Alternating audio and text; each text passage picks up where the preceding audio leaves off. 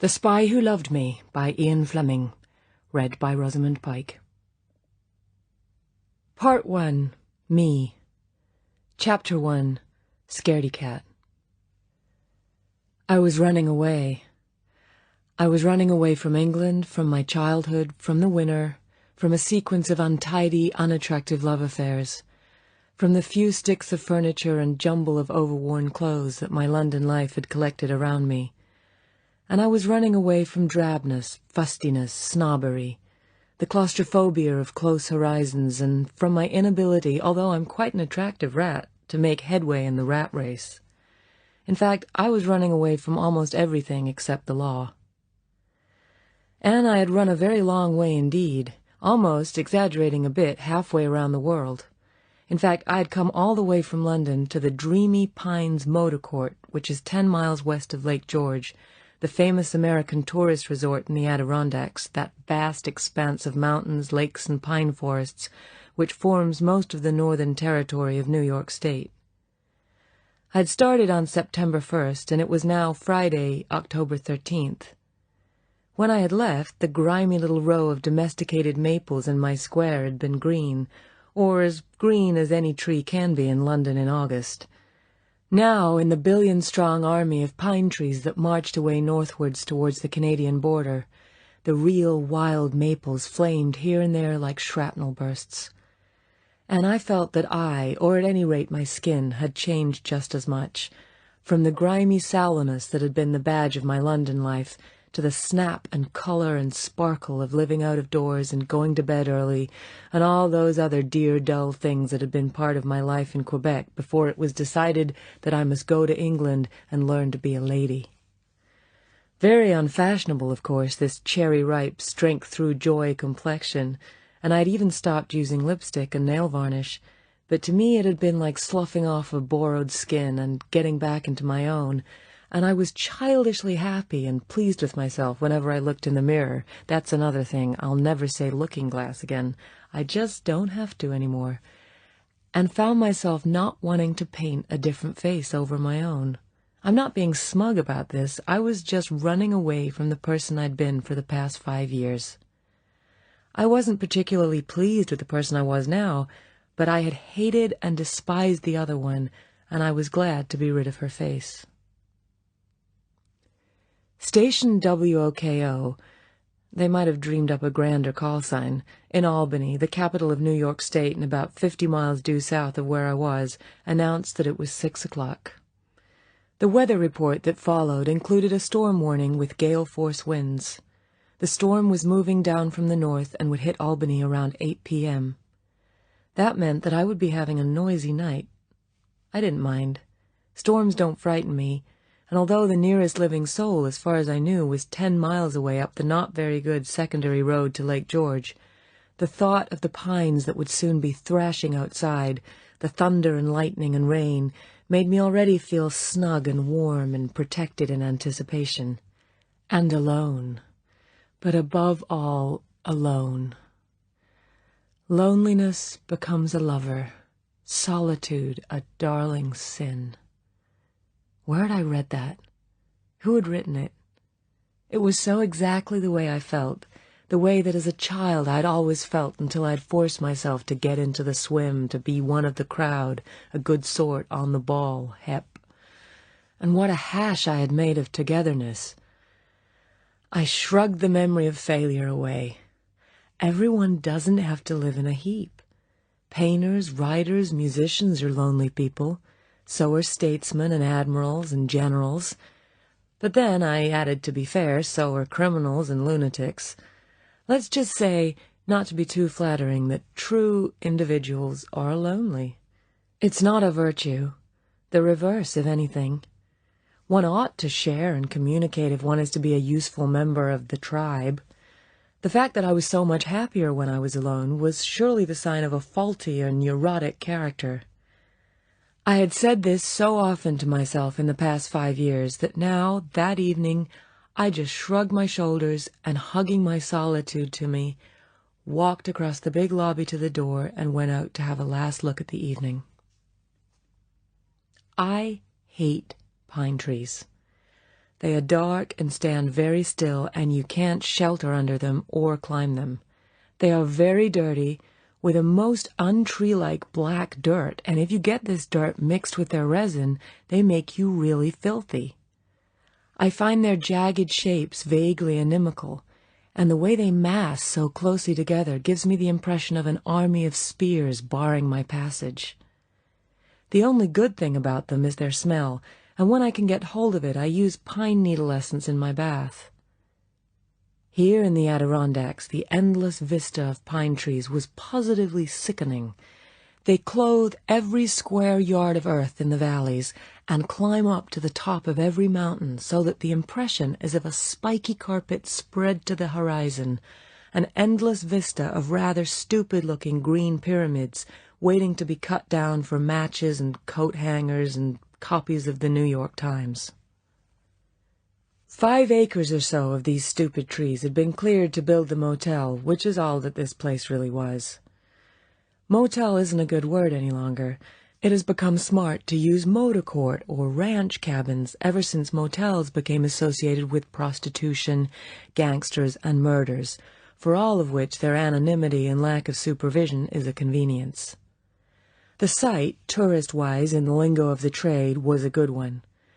There was this wandering secondary road through the forest, which was a pleasant alternative route between Lake George and Glens Falls to the south, and halfway along it was a small lake, cutely called Dreamy Waters, that is a traditional favorite with picnickers. It was on the southern shore of this lake that the motel had been built, its reception lobby facing the road, with behind this main building the rooms fanning out in a semicircle. There were 40 rooms, with kitchen, shower, and lavatory, and they all had some kind of a view of the lake behind them. The whole construction and design was the latest thing, glazed pitch pine frontages and pretty timber roofs all over knobbles, air conditioning, television in every cabin, children's playground, swimming pool, golf range out over the lake with floating balls, 50 balls, $1, all the gimmicks. Food, cafeteria in the lobby, and grocery and liquor deliveries twice a day from Lake George. All this for $10 single and $16 double. No wonder that with around $200,000 capital outlay and a season lasting only from July 1st to the beginning of October, or, so far as the no vacancy sign was concerned, from July 14th to Labor Day, the owners were finding the going hard. Or so those dreadful fancies had told me when they'd taken me on as a receptionist for only $30 a week plus keep. Thank heavens they were out of my hair. Song in my heart, there had been the whole heavenly choir at 6 o'clock that morning when their shiny station wagon had disappeared down the road on their way to Glens Falls, and then to Troy, where the monsters came from. Mr. Fancy had made a last grab at me, and I hadn't been quick enough. His free hand had run like a fast lizard over my body before I had crunched my heel into his instep. He had let go then. When his contorted face had cleared, he said softly, "All right, sex box, just see you mind camp good until the boss comes to take over the keys tomorrow midday. Happy dreams tonight." Then he had grinned a grin I hadn't understood, and had gone over to the station wagon where his wife had been watching from the driver's seat. "Come on, Jed," she had said sharply. "You can work off those urges on West Street tonight." She put the car in gear and called over to me sweetly. "Bye now, cutie pie. Write us every day." Then she had wiped the crooked smile off her face, and I caught a last glimpse of her withered hatchet profile as the car turned out onto the road. Phew! What a couple! Right out of a book, and what a book! Dear diary! Well, people couldn't come much worse, and now they'd gone. From now on my travels, the human race must improve. I'd been standing there, looking down the way the fancies had gone, remembering them. Now I turned and looked to the north to see after the weather. It had been a beautiful day, Swiss clear and hot for the middle of October, but now high, fretful clouds, black with jagged pink hair from the setting sun, were piling down the sky. Fast little winds were zigzagging among the forest tops, and every now and then they hit the single yellow light above the deserted gas station down the road at the tail of the lake and set it swaying. When a longer gust reached me, cold and buffeting, it brought with it the whisper of a metallic squeak from the dancing light, and the first time this happened I shivered deliciously at the little ghostly noise. On the lake shore, beyond the last of the cabins, small waves were lapping fast against the stones, and the gunmetal surface of the lake was fretted with sudden cat's paws that sometimes showed a fleck of white. But in between the angry gusts the air was still, and the sentinel trees across the road and behind the motel seemed to be pressing silently closer to huddle round the campfire of the brightly lit building at my back. I suddenly wanted to go to the loo, and I smiled to myself. It was the piercing tickle that comes to children during hide-and-seek in the dark and sardines, when in your cupboard under the stairs you heard the soft creak of a floorboard, the approaching whisper of the searchers, and then you clutched yourself in thrilling anguish and squeezed your legs together and waited for the ecstasy of discovery, the crack of light from the opening door, and then the supreme moment, your urgent, "Shh, come in with me," the softly closing door, and the giggling warm body pressed tight against your own. Standing there, a big girl now, I remembered it all and recognized the sensual itch brought on by a fleeting apprehension, the shiver down the spine, the intuitive goose-flesh that comes from the primitive fear signals of animal ancestors. I was amused, and I hugged the moment to me. Soon the thunderheads would burst, and I would step back from the howl and chaos of the storm into my well-lighted, comfortable cave, make myself a drink, listen to the radio, and feel safe and cosseted. It was getting dark. Tonight there would be no evening chorus from the birds. They had long ago read the signs and disappeared into their own shelters in the forest, as had the animals, the squirrels and the chipmunks and the deer. In all this huge, wild area, there was now only me out in the open. I took a last few deep breaths of the soft, moist air. The humidity had strengthened the scent of pine and moss, and now there was also a strong, underlying armpit smell of earth. It was almost as if the forest was sweating with the same pleasurable excitement I was feeling. Somewhere from quite close, a nervous owl asked loudly, "Whoo!" and then was silent. I took a few steps away from the lighted doorway and stood in the middle of the dusty road looking north. A strong gust of wind hit me and blew back my hair. Lightning threw a quick blue-white hand across the horizon. Seconds later, thunder growled softly like a wakening guard dog, and then the big wind came, and the tops of the trees began to dance and thrash, and the yellow light over the gas station jigged and blinked down the road as if to warn me. It was warning me. Suddenly the dancing light was blurred with rain, its luminosity fogged by an advancing gray sheet of water. The first heavy drops hit me, and I turned and ran. I banged the door behind me, locked it, and put up the chain. I was only just in time. Then the avalanche crashed down and settled into a steady roar of water whose patterns of sound varied from a heavy drumming on the slanting timbers of the roof to a higher, more precise slashing at the windows. In a moment these sounds were joined by the busy violence of the overflow drainpipes, and the noisy background pattern of the storm was set. I was still standing there, cozily listening, when the thunder that had been creeping quietly up behind my back sprang its ambush. Suddenly lightning blazed in the room, and at the same instant there came a block-busting crash that shook the building and made the air twang like a piano wire. It was just one single colossal explosion that might have been a huge bomb falling only yards away.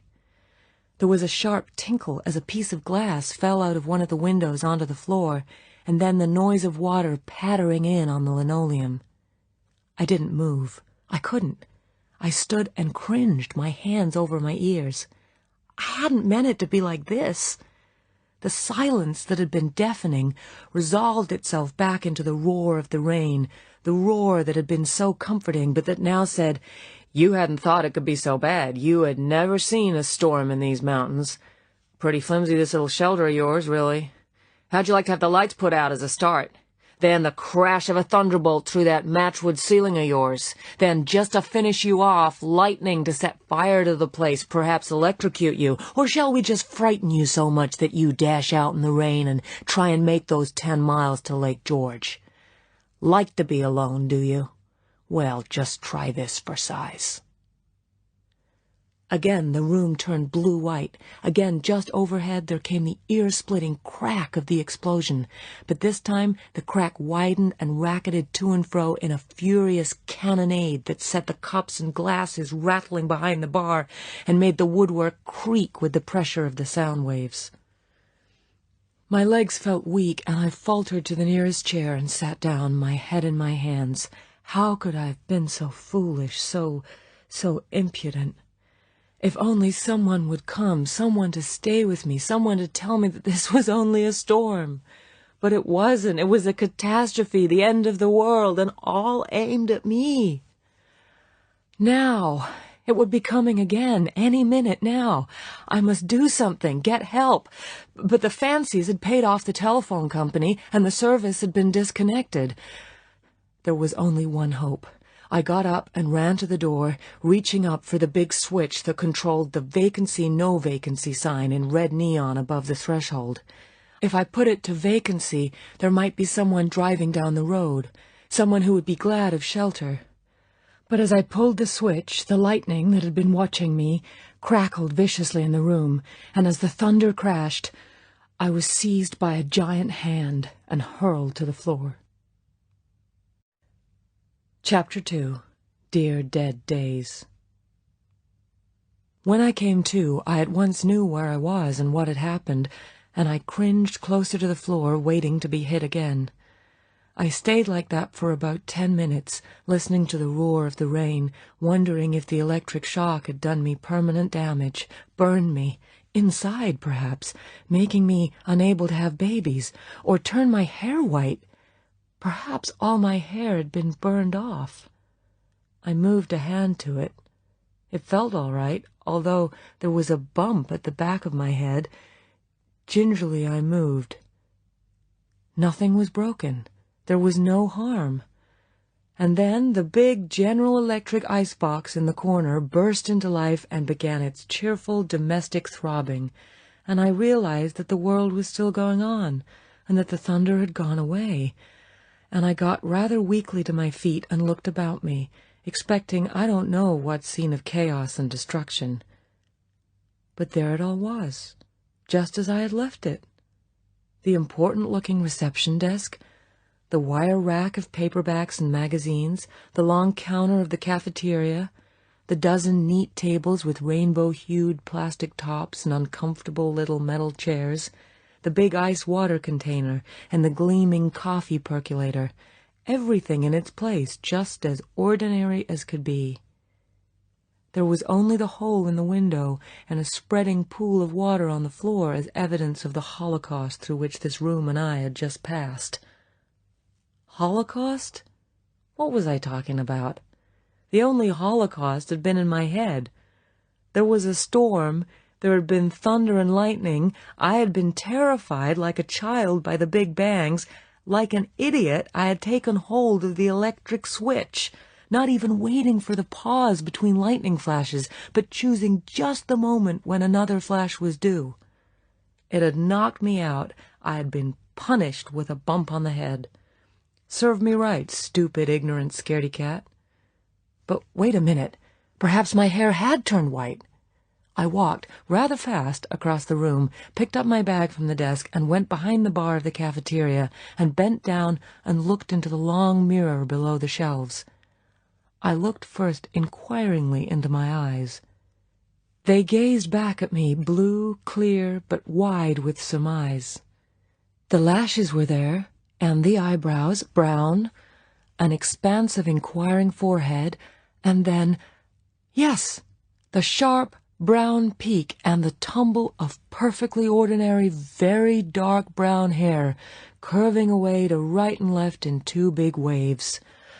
So I took out my comb and ran it brusquely, angrily through my hair, put the comb back in my bag, and snapped the clasp. My watch said it was nearly 7 o'clock.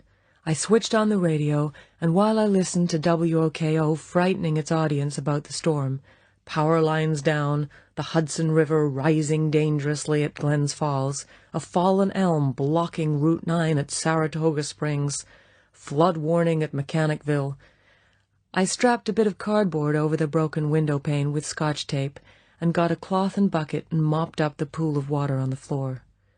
Then I ran across the short covered way to the cabins out back and went into mine, number 9 on the right-hand side towards the lake, and took off my clothes, and I had a cold shower. My white terraline shirt was smudged from my fall, and I washed it and hung it up to dry.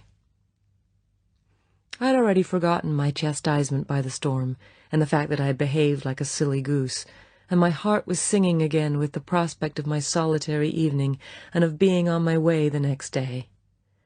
On an impulse, I put on the best I had in my tiny wardrobe, my black velvet toreador pants with the rather indecent gold zip down the seat, itself most unchastely tight, and not bothering with a bra, my golden thread Camelot sweater with the wide, floppy turtleneck. I admired myself in the mirror, decided to pull my sleeves up above the elbows, slipped my feet into my gold Ferragamo sandals, and did the quick dash back to the lobby. There was just one good drink left in the quart of Virginia Gentleman bourbon that had already lasted me 2 weeks, and I filled one of the best cut-glass tumblers with ice cubes and poured the bourbon over them, shaking the bottle to get out the last drop.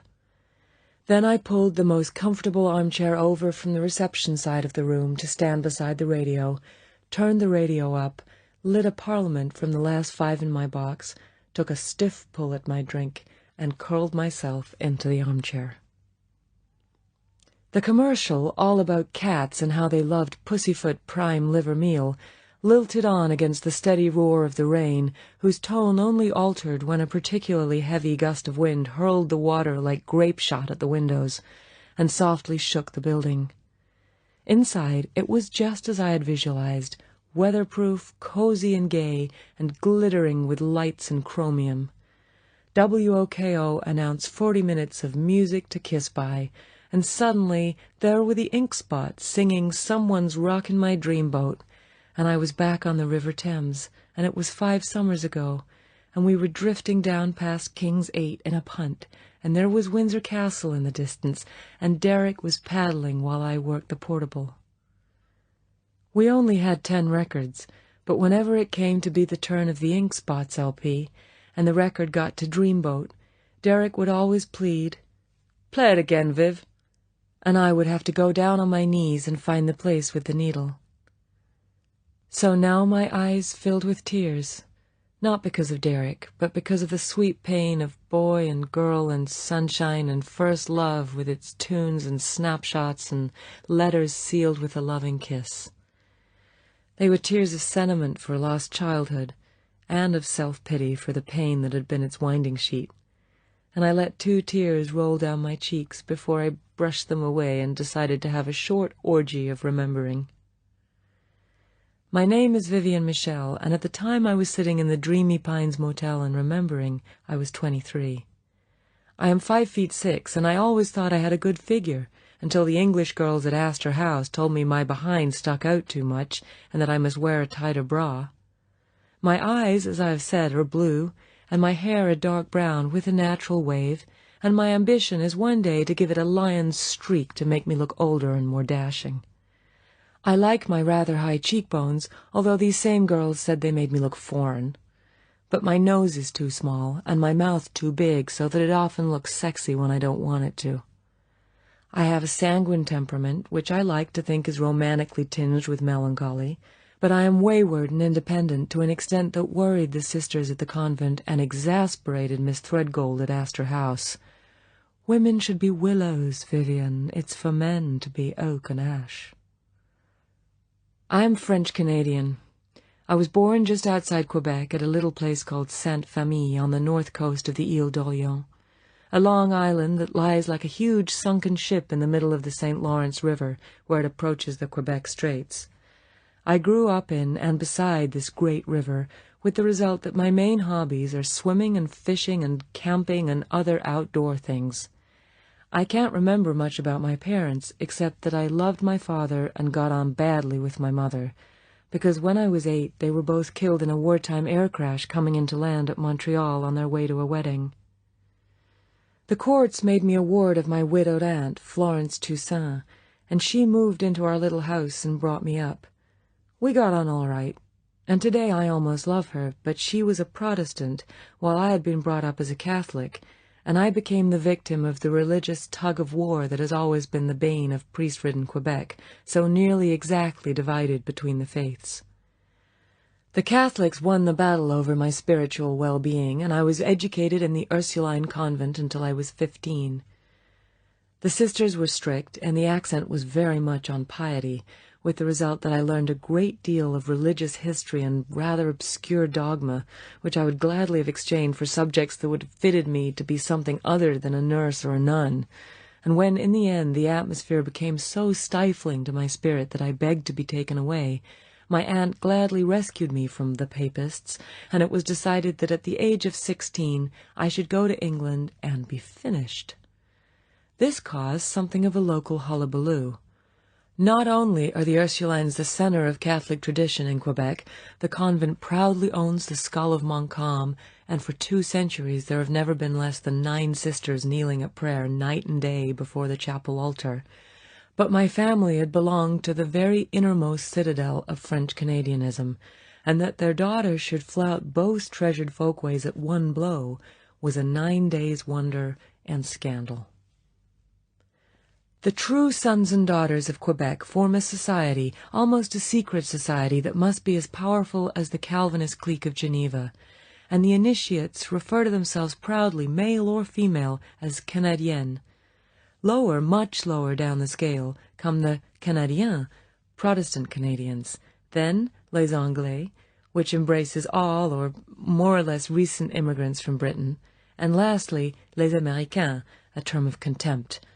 The Canadiennes pride themselves on their spoken French, although it is a bastard patois full of 200-year-old words which Frenchmen themselves don't understand, and is larded with Frenchified English words, rather, I suppose, like the relationship of Afrikaans to the language of the Dutch.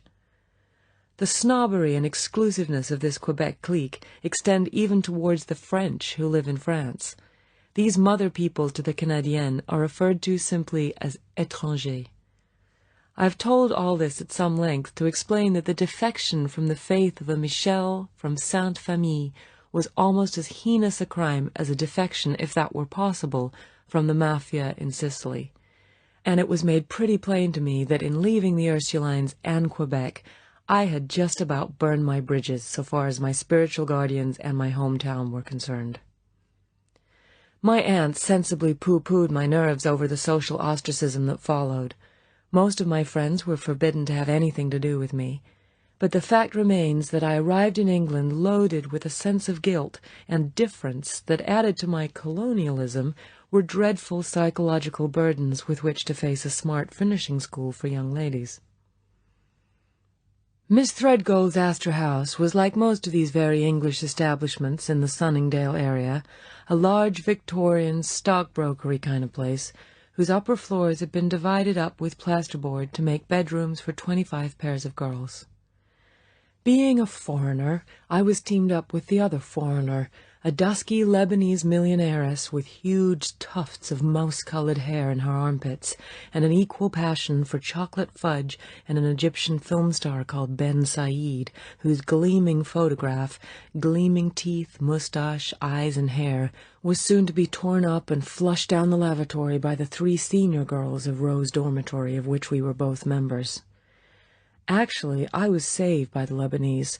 She was so dreadful, petulant, smelly, and obsessed with her money that most of the school took pity on me and went out of their way to be kind. But there were many others who didn't, and I was made to suffer agonies for my accent, my table manners, which were considered uncouth, my total lack of savoir-faire, and in general for being a Canadian. I was also, I see now, much too sensitive and quick-tempered.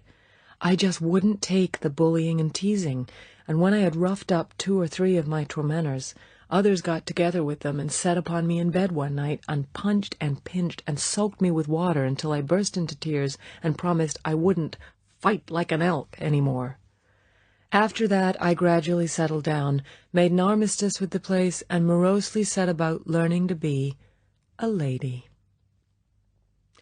It was the holidays that made up for everything. I made friends with a Scottish girl, Susan Duff, who liked the same open-air things as I did.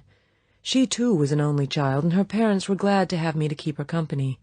So there was Scotland in the summer, and skiing in the winter and spring, all over Europe, in Switzerland, Austria, Italy, and we stuck to each other through the finishing school, and at the end we even came out together. And Aunt Florence produced £500 as my contribution to an idiotic joint dance at the Hyde Park Hotel. And I got on the same list, and I went the rounds of similar idiotic dances at which the young men seemed to me rude and spotty and totally unmasculine compared with the young Canadians I'd known. But I may have been wrong, because one of the spottiest of them rode in the Grand National that year and finished the course. And then I met Derek. By now I was 17 and a half, and Susan and I were living in a tiny 3-roomed flat in Old Church Street just off the King's Road. It was the end of June, and there wasn't much more of our famous season to go, and we decided to give a party for the few people we had met and actually liked. The family across the landing were going abroad on holiday, and they said that we could have their flat in exchange for keeping an eye on it while they were away.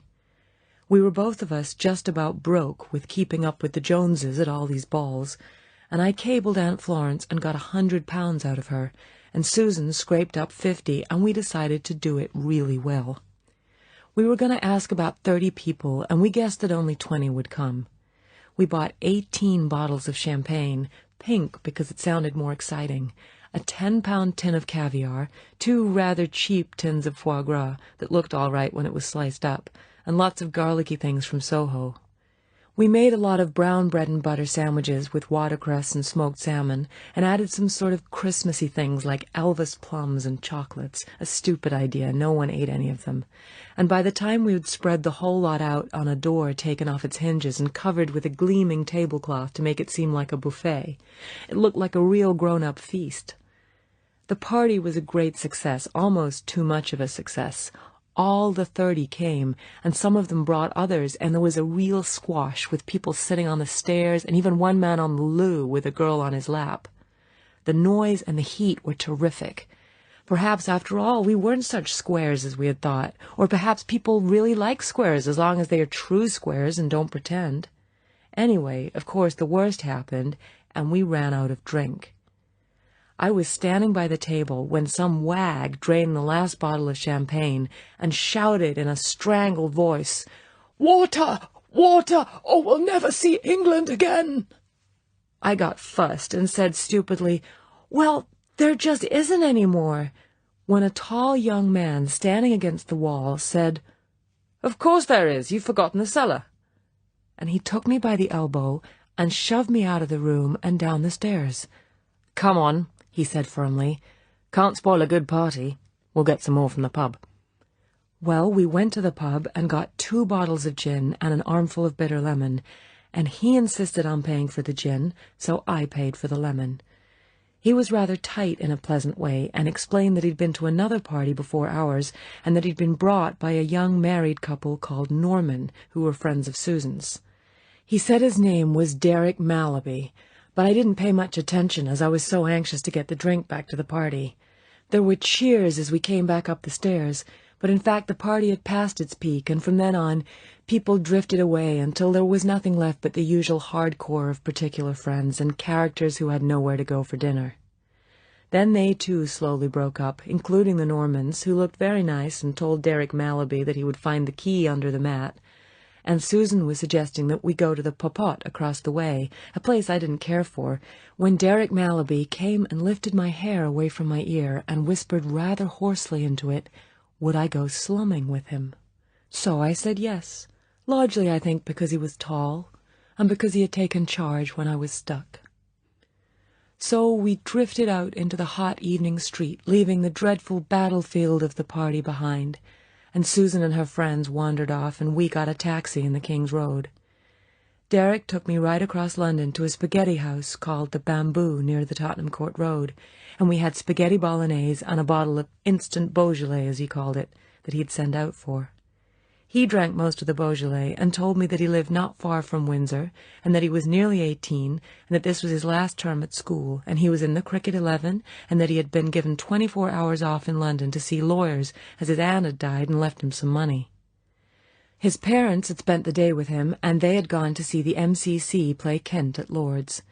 Then they had gone back to Windsor and left him with the Normans. He was supposed to have gone to a play and then home to bed, but there had been this other party, and then mine, and now how about going to the 400? Of course, I was thrilled. The 400 is the top nightclub in London, and I had never graduated higher than the cellar places in Chelsea. I told him a bit about myself and made Astor House sound funny, and he was very easy to talk to, and when the bill came he knew exactly how much to tip, and it seemed to me that he was very grown up to be still at school. But then English public schools are supposed to grow people up very quickly and teach them how to behave. He held my hand in the taxi, and that seemed to be all right. And they seemed to know him at the 400, and it was deliriously dark, and he ordered gins and tonics, and they put a half bottle of gin on the table that was apparently his from the last time he'd been there. Maurice Smart's band was as smooth as cream, and when we danced, we fitted at once, and his jive was just about the same as mine, and I was really having fun. I began to notice the way his dark hair grew at his temples, and that he had good hands, and that he smiled not just at one's face, but into one's eyes. We stayed there until 4 in the morning, and the gin was finished, and when we went out onto the pavement, I had to hold on to him. He got a taxi, and it seemed natural when he took me in his arms, and when he kissed me, I kissed back. After I had twice taken his hand off my breast, the third time it seemed prissy not to leave it there. But when he moved it down and tried to put it up my skirt, I wouldn't let him. And when he took my hand and tried to put it on him, I wouldn't do that either, although my whole body was hot with wanting these things. But then, thank heavens, we were outside the flat, and he got out and took me to the door, and we said we would see each other again, and he would write. When we kissed goodbye, he put his hand down behind my back and squeezed my behind hard, and when his taxi disappeared round the corner, I could still feel his hand there, and I crept up to bed and looked into the mirror over the wash basin, and my eyes and face were radiant as if they were lit up from inside, and although probably most of the lighting up came from the gin, I thought, oh my heavens, I'm in love. Chapter 3, Spring's Awakening. It takes a long time to write these things, but only minutes to remember them, and when I came out of my daydream in the motel armchair, WOKO was still playing music to kiss by, and it was someone who may have been Don Shirley improvising through Ain't She Sweet. The ice in my drink had dissolved. I got up and put in some more from the icebox, and I went back and curled up in my chair and drank a careful mouthful of the bourbon to make it last, and lit another cigarette, and at once I was back again in that endless summer. Derek's last term came to an end, and we'd exchanged 4 letters each. His first one had begun Dearest, and ended with love and kisses, and I had compromised with dear and love. His were mostly about how many runs he had made, and mine were about the dances I'd been to, and the films and plays I'd seen. He was going to spend the summer at his home, and he was very excited about a second-hand MG his parents were going to give him, and would I come out with him in it? Susan was surprised when I said that I wouldn't be coming up to Scotland, and that I wanted to stay on in the flat, at any rate for the time being. I hadn't told her the truth about Derek, and because I always got up earlier than her, she didn't know about his letters. It wasn't like me to be secretive, but I treasured my love affair, as I described it to myself, and it seemed to be so fragile and probably full of disappointments that I thought even to talk about it might bring it bad luck. For all I knew, I might be just one in a whole row of Derek's girls. He was so attractive and grand, at any rate at school, that I imagined a long queue of Mayfair sisters, all in organdy and all with titles at his beck and call. So I simply said that I wanted to look around for a job, and perhaps I would come up later, and in due course Susan went north, and a 5th letter came from Derek saying would I come down next Saturday on the 12 o'clock from Paddington, and he would meet me with the car at Windsor Station. And so began our regular and delicious routine. The first day he met me on the platform. We were rather shy, but he was so excited about his car that he quickly hurried me out to see it. It was wonderful, black with red leather upholstery and red wire wheels and all sorts of racing gimmicks like a strap around the bonnet and an outsize filler cap on the gas tank and the badge of the BRDC. We climbed in, and I tied Derek's colored silk handkerchief around my hair, and the exhaust made a wonderful sexy noise as we accelerated across the high street lights and turned up along the river.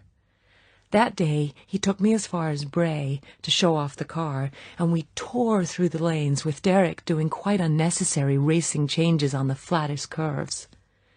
Sitting so near the ground, even at 50 one felt as if one was doing at least 100, and to begin with I clutched onto the safety grip on the dashboard and hoped for the best. But Derek was a good driver, and I soon got confidence in him and controlled my trembles. He took me to a fearfully smart place, the Hotel de Paris, and we had smoked salmon, which cost extra, and roast chicken and ice cream, and then he hired an electric canoe from the boathouse next door, and we chugged sedately upriver and under the Maidenhead Bridge and found a little backwater just this side of Cookham Lock, where Derek rammed the canoe far in under the branches. He had brought a portable gramophone with him, and I scrambled down to his end of the canoe, and we sat and later lay side by side and listened to the records and watched a small bird hopping about in the network of branches over our heads. It was a beautiful, drowsy afternoon, and we kissed, but we didn't go any further, and I felt reassured that Derek didn't, after all, think I was easy. Later the midges came, and we nearly upset the canoe trying to get it out of the creek backwards, but then we were going fast down river with the current, and there were quite a lot of other boats with couples and families in them, but I was quite certain we looked the gayest and handsomest of everyone. We drove back, and we went down to Eton, and we had scrambled eggs and coffee in a place called the Thatched House that Derek knew about, and then he suggested we should go to the cinema. The Royalty Kinema was on Farquhar Street, one of the small streets leading down from the castle towards the Ascot Road. It was a meagre-looking place, showing 2 westerns, a cartoon, and so-called news that consisted of what the Queen had been doing a month ago. I realized why Derek had chosen it when he paid 12 shillings for a box. There was one on each side of the projection room, about 6 feet square, dark, and with 2 chairs, and as soon as we went in, Derek pulled his chair close to me and began kissing and feeling me. At first I thought, oh God, is this where he brings them? But after a bit, I sort of melted, and then his hands were slowly exploring me, and they were gentle, and they seemed to know, and then they were there, and I hid my face against his shoulder and bit my lip with the exquisite tingle, and then it was all over, and I was flooded with warmth, and tears came by themselves out of my eyes and wet the collar of his shirt. He kissed me gently and whispered that he loved me and that I was the most wonderful girl in the world. But I sat up and away from him and dabbed at my eyes and tried to watch the film and reflected that I had lost my virginity, or some kind of virginity, and that now he would never respect me again. But then the interval came, and he bought me an ice, and he put his arm round the back of my chair and whispered that it was being the most wonderful day of his life, and that we must have the same day over and over again. And I told myself not to be silly, that this was just petting. Everybody did it, and anyway it had been rather marvelous, and it wasn't as if I would get a baby or anything. Besides, boys wanted to pet, and if I didn't do it with him, he would find some other girl who would. So when the lights went out again and his hands came back, it seemed natural that they should go to my breasts, and that excited me. Then his breath came panting against my neck, and he said, "Oh, baby," in a long, drawn-out kind of sigh, and I felt a sort of pang of excitement, as if some kind of barrier had disappeared from between us, and I felt motherly towards him, and I kissed him, and from that moment on, we were somehow different kinds of friends. He drove me back to catch the last train for London, and we arranged to meet at the same time on the next Saturday, and he stood and waved for as long as I could see him under the yellow lights of that darling little station, and so our real love affair began. It was always the same, with perhaps different places for luncheon and high tea, the river, the gramophone, the little box in the cinema. But now there was added the extra thrill of the physical side, and always in the boat, the car, the cinema, our hands were on each other's bodies, more lingering, more expert as the endless summer drew on into September. In my memory of those days, the sun is always shining, and the willows dip into water as limpid clear as the sky. Swans ride in the shadows of the poplars, and swallows dip and skim as the Thames slips down from Queen's 8, past Bovany Lock and Cuckoo Weir, where we used to bathe, and on down the long stretch through Brocas Meadows towards Windsor Bridge. It surely must have rained. There must have been noisy holiday-makers crowding our river. There must have been clouds in our private skies, but if there were, I can't remember them. The weeks slip by like the river, sparkling, luminous, full of enchantment. And then came the last Saturday of September, and though till then we had ignored the fact, a new chapter had to be opened. Susan was coming back to the flat on Monday, I had the chance of a job, and Derek was going up to Oxford. We pretended it would all be the same. I would explain to Susan, and there would be weekends when I could go to Oxford or Derek come to London. We didn't discuss our affair. It was obvious that it would go on. Derek had talked vaguely of my meeting his parents, but he had never pressed it, and on our Saturdays together there were always so many better things to do. Perhaps I thought it rather odd that Derek seemed to have no time for me during the week, but he played a lot of cricket and tennis and had hosts of friends, all of whom he said were a bore. I didn't want to get mixed up in this side of his life, at any rate not for the present. I was happy to have him absolutely to myself for all 1 day a week. I didn't want to share him with a crowd of other people who would anyway make me shy. So things were left very much up in the air, and I just didn't look past the next Saturday. That day, Derek was particularly affectionate, and in the evening he took me to the Bridge Hotel, and we had 3 rounds of gin and tonics, although usually we hardly drank at all. And then he insisted on champagne for dinner, and by the time we got to our little cinema, we were both rather tight. I was glad, because it would make me forget that tomorrow would mean the turning of a new page and the breaking up of all our darling routines. But when we got into our little box, Derek was morose. He didn't take me in his arms as usual, but he sat a little way away from me and smoked and watched the film. I came close to him and took his hand, but he just sat and looked straight in front of him. I asked him what was the matter. After a moment, he said obstinately, "I want to sleep with you. Properly, I mean." I was shocked. It was his rough tone of voice.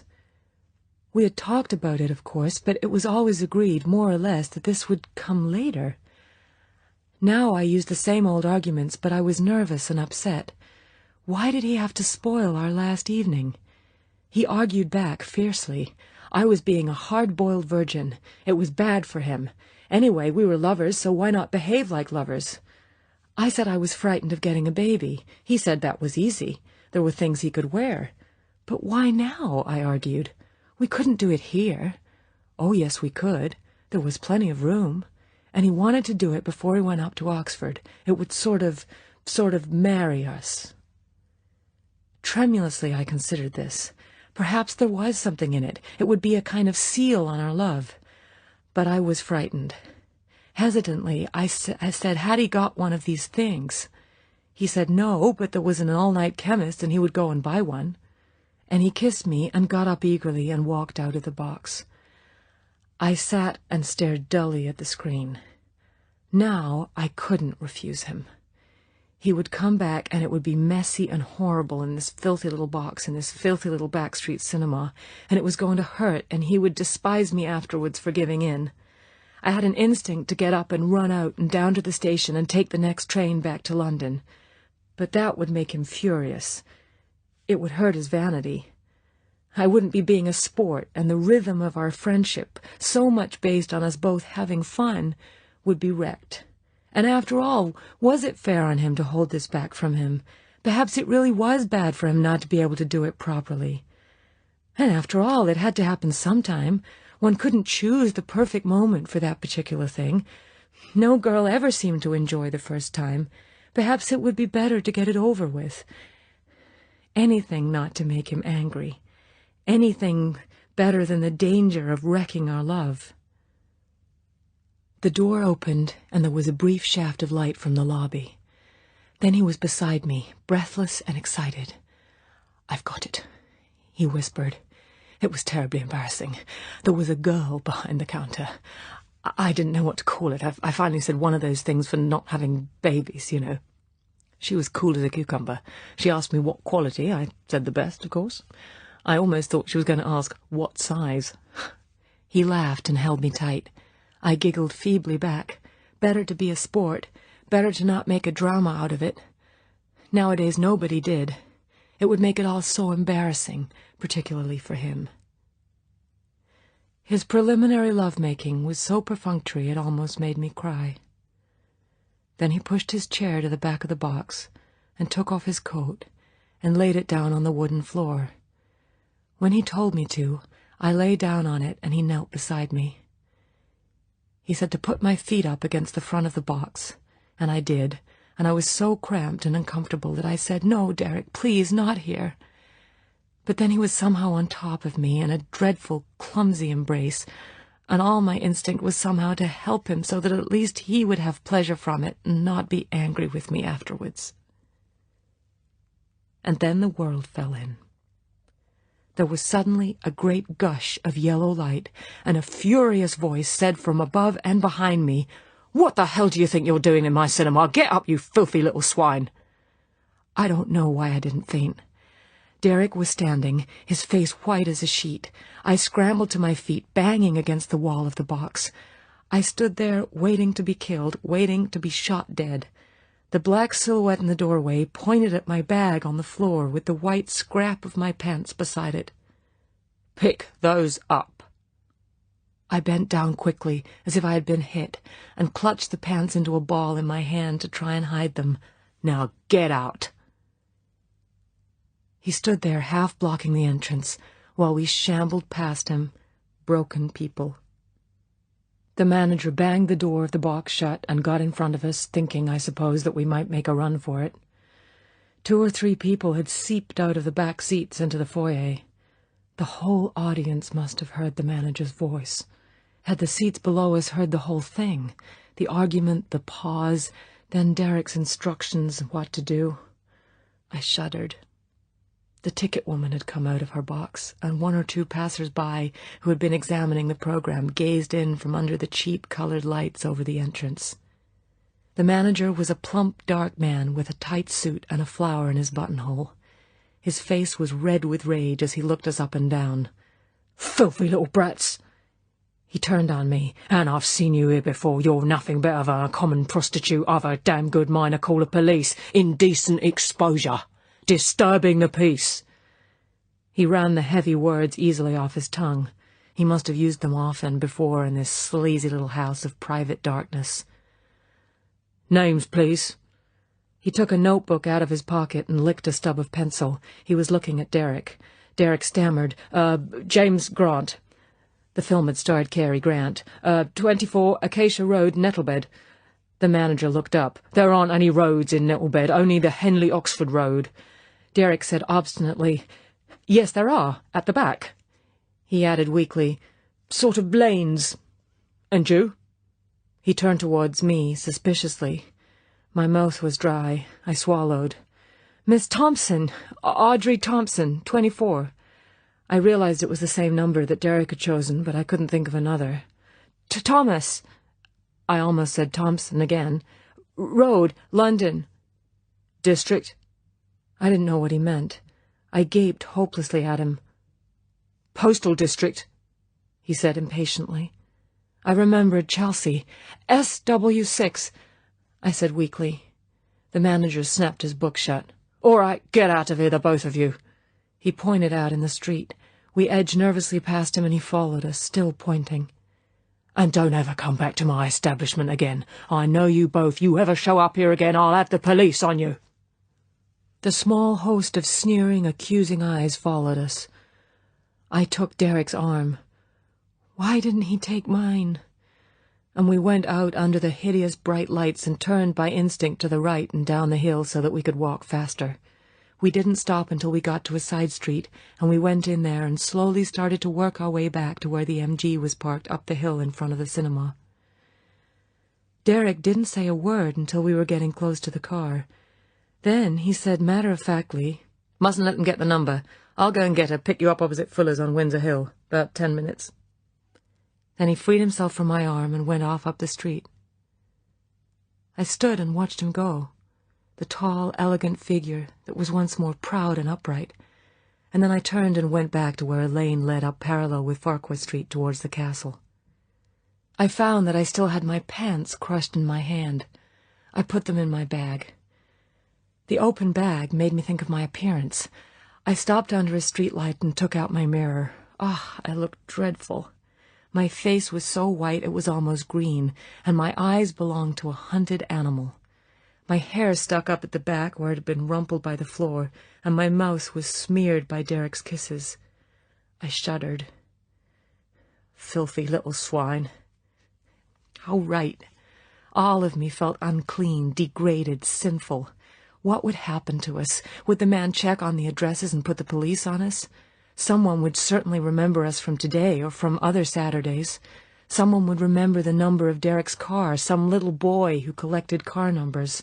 There was always some nosy Parker at the scene of a crime. Crime? Yes, of course it was. One of the worst in Puritan England. Sex, nakedness, indecent exposure. I imagined what the manager must have seen when Derek got up from me. Ugh! I shivered with disgust. But now Derek would be waiting for me.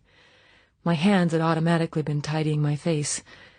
I gave it a last look. It was the best I could do. I hurried on up the street and turned down Windsor Hill, hugging the wall, expecting people to turn and point. There she goes. That's her. Filthy little swine. Chapter 4. Dear Viv. That summer's night hadn't finished with me. Opposite Fuller's, a policeman was standing by Derek's car, arguing with him. Derek turned and saw me. Here she is, officer. I said she wouldn't be a minute. Had to, powder her nose, didn't you, darling? More trouble, more lies. I said yes, breathlessly, and climbed into the seat beside Derek. The policeman grinned slyly at me and said to Derek, All right, sir, but another time remember there's no parking on the hill. Even for an emergency like that. He fingered his moustache. Derek put the car in gear, thanked the policeman, and gave him the wink of a dirty joke shared, and we were off at last. Derek said nothing until we had turned right at the lights at the bottom. I thought he was going to drop me at the station, but he continued on along the Datchet Road. Phew! He let the air out of his lungs with relief. That was a close shave. Thought we were for it. Nice thing for my parents to read in the paper tomorrow. And Oxford. I should have had it. It was ghastly. There was so much feeling in my voice that he looked sideways at me. Oh, well, path of true love and all that. His voice was light and easy. He had recovered. When would I? Damn shame, really, he went on casually. Just when we'd got it all set up. He put enthusiasm into his voice to carry me with him. Tell you what, there's an hour before the train. Why don't we walk up along the river? It's a well-known beat for Windsor couples. It's absolutely private. Pity to waste everything, time and so on, now that we've made up our minds. The so on, I thought, meant the thing that he'd bought. I was aghast. I said urgently, "Oh, but I can't, Derek. I simply can't. You've no idea how awful I feel about what happened." He looked quickly at me. What do you mean, awful? Are you feeling ill or something? Oh, no, it's not that. It's just that it was all so horrible, so shaming. Oh, that. His voice was contemptuous. We got away with it, didn't we? Come on, be a sport. That again. But I did want to be comforted, feel his arms round me, be certain he still loved me, although everything had gone so wrong for him. But my legs began to tremble at the thought of going through it all again. I clutched my knees with my hands to control them. I said weakly, "Oh, well, that's my girl." We went over the bridge, and Derek pulled the car into the side.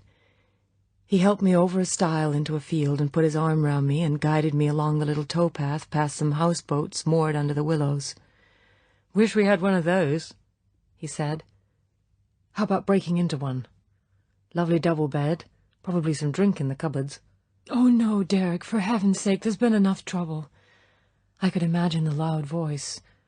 "What's going on in there? Are you the owners of this boat? Come on out and let's have a look at you." Derek laughed. "Perhaps you're right. Anyway, the grass is just as soft. Aren't you excited? You'll see. It's wonderful. Then we'll really be lovers." "Oh, yes, Derek. But you will be gentle, won't you? I shan't be any good at it the first time." Derek squeezed me excitedly. "Don't you worry. I'll show you." I was feeling better, stronger. It was lovely walking with him in the moonlight. But there was a grove of trees ahead, and I looked at it fearfully. I knew that that would be where it was going to happen. I must make it easy and good for him. I mustn't be silly. I mustn't cry. The path led through the grove. Derek looked about him. "In there," he said. "I'll go first. Keep your head down." We crept in among the branches. Sure enough, there was a little clearing. Other people had been there before. There was a cigarette packet, a Coca-Cola bottle. The moss and leaves had been beaten down. I had the feeling that this was a brothel bed where hundreds, perhaps thousands of lovers had pressed and struggled. But now there was no turning back. At least it must be a good place for it if so many others had used it. Derek was eager, impatient. He put his coat down for me and at once started, almost feverishly, his hands devouring me. I tried to melt, but my body was still cramped with nerves, and my limbs felt like wood. I wished he would say something sweet and loving, but he was intent and purposeful, manhandling me almost brutally, treating me as if I was a big, clumsy doll. Only a paper doll for me to call my own. The ink spots again. I could hear the deep bass of Hoppy Jones and the sweet soprano counterpoint of Bill Kenny, so piercingly sweet that it tore at the heartstrings. And underneath, the deep pulse beat of Charlie Fuqua's guitar. The tears squeezed out of my eyes. Oh, God, what was happening to me? And then the sharp pain and the short scream I quickly stifled, and he was lying on top of me, his chest heaving and his heart beating heavily against my breast. I put my arms round him and felt his shirt wet against my hands. We lay like that for long minutes. I watched the moonlight filtering down through the branches and tried to stop my tears. So that was it. The great moment. A moment I would never have again. So now I was a woman, and the girl was gone. And there had been no pleasure. Only pain, like they all said. But there remained something. This man in my arms. I held him more tightly to me. I was his now, entirely his, and he was mine. He would look after me. We belonged. Now, I would never be alone again. There were two of us. Derek kissed my wet cheek and scrambled to his feet. He held out his hands, and I pulled down my skirt, and he hauled me up. He looked into my face, and there was embarrassment in his half-smile. "I hope it didn't hurt too much." "No, but was it all right for you?" "Oh, yes, rather." He bent down and picked up his coat. He looked at his watch. "I say, only a quarter of an hour for the train. We'd better get moving." We scrambled back onto the path, and as we walked along, I pulled a comb through my hair and brushed at my skirt. Derek walked silently beside me. His face, under the moon, was now closed, and when I put my arm through his, there was no answering pressure. I wished he would be loving, talk about our next meeting, but I could feel that he was suddenly withdrawn, cold. I hadn't got used to men's faces after they've done it. I blamed myself. It hadn't been good enough, and I had cried. I'd spoiled it for him. We came to the car and drove silently to the station. I stopped him at the entrance. Under the yellow light, his face was taut and strained, and his eyes only half met mine. I said, "Don't come to the train, darling. I can find my way. What about next Saturday? I could come down to Oxford, or would you rather wait until you've settled in?" He said defensively, "Trouble is, Viv, things are going to be different at Oxford. I'll have to see. I'll write to you." I tried to read his face. This was so different from our usual parting. Perhaps he was tired. God knew I was. I said, "Yes, of course, but write to me quickly, darling. I'd like to know how you're getting on." I reached up and kissed him on the lips. His own lips hardly responded. He nodded. "Well, so long, Viv." And with a kind of twisted smile, he turned and went off round the corner to his car. It was 2 weeks later that I got the letter. I had written twice, but there had been no answer. In desperation, I had even telephoned, but the man at the other end had gone away and come back and said that Mr. Mallaby wasn't at home. The letter began, "Dear Viv, this is going to be a difficult letter to write." When I'd got that far, I went into my bedroom and locked the door, and sat on my bed and gathered my courage. The letter went on to say that it had been a wonderful summer, and that he would never forget me. But now his life had changed, and he would have a lot of work to do, and there wouldn't be much room for girls. He had told his parents about me, but they disapproved of our affair. They said it wasn't fair to go on with a girl if one wasn't going to marry her. They are terribly insular, I'm afraid, and they have ridiculous ideas about foreigners, although heaven knows I regard you as just like any other English girl, and you know I adore your accent. They were set on his marrying the daughter of some neighbour in the country. I've never told you about this, which I'm afraid was very naughty of me, but as a matter of fact, we're sort of semi-engaged. We had such a marvellous time together, and you were such a sport, that I didn't want to spoil it all. He said he hoped very much we would run into each other again one day, and in the meantime he had asked Fortnum's to send me 12 bottles of pink champagne, the best, to remind me of the first time we'd met. And I do hope this letter won't upset you too much, Viv, as I really think you're the most wonderful girl, far too good for someone like me. With much love, happy memories, Derek. Well, it took just 10 minutes to break my heart, and about another 6 months to mend it. Accounts of other people's aches and pains are uninteresting because they're so similar to everybody else's, so I won't go into details. I didn't even tell Susan. As I saw it, I'd behaved like a tramp from the very first evening, and I'd been treated like a tramp. In this tight little world of England, I was a Canadian, and therefore a foreigner, an outsider, fair game. The fact that I hadn't seen it happening to me was more fool me. Born yesterday. Better get wise, or you'll go on being hurt. But beneath this open-eyed, chin-up rationalization, the girl in me whimpered and cringed, and for a time I cried at night and went down on my knees to the Holy Mother I had forsaken and prayed that she would give Derek back to me. But of course she wouldn't, and my pride forbade me to plead with him or to follow up my curt little note of acknowledgment to his letter and the return of the champagne to Fortnum's. The endless summer had ended.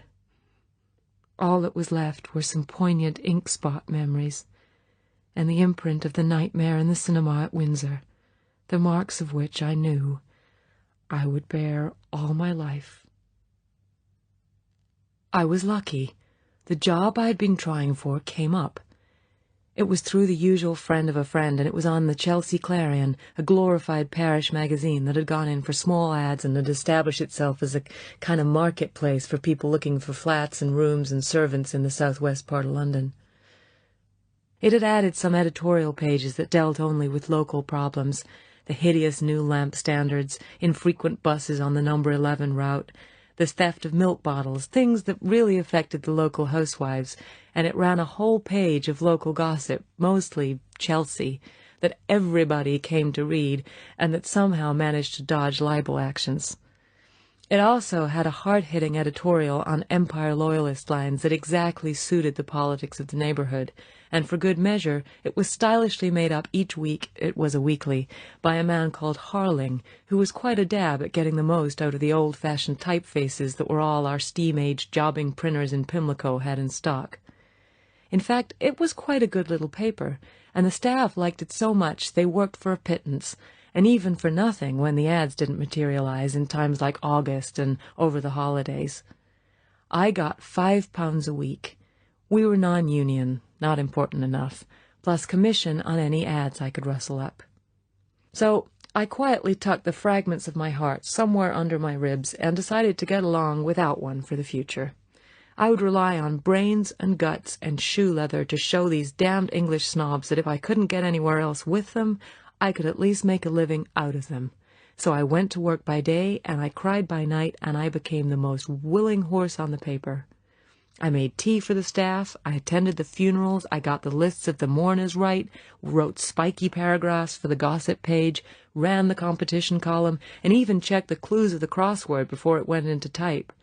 And in between, I hustled round the neighborhood, charming ads out of the most hard-bitten shops and hotels and restaurants, and piling up my 20% with the tough old Scotswoman who kept the accounts.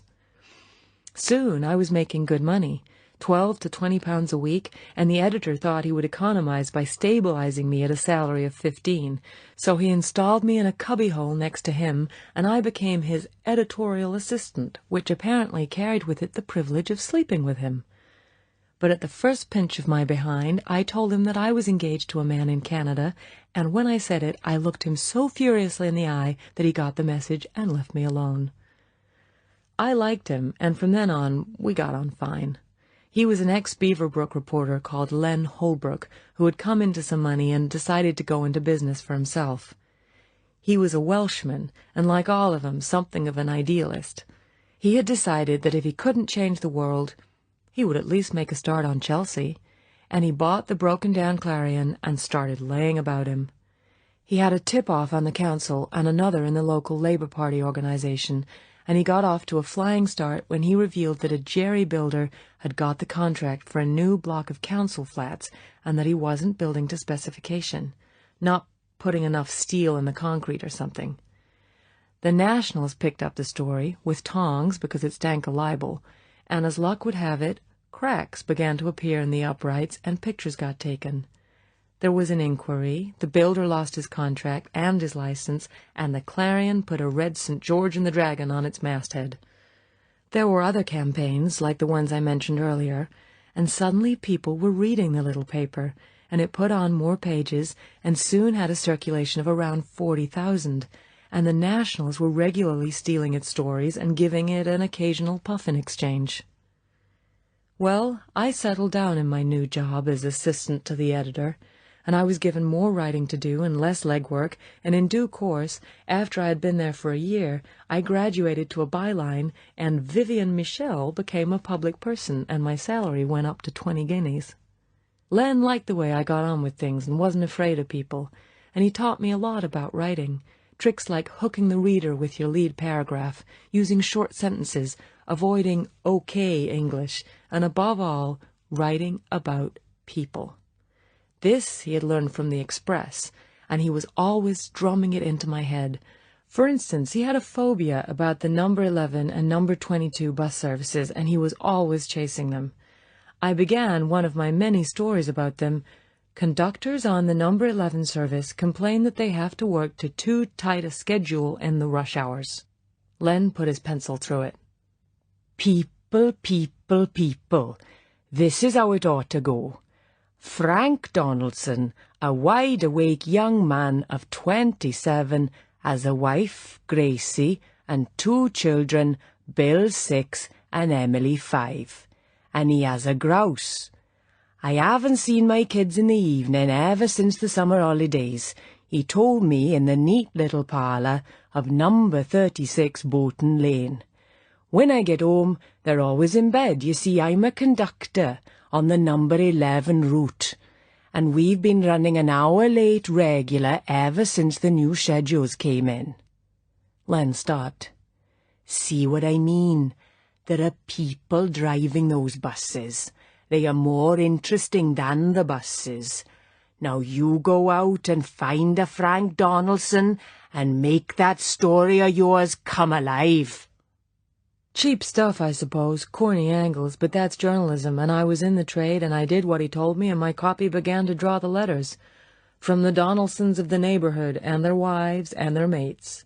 And editors seem to love letters. They make a paper look busy and read. I stayed with the Clarion another 2 years until I was just over 21, and by then I was getting offers from the Nationals, from the Express and the Mail, and it seemed to me that it was time to get out of SW3 and into the world. I was still living with Susan. She had got a job with the Foreign Office in something called Communications, about which she was very secretive, and she had a boyfriend from the same department, and I knew it wouldn't be long before they got engaged and she would want the whole flat. My own private life was a vacuum, a business of drifting friendships and semi-flirtations from which I always recoiled, and I was in danger of becoming a hard, if successful, little career girl, smoking too many cigarettes and drinking too many vodkas and tonics, and eating alone out of tins. My gods, or rather goddesses, Catherine Whitehorn and Penelope Gilliatt were outside my orbit, were Drusilla Bayfus, Veronica Papworth, Jean Campbell, Shirley Lord, Barbara Griggs, and Anne Sharpley, the top women journalists, and I only wanted to be as good as any of them, and nothing else in the world. And then, at a press show in aid of a Baroque festival in Munich, I met Kurt Rayner of the VWZ. Chapter 5. A Bird with a Wing Down. The rain was still crashing down, its violence unchanged. The 8 o'clock news continued its talk of havoc and disaster. A multiple crash on Route 9, railway tracks flooded at Schenectady, traffic at a standstill in Troy, heavy rain likely to continue for several hours. American life is completely dislocated by storms and snow and hurricanes. When American automobiles can't move, life comes to a halt, and when their famous schedules can't be met, they panic and go into a kind of paroxysm of frustration, besieging railway stations, jamming the long-distance wires, keeping their radios permanently switched on for any crumb of comfort. I could imagine the chaos on the roads and in the cities, and I hugged my cozy solitude to me. My drink was nearly dead.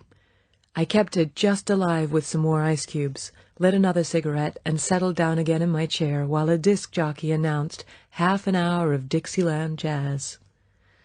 Kurt hadn't liked jazz. He thought it decadent. He also stopped me smoking and drinking and using lipstick, and life became a serious business of art galleries and concerts and lecture halls. As a contrast to my meaningless, rather empty life, it was a welcome change, and I dare say the diet of Teutonism appealed to the rather heavy seriousness that underlies the Canadian character. VWZ, the Verband Westdeutsche Zeitungen, was an independent news agency financed by a cooperative of the West German newspapers, rather along the lines of Reuters. Kurt Rayner was its first representative in London, and when I met him he was on the lookout for an English number 2 to read the papers and weeklies for items of German interest, while he did the high-level diplomatic stuff and covered outside assignments. He took me out to dinner that night, to Schmidt's in Charlotte Street, and was rather charmingly serious about the importance of his job and how much it might mean for Anglo-German relationships.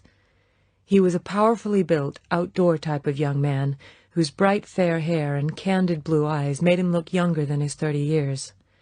He told me that he came from Augsburg, near Munich, and that he was an only child of parents who were both doctors and had both been rescued from a concentration camp by the Americans. They had been informed on and arrested for listening to the Allied radio and for preventing young Kurt from joining the Hitler Youth movement. He had been educated at Munich High School and at the university, and had then gone into journalism, graduating to Die Welt, the leading West German newspaper from which he had been chosen for this London job because of his good English. He asked me what I did, and the next day I went round to his 2-room office in Chancery Lane and showed him some of my work. With typical thoroughness, he had already checked up on me through friends at the press club, and a week later I found myself installed in the room next to his with the PA/Reuter and the Exchange telegraph tickers chattering beside my desk. My salary was wonderful, £30 a week, and I soon got to love the work, particularly operating the telex with our Zentrale in Hamburg, and the twice-daily rush to catch the morning and evening deadlines of the German papers. My lack of German was only a slight handicap, for, apart from Kurt's copy, which he put over by telephone, all my stuff went over the telex in English and was translated at the other end, and the telex operators in Hamburg had enough English to chatter with me while I was on the machine. It was rather a mechanical job, but you had to be quick and accurate, and it was fun judging the success or failure of what I sent by the German cuttings that came in a few days later. Soon Kurt had enough confidence to leave me alone in charge of the office, and there were exciting little emergencies I had to handle by myself, with the thrill of knowing that 20 editors in Germany were depending on me to be fast and right. It all seemed so much more important and responsible than the parochial trivialities of the Clarion, and I enjoyed the authority of Kurt's directions and decisions, combined with the constant smell of urgency that goes with news agency work.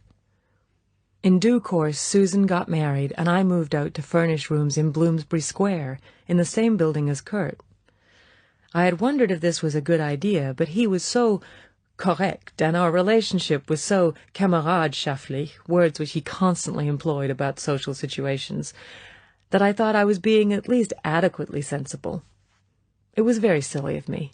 Apart from the fact that Kurt probably misunderstood my easy acceptance of his suggestion that I find a place in his building, it now became natural that we should walk home together from the nearby office. Dinners together became more frequent, and later, to spare the expense, he would bring his gramophone up to my sitting room, and I would cook something for both of us. Of course I saw the danger, and I invented several friends to spend the evening with. But this meant sitting by myself in some cinema after a lonely meal with all the nuisance of men trying to pick one up. And Kurt remained so correct, and our relationship on such a straightforward and even high-minded level, that my apprehensions came to seem idiotic, and more I accepted a comradely way of life that seemed not only totally respectable, but also adult in the modern fashion. I was all the more confident because, after about 3 months of this peaceful existence, Kurt, on his return from a visit to Germany, told me that he had become engaged. She was a childhood friend called Trude, and from all he told me, they were ideally suited. She was the daughter of a Heidelberg professor of philosophy, and the placid eyes that stared out of the snapshots he showed me, and the gleaming braided hair and trim dirndl, were a living advertisement for Kinder, Kirche, Kuche. Kurt involved me closely in the whole affair, translating Trude's letters to me, discussing the number of children they would have, and asking my advice on the decoration of the flat they planned to buy in Hamburg when he'd finished his 3-year stint in London and had saved enough money for marriage. I became a sort of universal aunt to the two of them, and I would have found the role ridiculous if it hadn't all seemed quite natural and rather fun, like having 2 big dolls to play at weddings with. Kurt had even planned their sex life minutely, and the details, which he insisted rather perversely on sharing with me, were at first embarrassing, and then, because he was so clinical about the whole subject, highly educative. On the honeymoon in Venice, all Germans go to Italy for their honeymoons, they would of course do it every night, because Kurt said it was most important that the act should be technically perfect, and to achieve this much practice was necessary. To this end they would have a light dinner, because a full stomach was not desirable, and they would retire not later than 11 o'clock, because it was important to have at least 8 hours' sleep, to recharge the batteries. Trude, he said, was unawakened and inclined to be cool sexually, while he was of a passionate temperament. So there would have to be much preliminary sex play to bring the curve of her passion up to his. This would need restraint on his part, and in this matter he would have to be firm with himself, for, as he told me, it was essential to a happy marriage that the climax should be reached simultaneously by the partners. Only thus could the thrilling summits of ecstasy become the equal property of both. After the honeymoon they would sleep together on Wednesdays and Saturdays. To do it more often would weaken his batteries and might reduce his efficiency at the bureau. All this Kurt illustrated with a wealth of most explicit scientific words, and even with diagrams and drawings done on the tablecloth with a fork. The lectures, for such they were, convinced me that Kurt was a lover of quite exceptional finesse, and I admit I was fascinated and rather envious of the well-regulated and thoroughly hygienic delights that were being prepared for Trude. There were many nights when I longed for these experiences to be mine, and for someone to play upon me also, like, as Kurt put it, a great violinist playing upon his instrument. And it was inevitable, I suppose, that in my dreams it was Kurt who came to me in that role, so safe, so gentle, so deeply understanding of a woman's physical needs. The months passed, and gradually the tone and frequency of Trude's letters began to change. It was I who noticed it first, but I said nothing. There were more frequent and sharper complaints about the length of the waiting period. The tender passages became more perfunctory, and the pleasures of a summer holiday on the Tegernsee, where Trude had met up with a happy group, after a first ecstatic description, were significantly, I thought, not mentioned again. And then, after 3 weeks of silence from Trude, Kurt came up to my rooms one evening, his face pale and wet with tears. I was lying on the sofa, reading, and he fell on his knees beside me and buried his head on my breast. "It was all over," he said between sobs. She had met another man. At the Tegernsee, of course, a doctor from Munich, a widower. He had proposed to her, and she had accepted. It had been love at first sight. Kurt must understand that such a thing only happened once in a girl's lifetime. He must forgive her and forget her. She was not good enough for him. Ah, that shabby phrase again. They must remain honorable friends. The marriage was to take place next month. Kurt must try and wish her well. Farewell, your abject Trude. Kurt's arms were round me, and he was holding me desperately. "Now I have only you," he said through his sobs. "You must be kind, you must give me comfort." I smoothed his hair as maternally as I could, wondering how to escape from his embrace, yet at the same time being melted by the despair of this strong man and by his dependence on me. I tried to make my voice sound matter-of-fact. "Well, if you ask me, it was a lucky escape. Any girl as changeable as that would not have made you a good wife. There are many other better girls in Germany. Come on, Kurt." I struggled to sit up. "We'll go out for dinner in a cinema. It will take your mind off things. It's no good crying over spilt milk. Come on." I freed myself rather breathlessly, and we both got to our feet. Kurt hung his head. "Ha, but you are good to me, Viv. You are a real friend in need, ein echter Kameradin. And you are right, I must not behave like a weakling. Na, you will be ashamed of me, and that I could not bear." He gave me a tortured smile and went to the door and let himself out. Only 2 weeks later, we were lovers. It was somehow inevitable. I had half known it would be, and I did nothing to dodge my fate. I was not in love with him, and yet we had grown so close and in so many other ways that the next step of sleeping together was bound inexorably to follow. The details were really quite dull. The occasional friendly kiss on the cheek, as if to a sister, came by degrees closer to my mouth, and one day was on it. There was a pause in the campaign while I came to take this kind of kiss for granted, and then came the soft assault on my breasts and then on my body, all so pleasurable, so calm, so lacking in drama, and then one evening in my sitting room, the slow stripping of my body. Because I must see how beautiful you are. The feeble, almost languorous protests, and then the scientific operation that had been prepared for Trude. And how delicious it was in the wonderful privacy of my own room. How safe, how unhurried, how reassuring the precautions, and how strong and gentle. Kurt was, and of all things to associate with lovemaking, how divinely polite. A single flower after each time, the room tidied after each passionate ecstasy, studious correctness in the office and before other people, never a rough or even a dirty word. It was like a series of exquisite operations by a surgeon with the best bedside manners in the world.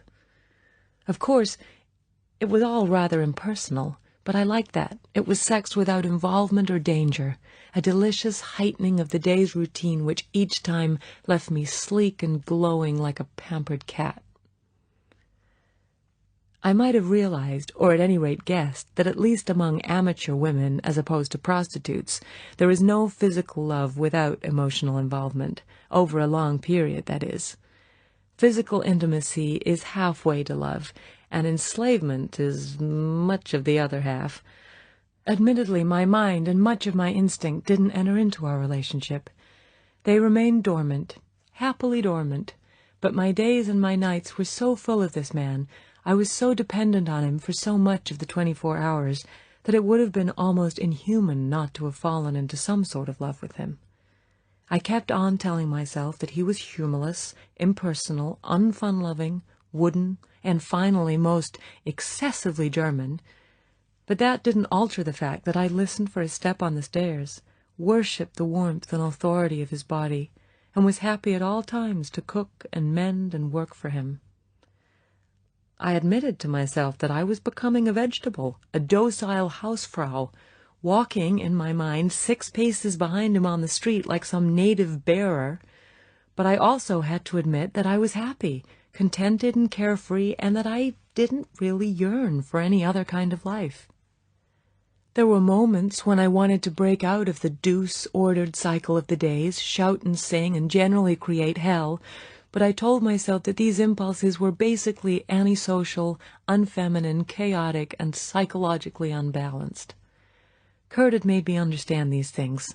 For him, symmetry, the even tempo, the right thing in the right place, the calm voice, the measured opinion, love on Wednesdays and Saturdays after a light dinner, were the ways to happiness and away from what he described as the anarchic syndrome, i.e. smoking and drinking, phenobarbital, jazz, promiscuous sleeping about, fast cars, slimming, Negroes and their new republics, homosexuality, the abolition of the death penalty, and a host of other deviations from what he described as Naturmenschlichkeit, or in more words but shorter ones, a way of life more like the ants and the bees.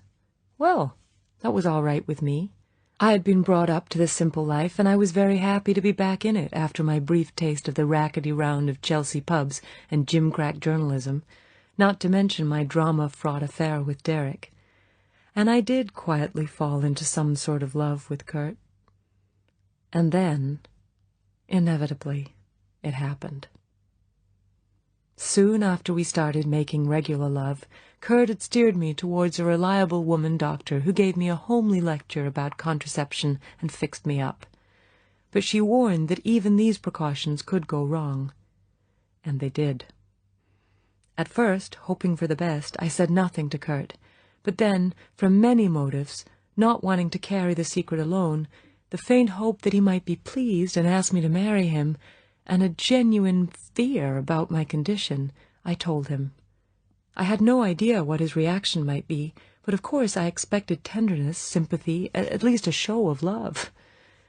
We were standing by the door of my bedroom, preparatory to saying good night. I hadn't a stitch of clothes on, while he was fully dressed. When I had finished telling him, he quietly disengaged my arms from around his neck, looked my body up and down with what I can only call a mixture of anger and contempt, and reached for the door handle. Then he looked me coldly in the eyes and said very softly, "So," and walked out of the room and shut the door quietly behind him. I went and sat down on the edge of my bed and stared at the wall. What had I done?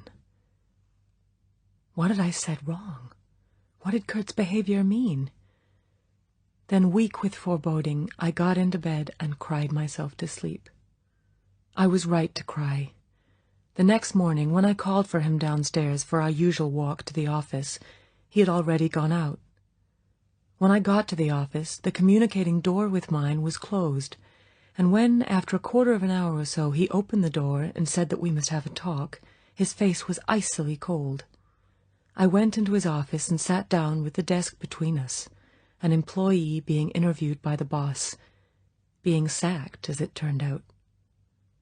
The burden of his speech, delivered in matter-of-fact, impersonal tones, was this: in a comradely liaison such as we had enjoyed, and it had indeed been most enjoyable, it was essential that matters should run smoothly in an orderly fashion.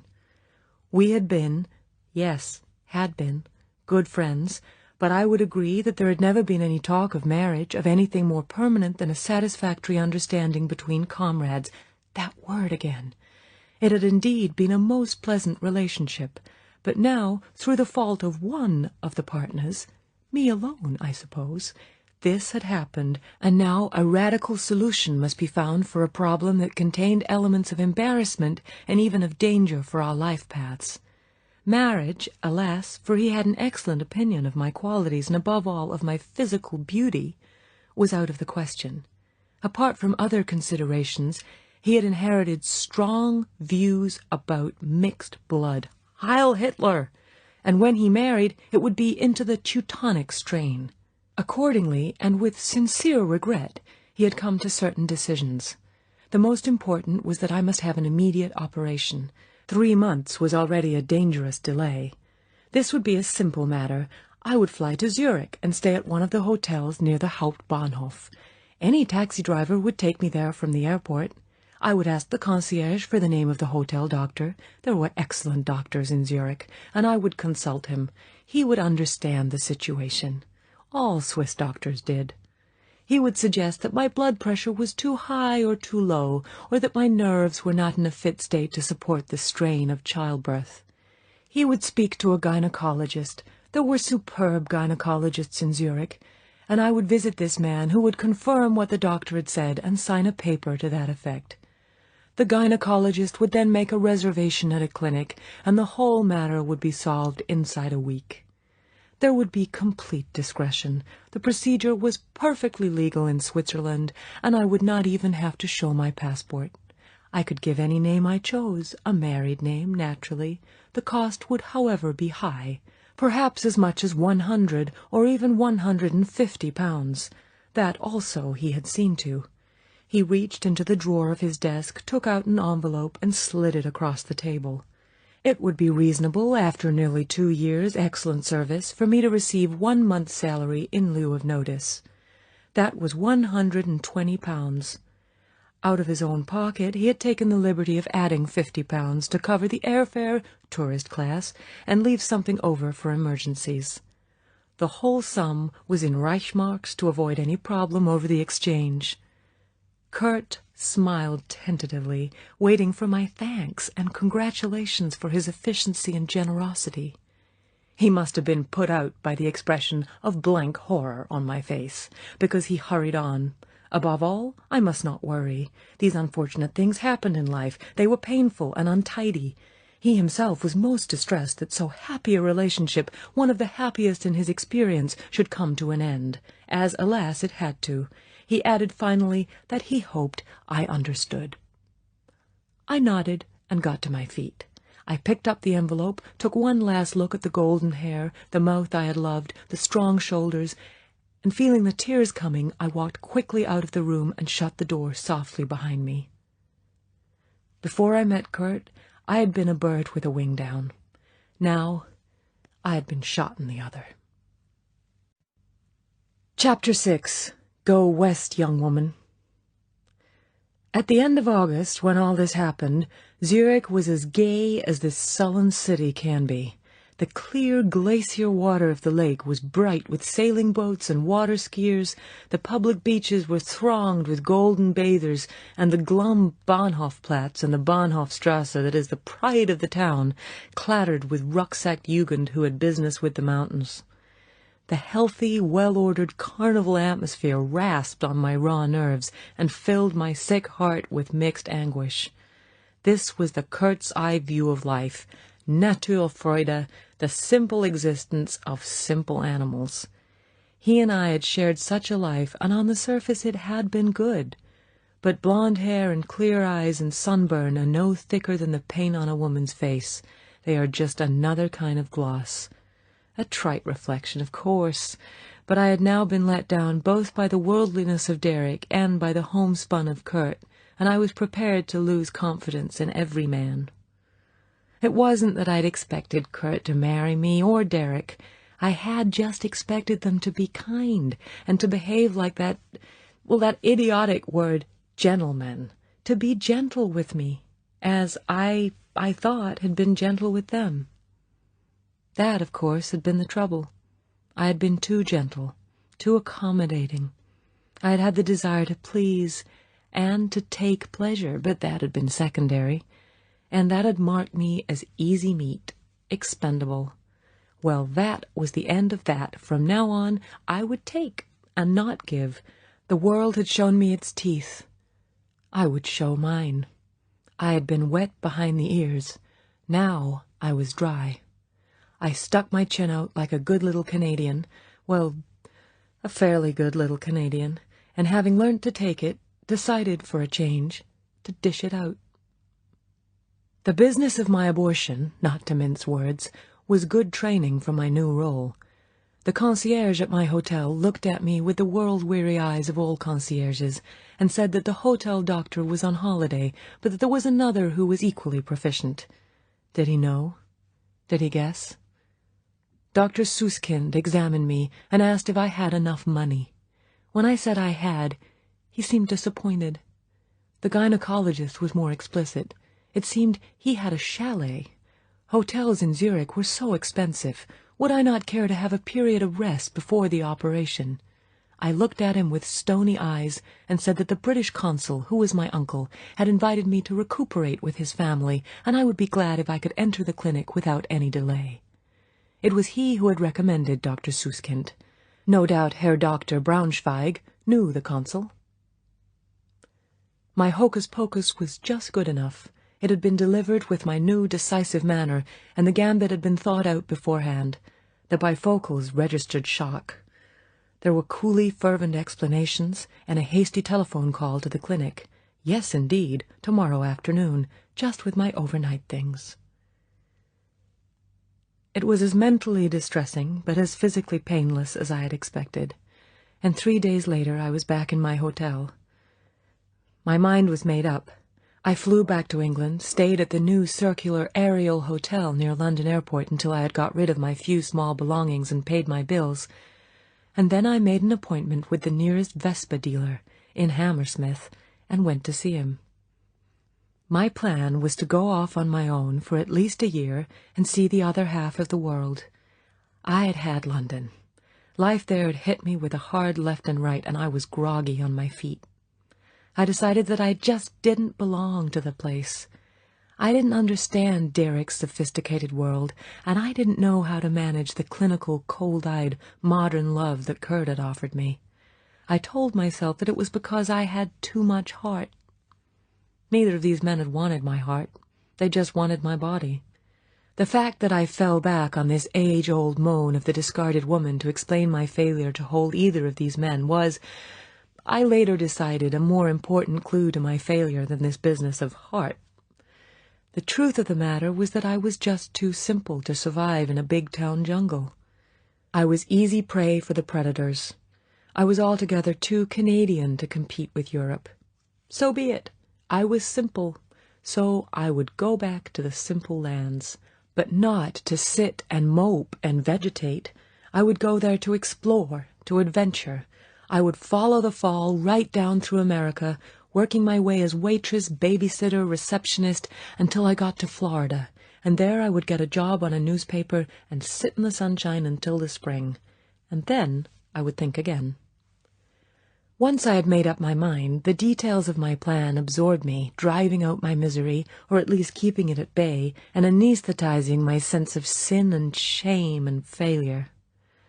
I went to the American Automobile Association in Pall Mall, joined it, and got the maps I needed, and talked to them about transport. The prices of second-hand cars in America were too high, as were the running costs, and I suddenly fell in love with the idea of a motor scooter. At first it seemed ridiculous, the idea of taking on the great transcontinental highways with such a tiny machine, but the thought of being out in the open air, doing around 100 miles to the gallon, not having to worry about garages, traveling light, and, let's admit it, being something of a sensation wherever I went, made up my mind, and the Hammersmith dealer did the rest. I knew something about machinery.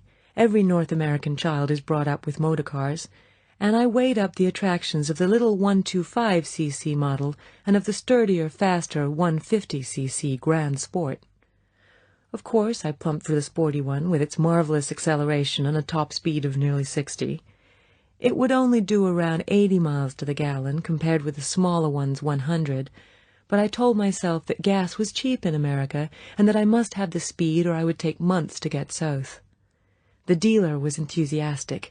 He pointed out that in bad weather, or if I got tired, I could just put the thing on a train for a stretch.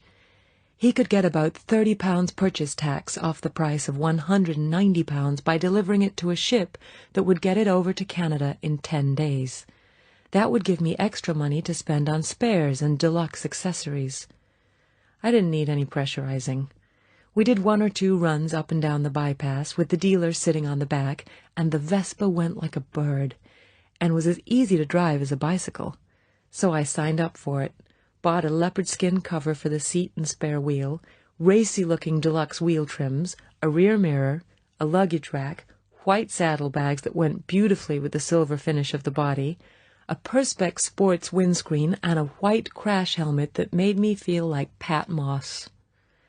The dealer gave me some good ideas about clothes, and I went to a store and bought white overalls with plenty of zips, some big goggles with soft fur around the edges, and a rather dashing pair of lined black kid motorcycling gloves. After this, I sat down in my hotel with the maps and planned my route for the first stage down from Quebec. Then I booked myself on the cheapest Trans-Canada flight to Montreal, cabled Aunt Florence, and on a beautiful 1st of September morning I was off. It was strange and lovely to be back after nearly 6 years. My aunt said she could hardly recognize me, and I was certainly surprised by Quebec. When I had left it, the fortress had seemed vast and majestic. Now it seemed like a large toy edifice out of Disneyland. Where it had been awesome, I found irreverently that it looked made out of papier-mâché. And the giant battles between the faiths, in which I had once thought myself to be on the point of being crushed, and the deep schisms between the Canadiens and the rest, were now reduced, with my new perspective, to parish pump-squabbling. Half ashamed, I found myself contemptuous of the screaming provincialism of the town, of the dowdy peasants who lived in it, and of the all-pervading fog of snobbery and petty bourgeoisie. No wonder, a child of all this, that I had been ill-equipped for the great world outside. The marvel was that I had survived it all.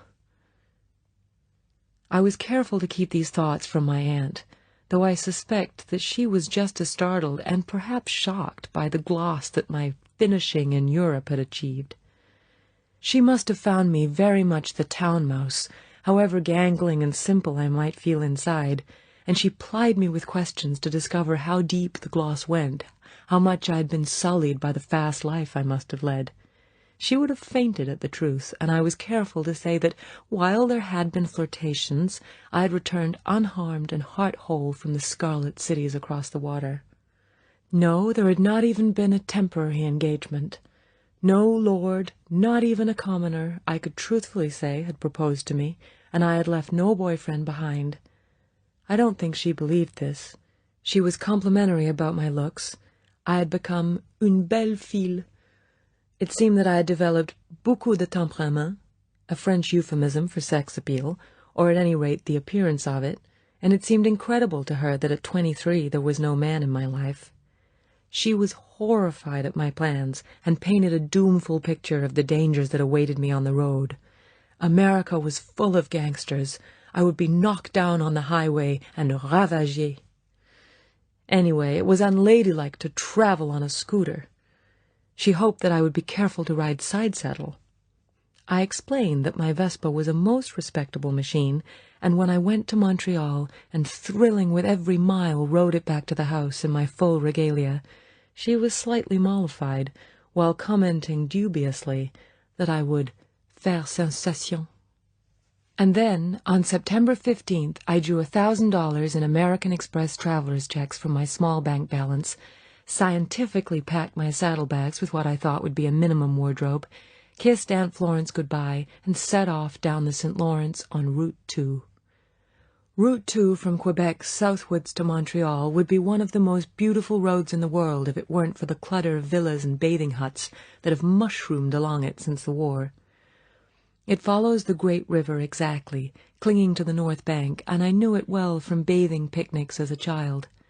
But the St. Lawrence Seaway had been opened since then, and the steady stream of big ships with their thudding engines and haunting sirens and whistles were a new thrill. The Vespa hummed happily along at about 40. I had decided to stick to an average daily run of between 150 and 200 miles, or about 6 hours actual driving, but I had no intention of being bound by any schedule. I wanted to see everything. If there was an intriguing side road, I would go up it, and if I came to a beautiful or interesting place, I would stop and look at it. A good invention in Canada and the northern part of the States is the picnic area. Clearings carved out of the forest or beside a lake or river, with plenty of isolated rough-hewn benches and tables tucked away among the trees for privacy. I proposed to use these for luncheon every day when it wasn't raining, not buying expensive food at stores, but making egg and bacon sandwiches in toast before I left each night's motel. They, with fruit and a thermos of coffee, would be my midday meal, and I would make up each evening with a good dinner. I budgeted for a daily expenditure of $15.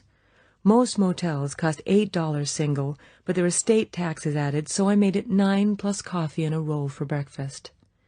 Gas would not be more than $1 a day, and that left $5 for luncheon and dinner, an occasional drink, and the few cigarettes I smoked. I wanted to try and keep inside this. The SO map and route I had, and the AAA literature, listed countless sights to see after I crossed the border. I would be going right through the Red Indian country of Fenimore Cooper, and then across some of the great battlefields of the American Revolution, for instance, and many of them cost around $1 entrance fee. But I thought I would get by, and if on some days I didn't, I would eat less on others. The Vespa was far more stable than I had expected, and wonderfully easy to run. As I got better at the twist-grip gears, I began really to drive the little machine instead of just riding on it. The acceleration, up to 50 in 20 seconds, was good enough to give the ordinary American sedan quite a shock, and I soared up hills like a bird with the exhaust purring sweetly under my tail. Of course, I had to put up with a good deal of wolf-whistling from the young and grinning and hand-waving from the old, but I'm afraid I rather enjoyed being something of the sensation my aunt had predicted, and I smiled with varying sweetness at all and sundry. The shoulders of most North American roads are bad, and I had been afraid that people would crowd my tiny machine and that I would be in constant trouble with potholes, but I suppose I looked such a fragile little outfit that other drivers gave me a wide berth, and I usually had the whole of the inside lane of the highway to myself. Things went so well that first day that I managed to get through Montreal before nightfall and 20 miles on down Route 9 that would take me over the border into New York State the next morning.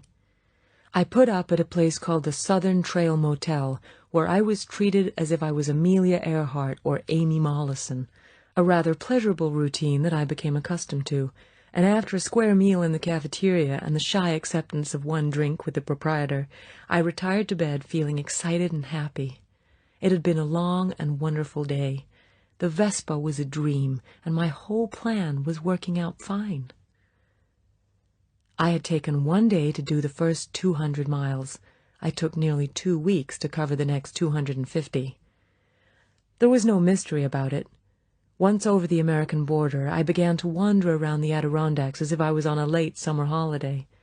I won't go into the details, since this is not a travel log, but there was hardly an old fort, museum, waterfall, cave, or high mountain I didn't visit, not to mention the dreadful story lands, adventure towns, and mock Indian reservations that got my dollar. I just went on a kind of sightseeing splurge that was part genuine curiosity, but mostly wanting to put off the day when I would have to leave these lakes and rivers and forests and hurry on south to the harsh El Dorado of the superhighways, the hot dog stands, and the ribboning lights of neon. It was at the end of these 2 weeks that I found myself at Lake George, the dreadful hub of tourism in the Adirondacks that has somehow managed to turn the history and the forests and the wildlife into honky-tonk. Apart from the rather imposing stockade fort and the harmless steamers that ply up to Fort Ticonderoga and back, the rest is a gimcrack nightmare of concrete gnomes, Bambi deer, and toadstools, shoddy food stalls selling Big Chief hamburgers and Minnehaha candy floss, and attractions such as Animal Land, visitors may hold and photographed costume chimps, Gaslight Village, genuine 1890 gaslighting, and Storytown, USA, a terrifying babyland nightmare which I need not describe. It was here that I fled away from the horrible mainstream that Route 9 had become, and took to the dusty side road through the forest that was to lead me to the Dreamy Pines motor court, and to the armchair where I have been sitting, remembering just exactly how I happened to get here. Part 2. Them. Chapter 7. Come into my parlor. The rain was hammering down just as hard, its steady roar providing a background to the gurgling torrents from the downspouts at the four corners of the building. I looked forward to bed. How soundly I would sleep between the sheets in the spotless little cabin, those percale sheets that featured in the advertisements for the motel. How luxurious the Elliott Frey beds, McGee custom-designed carpets, Philco television and air conditioning, Ice Magic ice makers, acrylic blankets, and Simmons Vivant furniture. Our phenolic laminate tops and drawers are immune to cigarette burns, alcohol stains. In fact, all of those refinements of modern motel luxury, down to acrylite shower enclosures, Alsonite pearlescent lavatory seats, and Delsey bathroom tissue, otherwise lavatory paper, in modern colors to harmonize with contemporary decor, that would be mine, and mine alone, tonight. Despite all these gracious trimmings, plus a beautiful sight, it seemed that the Dreamy Pines was in a bad way, and when I had come upon it 2 weeks before, there were only 2 overnighters in the whole place, and not a single reservation for the last fortnight of the season. Mrs. Fancy, an iron-gray woman with bitter, mistrustful eyes and a grim slit of a mouth, was at the desk when I came in that evening. She had looked sharply at me, a lone girl, and at my meager saddlebags, and when I pushed the Vespa over to number 9, she followed me with my card in her hand to check that I had not entered a false vehicle license. Her husband, Jed, was more genial, but I soon understood why when the back of his hand brushed against my breast as later in the cafeteria he put the coffee in front of me. Apparently he doubled as handyman and short-order cook, and while his pale brown eyes moved over me like slugs, he complained whiningly about how much there was to do around the place getting it ready for closing date, and constantly being called away from some job to fry eggs for parties of transients. It seemed they were the managers for the owner. He lived in Troy, a Mr. Sanguinetti. Big shot. Owns plenty property down on the Cohoes Road, riverfront property, and the Trojan Horse, roadhouse on Route 9 outside Albany. Maybe you know the joint. When I said I didn't, Mr. Fancy looked sly. You ever want some fun, you go along to the horse. Better not go alone, though. Pretty girl like you could get herself roughed up. After the 15th, when I get away from here, you could give me a call. Fancy's the name. In the phone book. Be glad to escort you, show you a good time. I thanked him, but said I was just passing through the district on my way south. Could I have a couple of fried eggs, sunny side up, and bacon? But Mr. Fancy wouldn't leave me alone. While I ate, he came and sat at my little table and told me some of his dull life story, and in between episodes slipped in questions about me and my plans. What parents I had, didn't I mind being so far from home, did I have any friends in the States, and so on. Innocuous questions, put, it seemed to me, with normal curiosity. He was, after all, around 45, old enough to be my father, and though he was obviously a dirty old man, they were a common enough breed, and anyway Mrs. Fancy was keeping an eye on us from the desk at the other end of the room. Mr. Fancy finally left me and went over to his wife, and while I smoked a cigarette and finished my second cup of coffee— "No charge, miss. Compliments of the Dreamy Pines." I heard them talking in a low voice over something that, because of an occasional chuckle, seemed to give them satisfaction. Finally Mrs. Fancy came over, clucking in a motherly fashion about my adventurous plans. "My, oh my, what will you modern girls be doing next?" And then she sat down, and looking as winsome as she knew how, said why didn't I stop over for a few days and have a rest and earn myself a handful of dollars into the bargain. It seemed their receptionist had walked out 24 hours before, and what with the housekeeping and tidying up before they closed the place for the season, they would have no time to man the desk. Would I care to take on the job of receptionist for the final 2 weeks? Full board and $30 a week.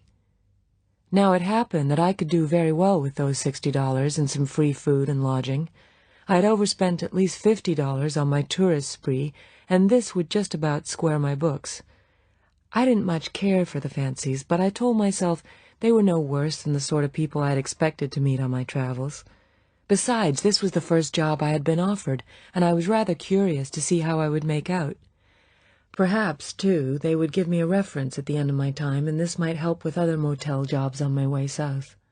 So, after a bit of polite probing, I said the idea would be fine.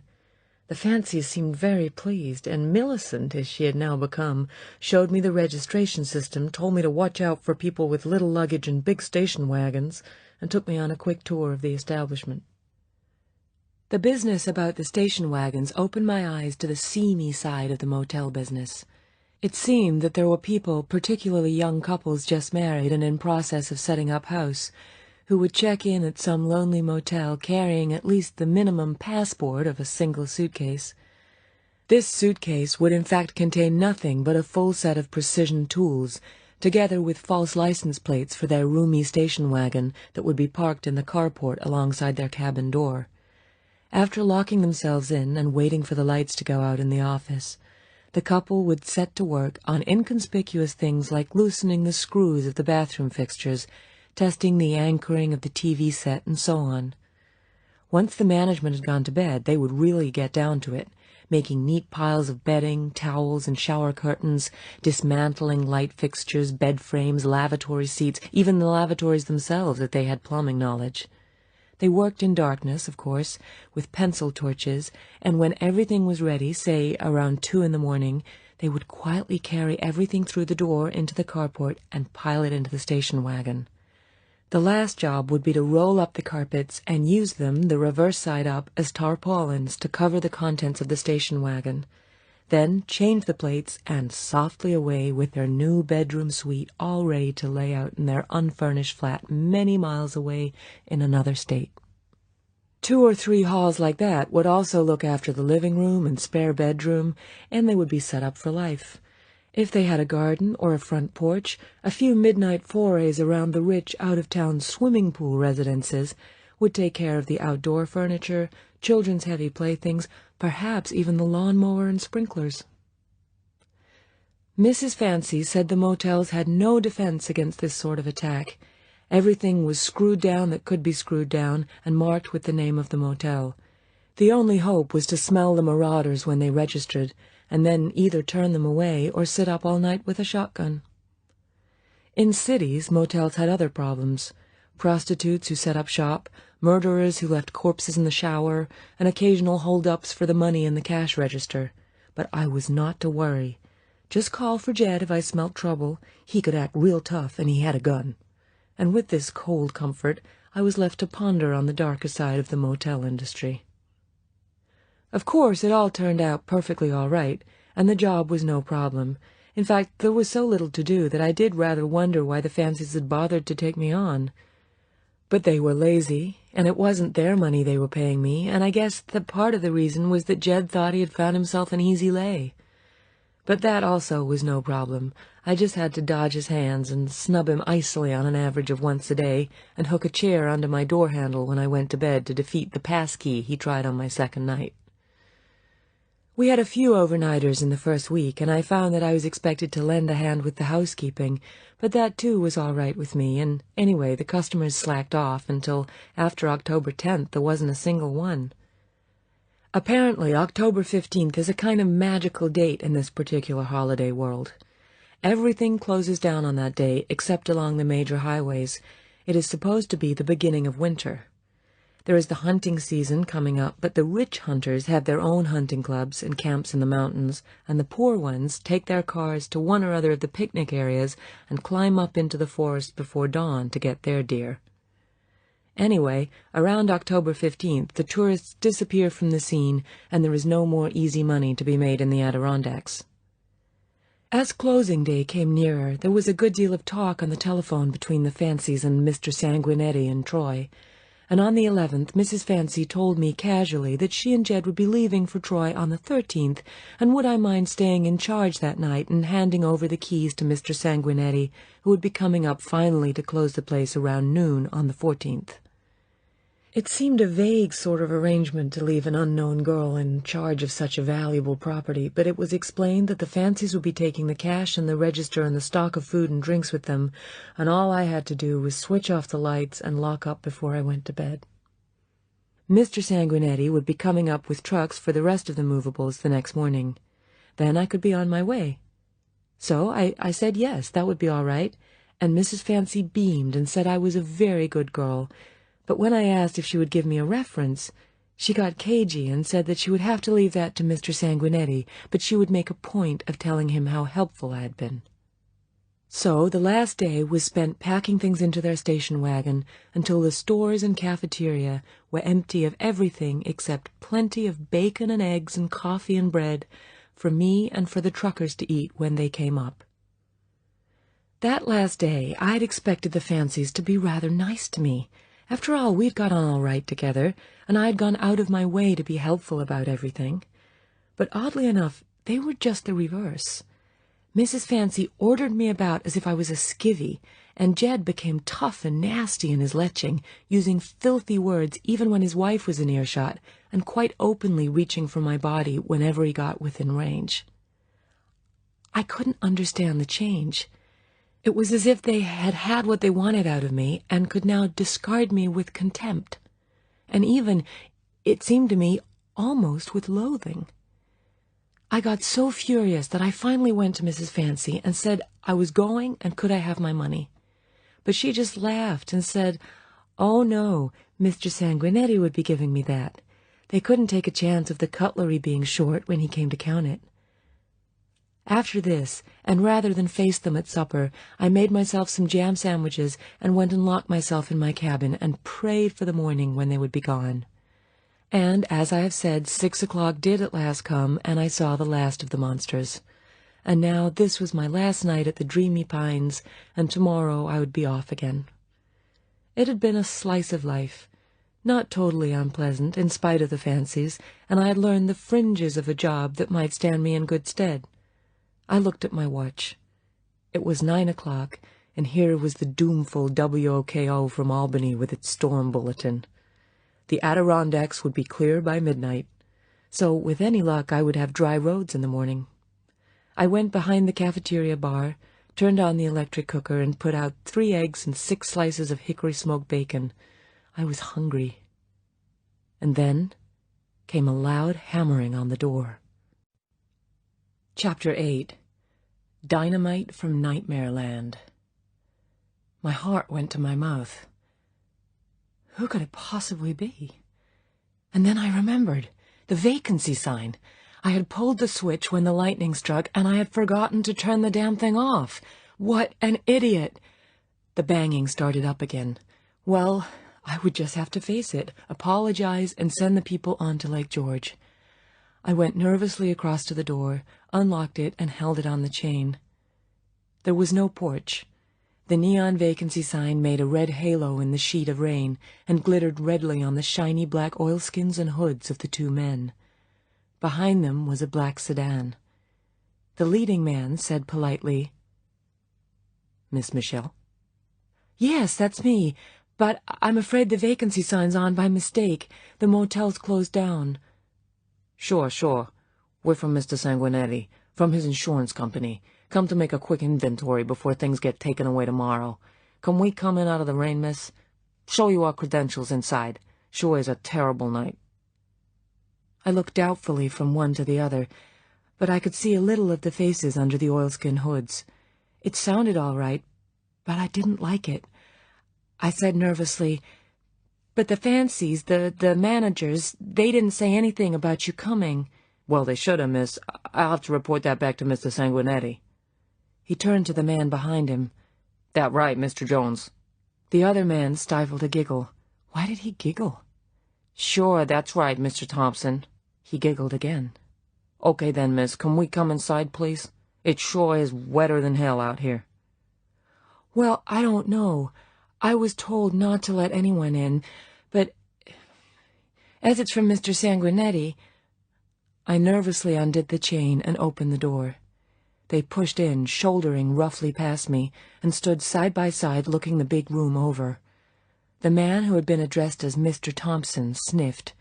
Black eyes looked at me out of a cold gray face. "You smoke?" "Yes, a little. Why?" "Reckons you could have company." He took the door handle from me, slammed the door, locked it, and put up the chain. The 2 men stripped off their dripping oilskins and threw them messily down on the floor, and now that I could see them both, I felt in extreme danger. Mr. Thompson, obviously the leader, was tall and thin, almost skeletal, and his skin had this gray, drowned look as if he always lived indoors. The black eyes were slow-moving, incurious, and the lips thin and purplish like an unstitched wound. When he spoke, there was a glint of gray, silvery metal from his front teeth, and I supposed they had been cheaply capped with steel, as I heard was done in Russia and Japan. The ears lay very flat and close to the bony, rather box-shaped head, and the stiff, grayish-black hair was cut so close to the skull that the skin showed whitely through it. He was wearing a black, sharp-looking, single-breasted coat with shoulders padded square, stovepipe trousers so narrow that the bones of his knees bulged through the material, and a gray shirt buttoned up to the throat with no tie. His shoes were pointed in the Italian style and of gray suede. They and the clothes looked new. He was a frightening lizard of a man, and my skin crawled with fear of him. Where this man was deadly, the other was merely unpleasant, a short, moon-faced youth with wet, very pale blue eyes and fat, wet lips. His skin was very white, and he had that hideous disease of no hair, no eyebrows and no eyelashes, and none on a head that was as polished as a billiard ball. I would have felt sorry for him if I hadn't been so frightened, particularly as he seemed to have a bad cold and began blowing his nose as soon as he got his oilskins off.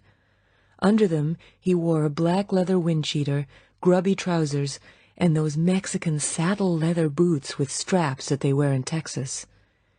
He looked a young monster, the sort that pulls wings off flies, and I desperately wished that I had dressed in clothes that didn't make me seem so terribly naked.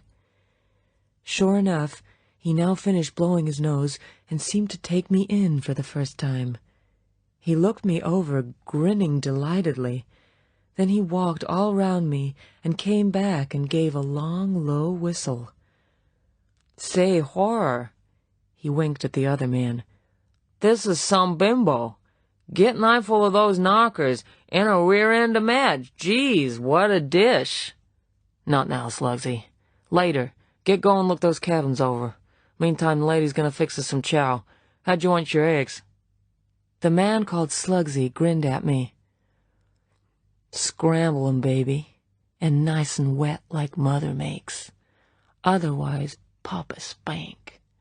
Right across that sweet little biscuit of yours. Oh, boy, oh, boy." He did some little dancing, boxing steps towards me, and I backed away towards the door. I pretended to be even more frightened than I was, and when he got within range, I slapped him as hard as I could across the face, and before he could recover from his surprise, I had darted sideways behind a table and picked up one of the little metal chairs and held it with the feet pointing at him. The thin man gave a short, barking laugh. "Ixnay, Slugsy," I said later. "Leave the stupid slot be. There's all night for that. Get going, like I said." The eyes in the pale moon face were now red with excitement. The man rubbed his cheek. The wet lips parted in a slow smile. "You know what, baby? You just earned yourself one whale of a night, and it's gonna be long and slow and again. Get me?" I looked at them both from behind the raised chair. Inside, I was whimpering. These men were dynamite from Nightmare Land. Somehow, I kept my voice steady. "Who are you? What's all this about? Let's see those credentials. The next car that comes by, I'll break a window and get help. I'm from Canada. You do anything to me and you'll be in bad trouble tomorrow." Slugsy laughed. "Tomorrow's tomorrow. What you got to worry about's tonight, baby." He turned to the thin man. "Maybe you better wise her up, Horror. Then maybe we'll get some cooperation." Horror looked across at me. His expression was cold, uninterested. "You shouldn't have hit Slugsy, lady. The boy's tough. He don't like the dames not to go for him. Thinks it may be on account of his kisser. Been like that since he done a spell in solitary at St. Q. Nervous sickness. What's that the docs call it, Slugsy?" Slugsy looked proud. He brought the Latin words out carefully. "Alopecia totalis. That means no hair. See? Not a one." He gestured at his body. "Not here, or here, or here." "What you know about that, eh, bimbo?" Horror continued. "So, Slugsy gets mad easy. Thinks he ain't had a fair deal from society. You had that puss of his? Maybe you'd be the same. So he's what we call in Troy an enforcer. Guys hire him to make other guys do what they want, if you get me. He's on Mr. Sanguinetti's roll, and Mr. Sanguinetti thought he and I better come along, keep an eye on this joint till the truckers come. Mr. Sanguinetti didn't care for a young lady like you being all alone here at night, so he sent us along for company. Ain't that so, Slugsy?" "That's the spiel, sure is." He giggled. "Just to keep you company, bimbo. Keep the wolves away. With them statistics of yours, there must be times when you need protection real bad. Right?" I lowered the chair onto the tabletop. "Well, "What are your names? What about those credentials?" There was a single tin of Maxwell House coffee on the shelf above the bar counter, all by itself. Slugsy suddenly swiveled, and his right hand, I hadn't even seen him draw a gun, shot flame. There was a crash of gunfire. The tin jumped sideways and then fell. In mid-air, Slugsy hit it again, and there was a brown explosion of coffee. Then a deafening silence, in which the last empty shell tinkled away on the floor. Slugsy turned back to me. His hands were empty. The gun had gone. His eyes were dreamy with pleasure at his marksmanship. He said softly, "How's them for credentials, baby?" The small cloud of blue smoke had reached me, and I smelled the cordite. My legs were trembling. I said, scornfully, I hope, "That's a lot of wasted coffee. Now what about your names?" The thin man said, "The lady's right. You didn't ought to have spilled that Java, Slugsy. But you see, lady, that's why they call him Slugsy, on account he's smart with the hardware. Slugsy Morant. Me, I'm Saul Horowitz. They call me Horror. Can't say why. Can you, Slugsy?" Slugsy giggled. "Maybe one time you gave some guy a scare, Horror. Maybe a whole bunch of guys. Leastwise, that's what they tell me." Horror made no comment. He said quietly, "Okay, let's go. Slugsy, see to the cabins like I said. Lady, you make us some chow. Keep your nose clean, cooperate. You won't get hurt, okay?" Slugsy looked me over greedily. He said, "Not much, that is, eh? Huh, bimbo?" and walked over to the key rack behind the desk and took down all the keys and let himself out through the back entrance. I put down the chair and, as coolly as I knew how, but painfully aware of my toreador pants, walked across the room and went behind the counter. The man called Horror sauntered slowly over to the cafeteria table farthest from me. He pulled a chair away from the table, twisted it in his hand, and pushed it between his legs. He sat down and leaned his folded arms along the back and rested his chin on them and watched me with unwavering, indifferent eyes. He said softly, so softly that I could only just hear him, "I'll take mine scrambled, too, lady. Plenty crisp bacon, buttered toast. How's about coffee?" "I'll see what's left." I got down on my hands and knees behind the bar. The tin had 4 holes right through it. There was about an inch of coffee left and a whole lot scattered over the floor. I put the tin aside and scraped what I could from the floor onto a plate, not caring how much dust went with it. The unspoiled remains of the tin I would keep for myself.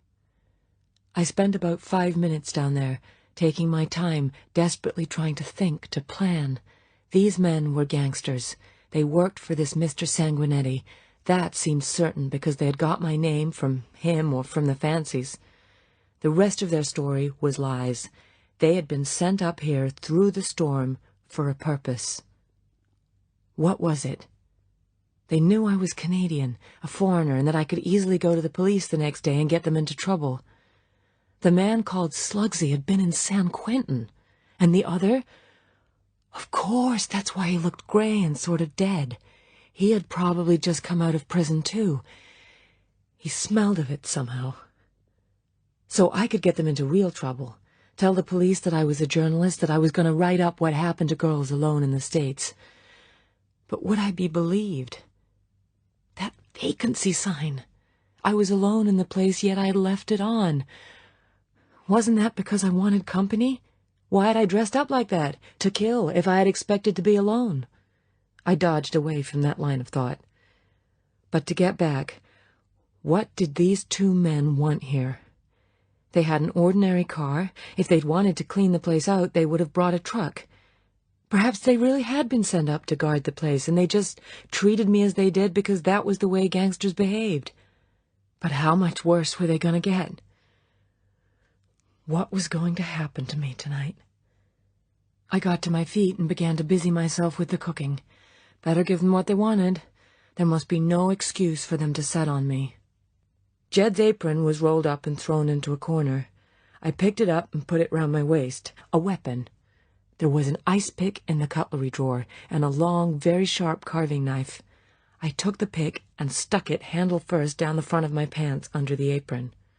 The knife I hid under a dishcloth beside the sink. I left the cutlery drawer open and lined up beside it a row of glasses and cups for throwing. Childish? It was all I had. Every now and then I glanced across the room. Always the thin man's eyes were on me, old in crime and its counter-moves, knowing what was in my mind, what defenses I was preparing. I sensed this, but I went on with my little preparations, thinking, as I had at the English school, when they hurt me, and I know they're meaning to hurt me, I must somehow hurt them back. When they get me, rape me, kill me, they mustn't find it easy. Rape? Kill? What did I think was really going to happen to me? I didn't know. I only knew that I was in desperate trouble. The men's faces said so. The indifferent face and the greedy face. They both had it in for me. Why? I didn't know, but I was absolutely certain of it. I had broken 8 eggs into a bowl and had whipped them gently with a fork. The huge chunk of butter had melted in the saucepan. Beside it, in the frying pan, the bacon was beginning to sizzle. I poured the eggs into the saucepan and began to stir. While my hands concentrated, my mind was busy on ways to escape. Everything depended on whether the man called Slugsy, when he came back from his inspection, remembered to lock the back door. If he didn't, I could make a dash for it. There would be no question of using the Vespa. I hadn't run it for a week. Priming the carburetor and the 3 kicks that might be necessary to start it from cold would be too long. I would have to leave my belongings, all my precious money, and just go like a hare to right or left, get round the end of the cabins and in among the trees. I reflected that of course I wouldn't run to the right. The lake behind the cabins would narrow my escape route. I would run to the left. There was nothing but miles of trees. I would be soaked to the skin within a few yards of the door, and freezing cold for the rest of the night. My feet in their stupid little sandals would be cut to ribbons. I might easily get lost into the bargain. But those were problems I would have to cope with. The main thing was to get away from these men. Nothing else mattered. The eggs were ready, and I heaped them out, still very soft, onto a flat dish and added the bacon round the sides. I put the pile of toast from the toastmaster on another plate, together with a slab of butter still in its paper, and put the whole lot on a tray. I was glad to see that plenty of dust rose to the top when I poured boiling water over the coffee, and I hoped it would choke them.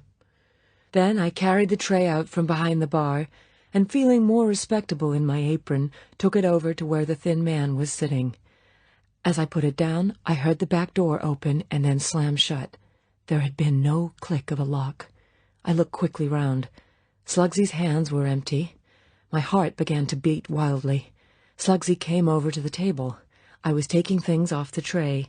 He looked the meal over and came swiftly behind me and seized me round the waist, nuzzling his ghastly face into my neck. Just like Mother made 'em, baby. How's about you and me shacking up together? If you can, like you can cook, you're the gal of my dreams. What say, bimbo? 'S a deal? I had my hand on the coffee pot, and he was just going to get the boiling contents slung over my shoulder. Horror saw my intention. He said sharply, "Leave her be, Slugsy. I said later." The words came out like a whiplash, and at once Slugsy let me go. The thin man said, "You nearly got your eyeballs fried. You want to watch this, dame? Quit fooling around and sit down. We're on a job." Slugsy's face showed bravado, but also obedience. "Have a heart, pal. I want a piece of this baby butt now." But he pulled out a chair and he sat down, and I moved quickly away. The big radio and TV was on a pedestal near the back door. It had been playing softly all this time, although I had been quite unconscious of it. I went to the machine and fiddled with the dials, putting the volume up. The 2 men were talking to each other quietly, and there was the clatter of cutlery. Now or never. I measured my distance to the door handle and dived to the left. Chapter 9. Then I began to scream. I heard a single bullet crash into the metal frame of the door, and then, with my hand cushioning the ice pick so it didn't stick into me, I was running hell for leather across the wet grass. Mercifully, the rain had let up, but the grass was soaking and slippery under my hopeless flat soles, and I knew I wasn't making enough speed. I heard a door crash open behind me, and Slugsy's voice shouted, "Hold it, or you're cold turkey!" I began to weave, but then the shots came, carefully, evenly spaced, and bees whipped past me and slapped into the grass. Another 10 yards, and I would be at the corner of the cabins and out of the light. I dodged and zigzagged, my skin quivering as it waited for the bullet. A window in the last cabin tinkled with broken glass, and I was round the corner. As I dived into the soaking wood, I heard a car start up. What was that for? It was terrible going.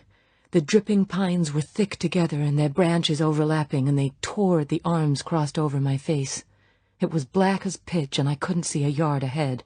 And then suddenly I could, and I sobbed as I realized what the car was for now its blazing headlights were holding me from the edge of the trees. As I tried to dodge the searching eyes, I heard the engine rev to aim the car, and immediately they had me again. There was no room for maneuver, and I just had to make headway in whatever direction the trees allowed me. When would the shooting start up again? I was a bare 30 yards inside the forest. It would be any minute now. My breath was sobbing out of my throat. My clothes had begun to tear, and I could feel bruises coming on my feet. I knew I couldn't hold out much longer.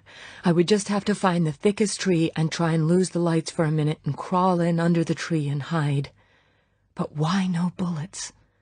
I stumbled away to the right, found brief darkness, and dived to my knees among the soaking pine needles. There was a tree like any other, its branches sweeping the ground, and I crawled in under them and up against the trunk and waited for the rasping of my breath to quieten down. And then I heard one of them coming in after me. Not softly, because that was impossible, but steadily and stopping every now and then to listen. By now the man, whichever it was, must realize from the silence that I had gone to ground. If he knew anything about tracking, he would soon find where the broken branches and scuffed earth stopped. Then it would only be a question of time.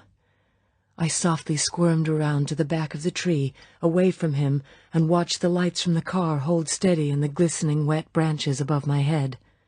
The feet and the snapping twigs were coming nearer. Now I could hear the heavy breathing. Slugsy's voice, very near, said softly, "Come on out, baby, or Papa spank real hard. The game of tag is over. Time to come home to Papa." The small eye of a flashlight began searching under the trees, carefully, tree by tree. He knew I was only a few yards away. Then the light stopped and held steady under my tree. Slugsy said softly, delightedly, "Cooey, baby, Papa find." Had he?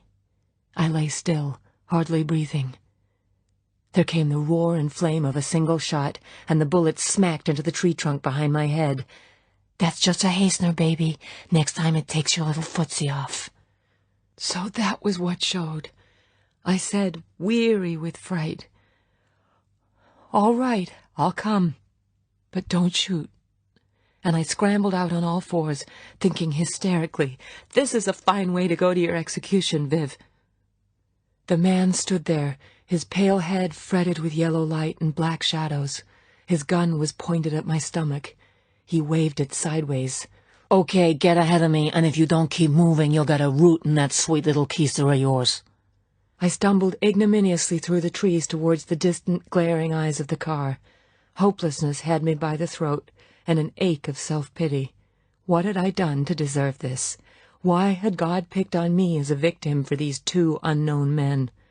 Now they would be really angry. They would hurt me, and later, almost certainly kill me. But the police would dig the bullets out of me.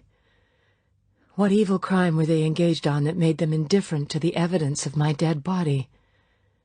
Whatever the crime was, they must be quite confident that there would be no evidence. Because there would be no me. They would bury me, drop me in the lake with a stone around my neck. I came out through the fringe of the trees. The thin man leant out of the car and called to Slugsy, "Okay, take her back. Don't treat her rough, that's for me." He put the car into reverse. Slugsy came up beside me, and his free hand fondled me lasciviously. I just said, "Don't." I had no will left to resist. He said softly, "You're in trouble, Bimbo. Hora's a mean guy. He'll hurt you bad. Now you say yes to me for the night, and promise to act sweet, and maybe I can get the heat taken off. How's about it, baby?" I summoned a last ounce of fight. "I'd rather die than have you touch me." "Okay, sweetheart. So you won't give, so I take for myself. I reckon you've earned yourself a rough night. Get me?" He pinched me viciously so that I cried out. Slugsy laughed delightedly.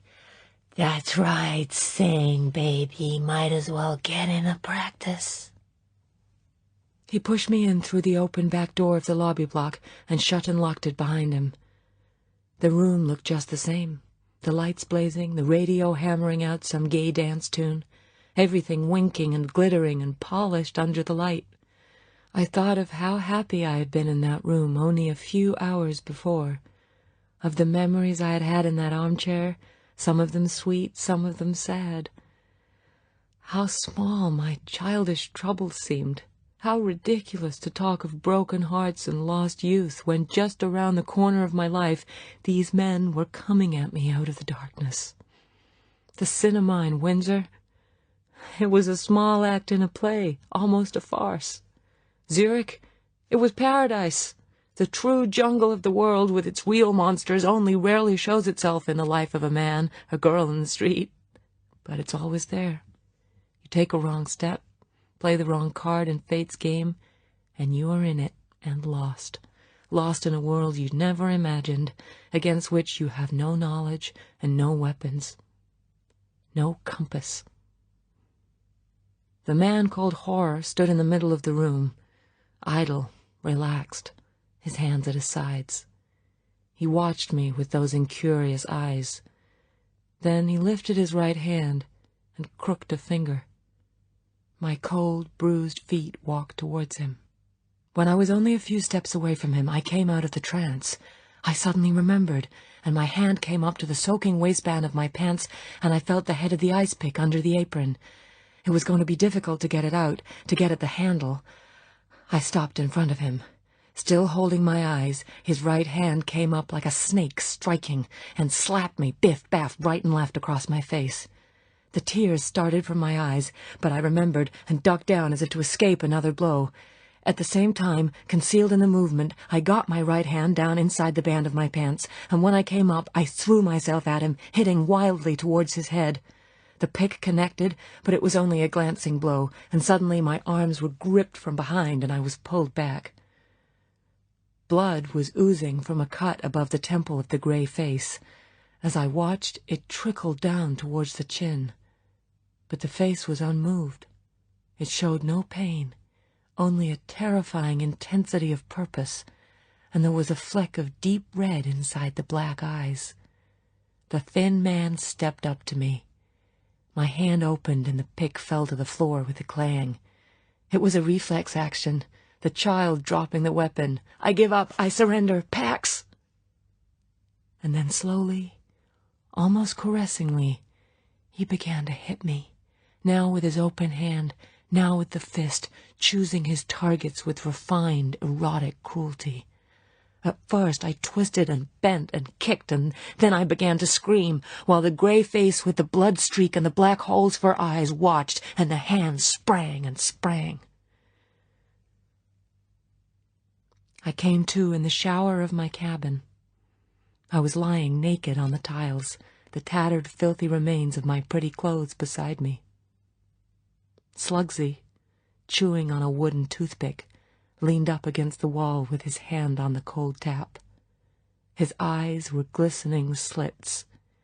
He turned off the water, and I somehow got to my knees. I knew I was going to be sick. I didn't care. I was a tamed, whimpering animal ready to die. I retched. Slugsy laughed. He leaned over and patted my behind. "Go ahead, baby. First thing after a beat-up, everyone vomits. Then clean yourself up nice and put on a nice new outfit and come on over. Those eggs got spoiled with you running off like that? No tricks. Though I guess you ain't got stomach for any more. I'll be watching the cabin from the back door. Oh, now, don't take on, baby. No blood, hardly a bruise. Horace got a nice touch with the dames. You're sure lucky. Huh. He's a hippie guy. If he'd have been real mad, we'd be digging a hole for you right now. Count your blessings, baby. Be seeing ya. I heard the door of the cabin bang shut, and then my body took over. It took me half an hour to get myself into some kind of shape, and again I just wanted to throw myself on the bed and let the tears go on coming until the men arrived with their guns to finish me off.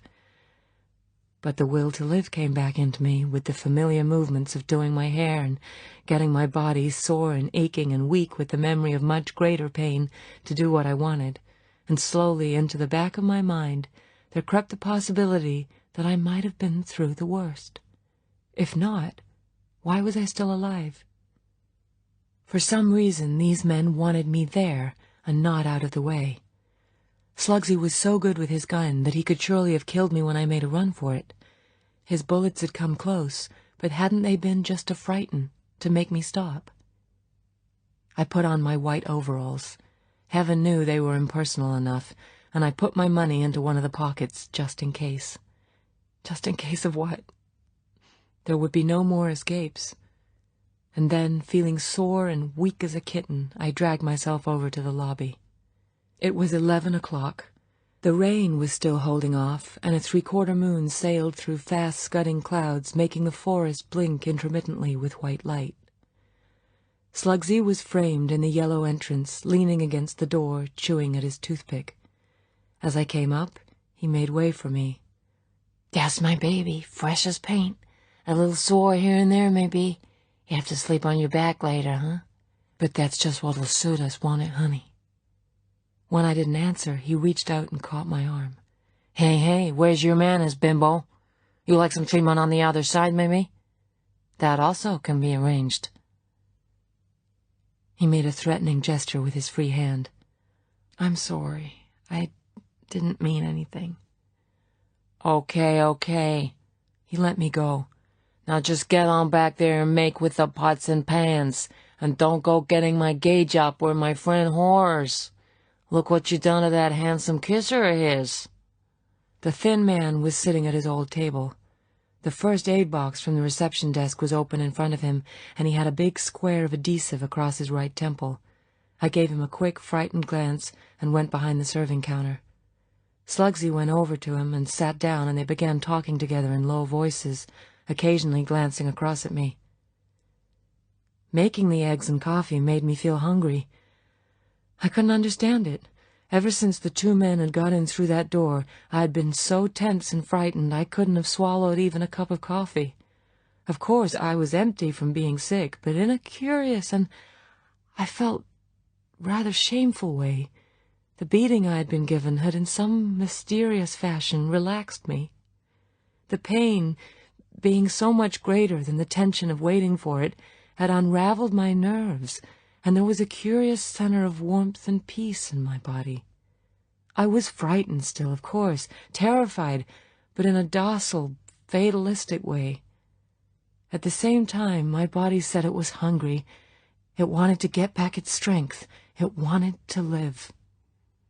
So I made scrambled eggs and coffee and hot buttered toast for myself as well, and after I had taken theirs over, I sat down out of sight of them behind the counter and ate mine, and then, almost calmly, lit a cigarette. I knew the moment I lit it that it was a foolish thing to do. It called attention to me. Worse, it showed that I had recovered, that I was worth baiting again. But the food and the simple business of eating it, of putting salt and pepper on the eggs, sugar into the coffee, had been almost intoxicating. It was part of the old life 1,000 years ago, before the men came. Each mouthful, the forkful of egg, the bit of bacon, the munch of buttery toast, was an exquisite thing that occupied all my senses. Now I knew what it must be like to get some food smuggled into jail, to be a prisoner of war and get a parcel from home, to find water in the desert, to be given a hot drink after being rescued from drowning. The simple act of living, how precious it was. If I got out of this, I would know it forever.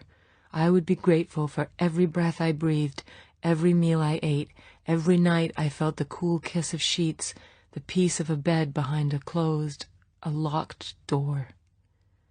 Why had I never known this before? Why had my parents, my lost religion, never taught it to me? Anyway, I knew now. I had found it out for myself. Love of life is born of the awareness of death, of the dread of it.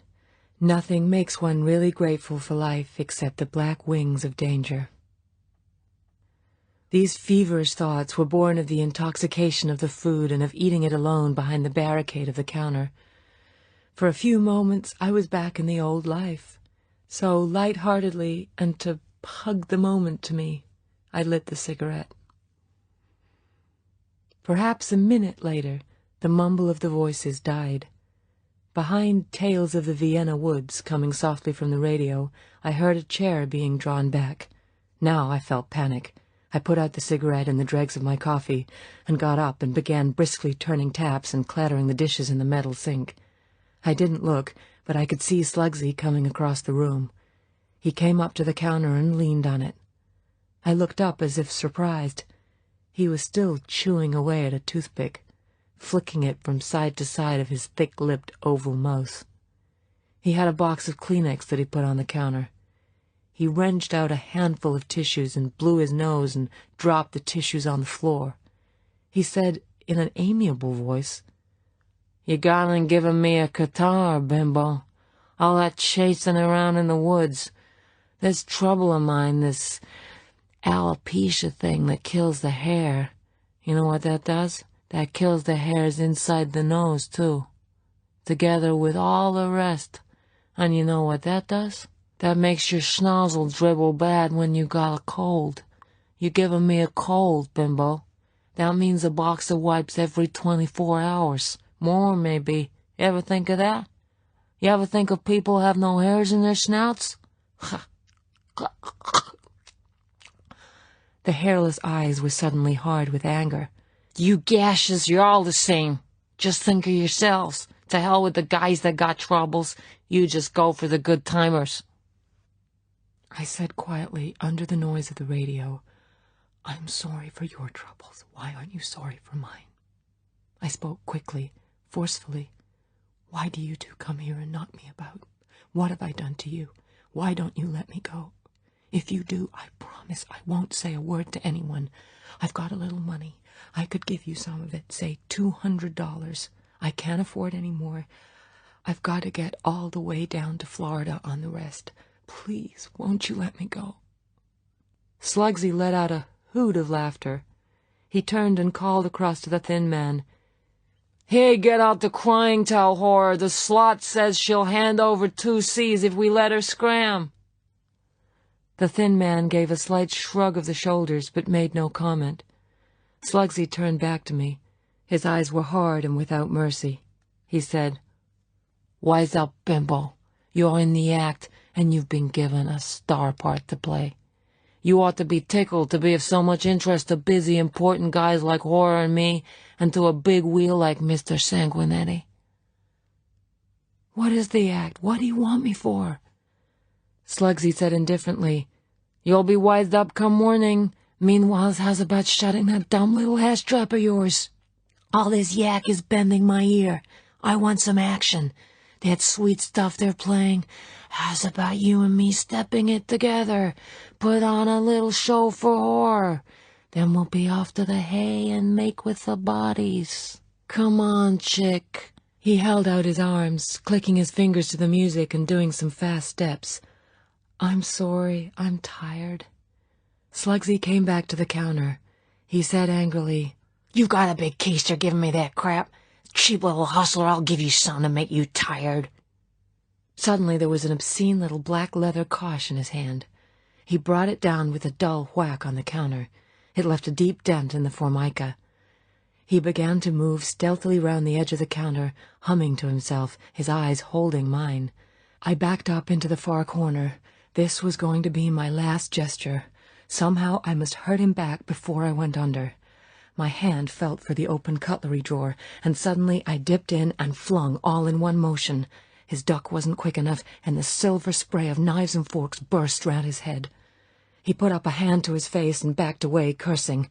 I hurled some more, and then some more, but they only clattered inoffensively around his hunched head. Now the thin man was moving fast across the room. I grabbed the carving knife and made a dash for Slugsy, but he saw me coming and dodged behind a table.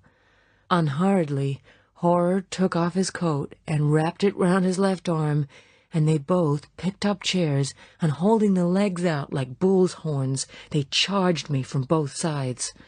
I made one ineffectual slash at an arm, and then the knife was knocked out of my hand, and all I could do was get back behind the counter. Still holding the chair, Slugsy came in after me, and while I stood facing him with a plate in each hand, the thin man leant swiftly across the counter and got hold of my hair. I hurled the plates sideways, but they only clattered away across the floor. And then my head was being bent down onto the countertop, and Slugsy was on me. "Okay, Horror, let her go. This is for me." I felt his powerful arms around me, crushing me, and his face was against mine, kissing me brutally while his hand went up to the zip at my neck and tore it right down to my waist. And then came the sharp sound of the buzzer at the front door, and everyone froze. Part 3. Him. Chapter 10. What's that? Christ, what's that? Slugsy had backed away, and his hand was inside his leather jacket. Horror recovered himself first. There was a cold snarl on his face. "Get over behind the door, Slugsy. Hold your fire until I tell you. You?" He spat the words at me. "Get yourself in a shape. You got a front for us. If you don't do it good, you're dead. Understand? You'll be shot. Now get over to that door and find out who it is. Tell him the same story you told us, get me? And take that silly expression off your face. No one's gonna hurt you if you do what I say. Pull that zip up, damn it!" I was struggling with the thing. It was stuck. "Well, hold the damn thing together across your chest and get moving. I'll be right behind you, and don't forget, one wrong word, you get blasted through the back. And the guy, too. Now scram over there." My heart was beating wildly. Somehow, whatever happened, I was going to save myself. There was now a loud knocking at the door. I went slowly over, holding the top half of my overalls together. I knew the first thing I had to do. When I got to the door, Slugsy leaned sideways and unlocked it. Now everything depended on the speed of my hands. I took hold of the door handle with my left hand, and as I turned it, my right hand let go of the overalls and dived down to the chain and unhooked it. Somebody cursed softly behind me, and I felt the prod of a gun in my back, but then I had swung the door wide open, crashing Slugsy against the wall behind it. I had gambled that without knowing if it was perhaps police or a road patrol, they wouldn't shoot. They hadn't. Now all depended on the solitary man who stood on the threshold. At first glance, I inwardly groaned. God, it's another of them. He stood there so quiet and controlled, and somehow with the same quality of deadliness as the others. And he wore that uniform that the films make one associate with gangsters, a dark blue belted raincoat and a soft black hat pulled rather far down. He was good-looking in a dark, rather cruel way, and a scar showed whitely down his left cheek. I quickly put up my hand to hide my nakedness. Then he smiled, and suddenly I thought it might be all right. When he spoke, my heart leapt. He was English. "I'm sorry, I've got a puncture." An American would have said a flat. "And I saw the vacancy sign. Can I have a room for the night?" Now he looked at me with curiosity, seeing that something was wrong. This was going to be tricky. I might easily get us both killed. I said, "I'm sorry, but the motel's closed. The vacancy sign was on by mistake." While I said this, I crooked the index finger of the hand at my chest, inviting him in. He looked puzzled. I had to give him a lead. "Is the puncture so bad that you can't get as far as Lake George?" "Couldn't possibly. I've already come a mile on the rim. The cover'll be gone by now." I imperceptibly jerked my head backwards, bidding him to come in. "Well, the insurance men are here from the owner. I'll have to ask them. You wait here." Again I beckoned with my finger. Then I turned and took 2 steps inside, keeping close to the door so that neither of them could bang it shut. But they were standing back, hands in their pockets, looking different kinds of hell at me. The man in the raincoat had taken my hint, and he was now well inside. When he saw the 2 men, his face somehow sharpened, but he said casually, "I expect you heard all that. Any objection to my spending the night here?" Slugsy said contemptuously, "Christ alimey, what is this, the United Nations?" The thin man said curtly, "No dice, friend. You heard the lady. The motel's closed. We'll give you a hand changing the wheel and you can be on your way." The Englishman said easily, "It's a bit late at night for that. I'm heading south, and I doubt there's anything on this road this side of Glens Falls. I think I'd prefer to stay here. After all, the vacancy sign's on." "You heard me, mister." Horace's voice was now tough. He turned to Slugsy. "Come on.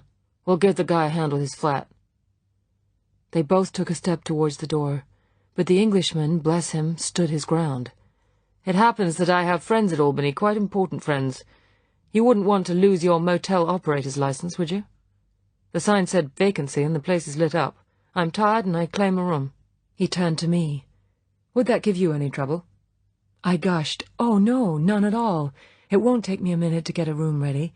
I'm sure Mr. Sanguinetti wouldn't want to do anything to lose his license." I turned wide-eyed and innocent towards the 2 gangsters. They looked as if they were just about to pull their guns, but the thin man moved away, and Slugsy followed him, and they talked for a moment in whispers. I took the opportunity to nod urgently and appealingly at the Englishman, and he gave me another of those reassuring smiles. The thin man turned round. "Okay, Limey, you can have the room, but just don't try and lean on us with that Albany guff. Mr. Sanguinetti has friends at the Capitol, too. Maybe you got a point with that vacancy sign, but don't push your luck. We're in charge here, and what we says goes, right?" "That's all right with me, and thanks. I'll get my bag." He moved to go out. I said quickly, "I'll give you a hand." I hurried ahead of him, tugging furiously at my zip, feeling ashamed of how I must have looked. Blessedly it suddenly yielded, and I pulled it up to my throat. He came up with me. I said urgently, out of the corner of my mouth, I was sure one of them had come to the door and was watching us, "Thank you, and thank God you came. They were going to murder me. But for God's sake, look out. They're gangsters. I don't know what they want. It must be something bad. They shot at me when I tried to escape." We came to the car. It was a dark gray 2-seater Thunderbird with soft top in cream, a beautiful thing. I said so. He said shortly that it was hired. He said, "Come round the other side. Just seem to be admiring the car." He leaned down and opened the low door and rummaged inside. He said, "Are they both armed?" "Yes." "How many guns each?" "Don't know. The small one's a crack shot, at 20 feet or so. Don't know about the other." He pulled out a small black suitcase, rested it on the ground, and snapped it open. He took something from under the clothes and slipped it into an inside pocket. He fiddled with one side of the case, took some thin black objects out that I took to be cartridge magazines, and stowed them away. Then he snapped the case shut, said, "Better have plenty of artillery," banged the door ostentatiously, and stood up. We then both went to the back of the car and knelt down to examine the flat tire. He said, "How about the telephone?" "It's cut off." "Give me the cabin next to yours." "Of course." "All right, let's go, and keep close to me whatever they do or say." "Yes, and thank you." He got up and smiled. "Wait till we're out of this." We walked back together. Slugsy, who had been standing in the doorway, shut the door after us and locked it. As an afterthought, he reached up and switched off the vacancy sign. He said, "Here's your key, Limey," and threw it on a table. I picked it up and looked at the number. 40, the last one along to the left. I said firmly, "The gentleman's going to have number 10 next to mine," and walked over to the desk, forgetting that Slugsy had all the other keys. Slugsy had followed me. He grinned. "No dice, baby. We don't know nothing about this guy, so Hor and me sleeping either side of you, just to see you're not disturbed. Rest of the keys is put away ready for the move. There's just this number 40 and nothing else."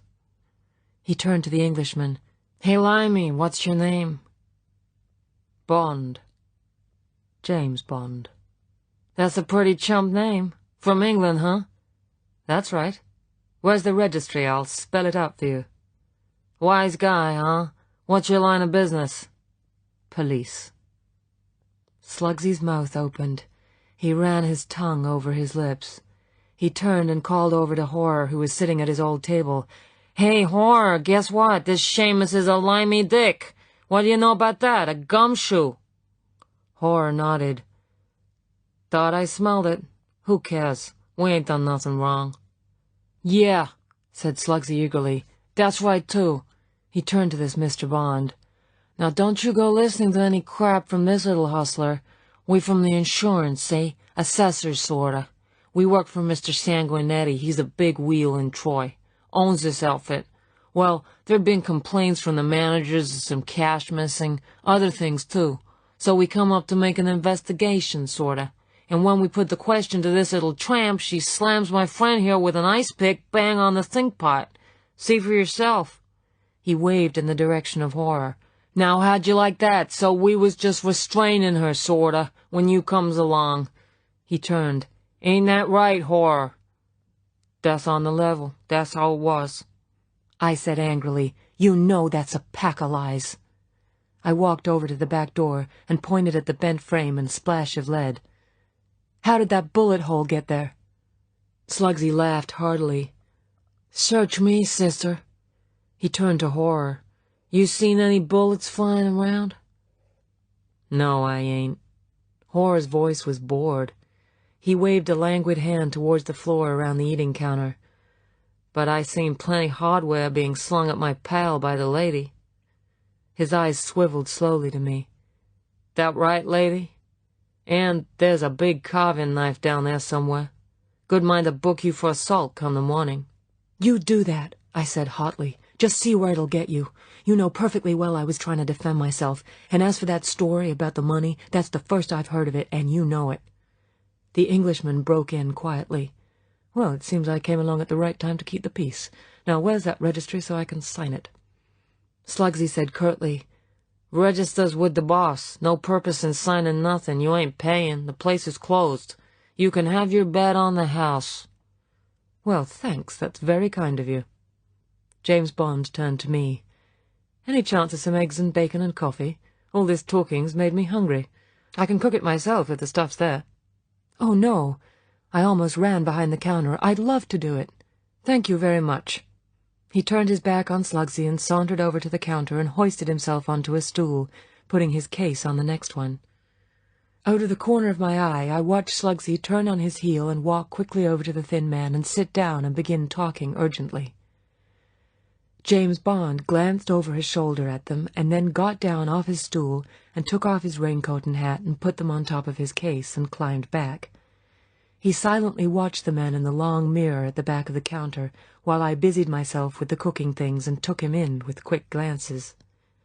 He was about 6 feet tall, slim and fit-looking. The eyes in the lean, slightly tanned face were a very clear grey-blue, and as they observed the men they were cold and watchful. The narrowed, watchful eyes gave his good looks the dangerous, almost cruel quality that had frightened me when I had first set eyes on him. But now that I knew how he could smile, I thought his face only exciting in a way that no man's face had ever excited me before. He wore a soft-looking white silk shirt with a thin black knitted tie that hung down loosely without a pin, and his single-breasted suit was made of some dark blue lightweight material that may have been alpaca. The strong, rather good hands lay quietly on his crossed arms on the counter, and now he reached down to his hip pocket and took out a wide, thin gunmetal cigarette case and opened it. Have one. Senior service. I suppose it'll have to be Chesterfields from now on. His mouth turned slightly down as he smiled. No, thanks, not now, after I've done the cooking. By the way, what's your name? You're Canadian, aren't you? Yes, from Quebec, but I've been in England for the last 5 years or so. I'm Vivian Michel. My friends call me Viv. How in God's name did you manage to get into this fix? Those are a couple of the toughest hoodlums I've seen in years. And Troy's a bad town, sort of a gangster suburb to Albany. The thin one's just finished a long stretch in jail, or I'll eat my hat. The other looks like the worst kind of psycho. How did it happen? I told him in short bursts between the cooking and cutting out all but the essentials. He listened quietly and without comment. Music was still coming from the radio, but the two gangsters were sitting silently watching us, so I kept my voice low. When I had finished, I said, "But is it true that you're a policeman?" Not quite. But I'm in that sort of business. You mean a detective? Well, sort of. I knew it. He laughed. How? Oh, I don't know, but you look kind of dangerous. And that was a gun you took out of your bag, and ammunition. Are you... I was embarrassed, but I needed to know. Are you official? I mean, from the government. He smiled reassuringly. Oh, yes, don't worry about that. And they know me in Washington. If we get out of this all right, I'm going to go after those two. His eyes were cold again. I'm going to see they get roasted for what they did to you. You believe me? Of course, every word. But what I can't make out is what they're up to. They seem to have acted as if they knew they were safe to do anything they liked with you. And now they seem quite calm about me having got into the act. I don't like it. Have they had any drinks? Do they smoke? No, neither of them. I don't like that either. It's only pros that don't. I had finished cooking his supper, and I put it up on the counter. He ate as if he was really hungry. I asked him if it was all right. He said it was wonderful, and I felt warm inside. What a fantastic bit of luck, this man, and just this man, coming so magically out of the blue. I felt humble about it. It was so much a miracle.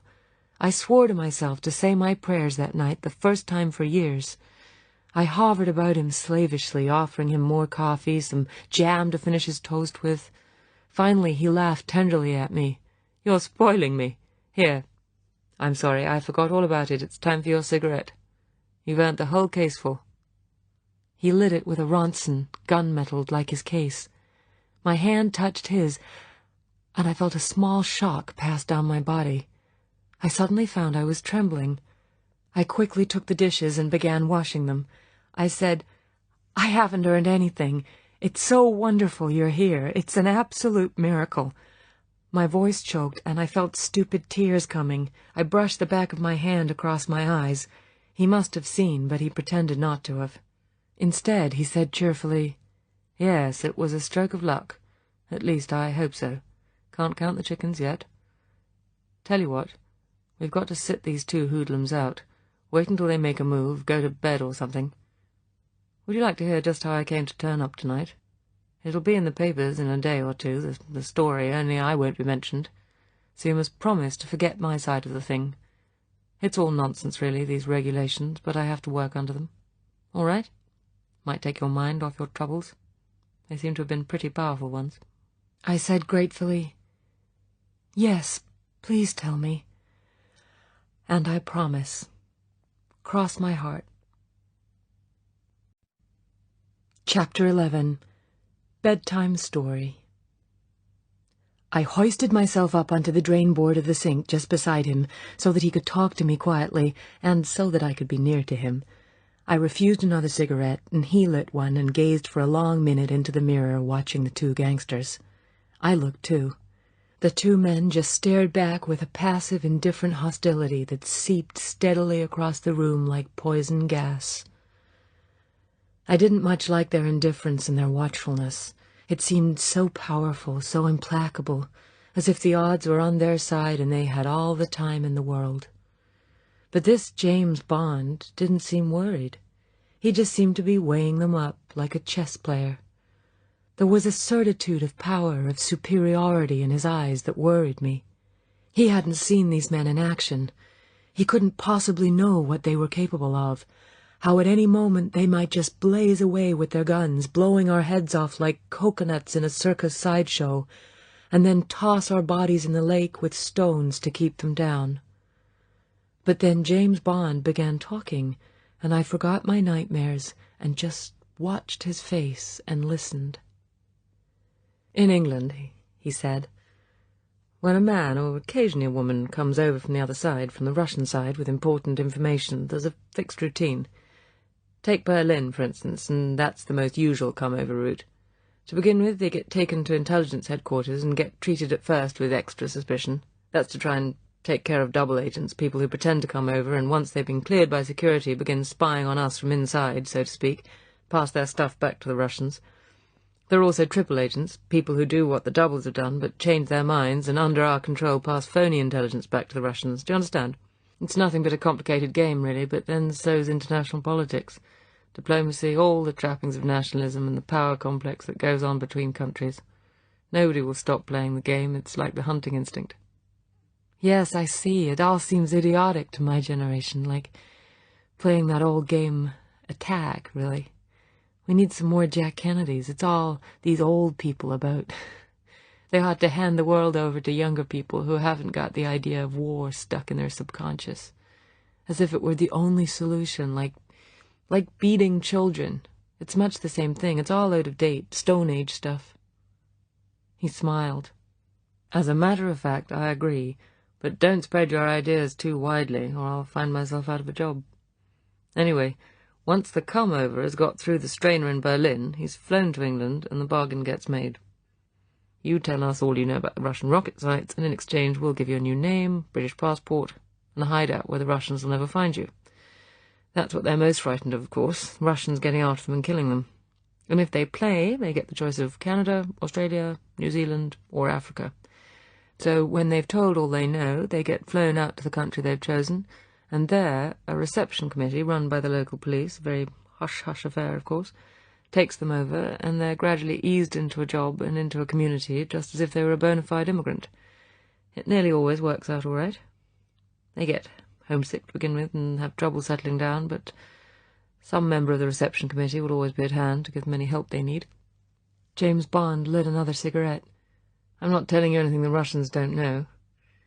The only secret side of the business is the addresses of these people. There's a man I'll call Boris. He's been settled in Canada, in Toronto. He was a prize, 24 carat. He was a top naval constructor in Kronstadt, high up in their nuclear submarine team. He got away to Finland, then Stockholm.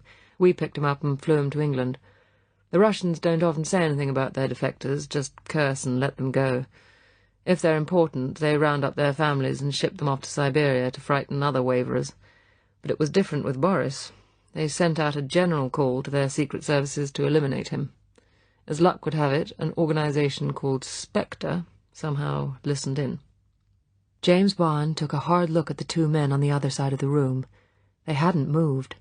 They sat there and watched and waited. What for? James Bond turned back to me. I'm not boring you. Oh, no, of course not. It's thrilling. These Spectre people, haven't I read about them somewhere in the papers? I expect you have. Less than a year ago there was this business of the stolen atomic bombs. It was called Operation Thunderball. Remember?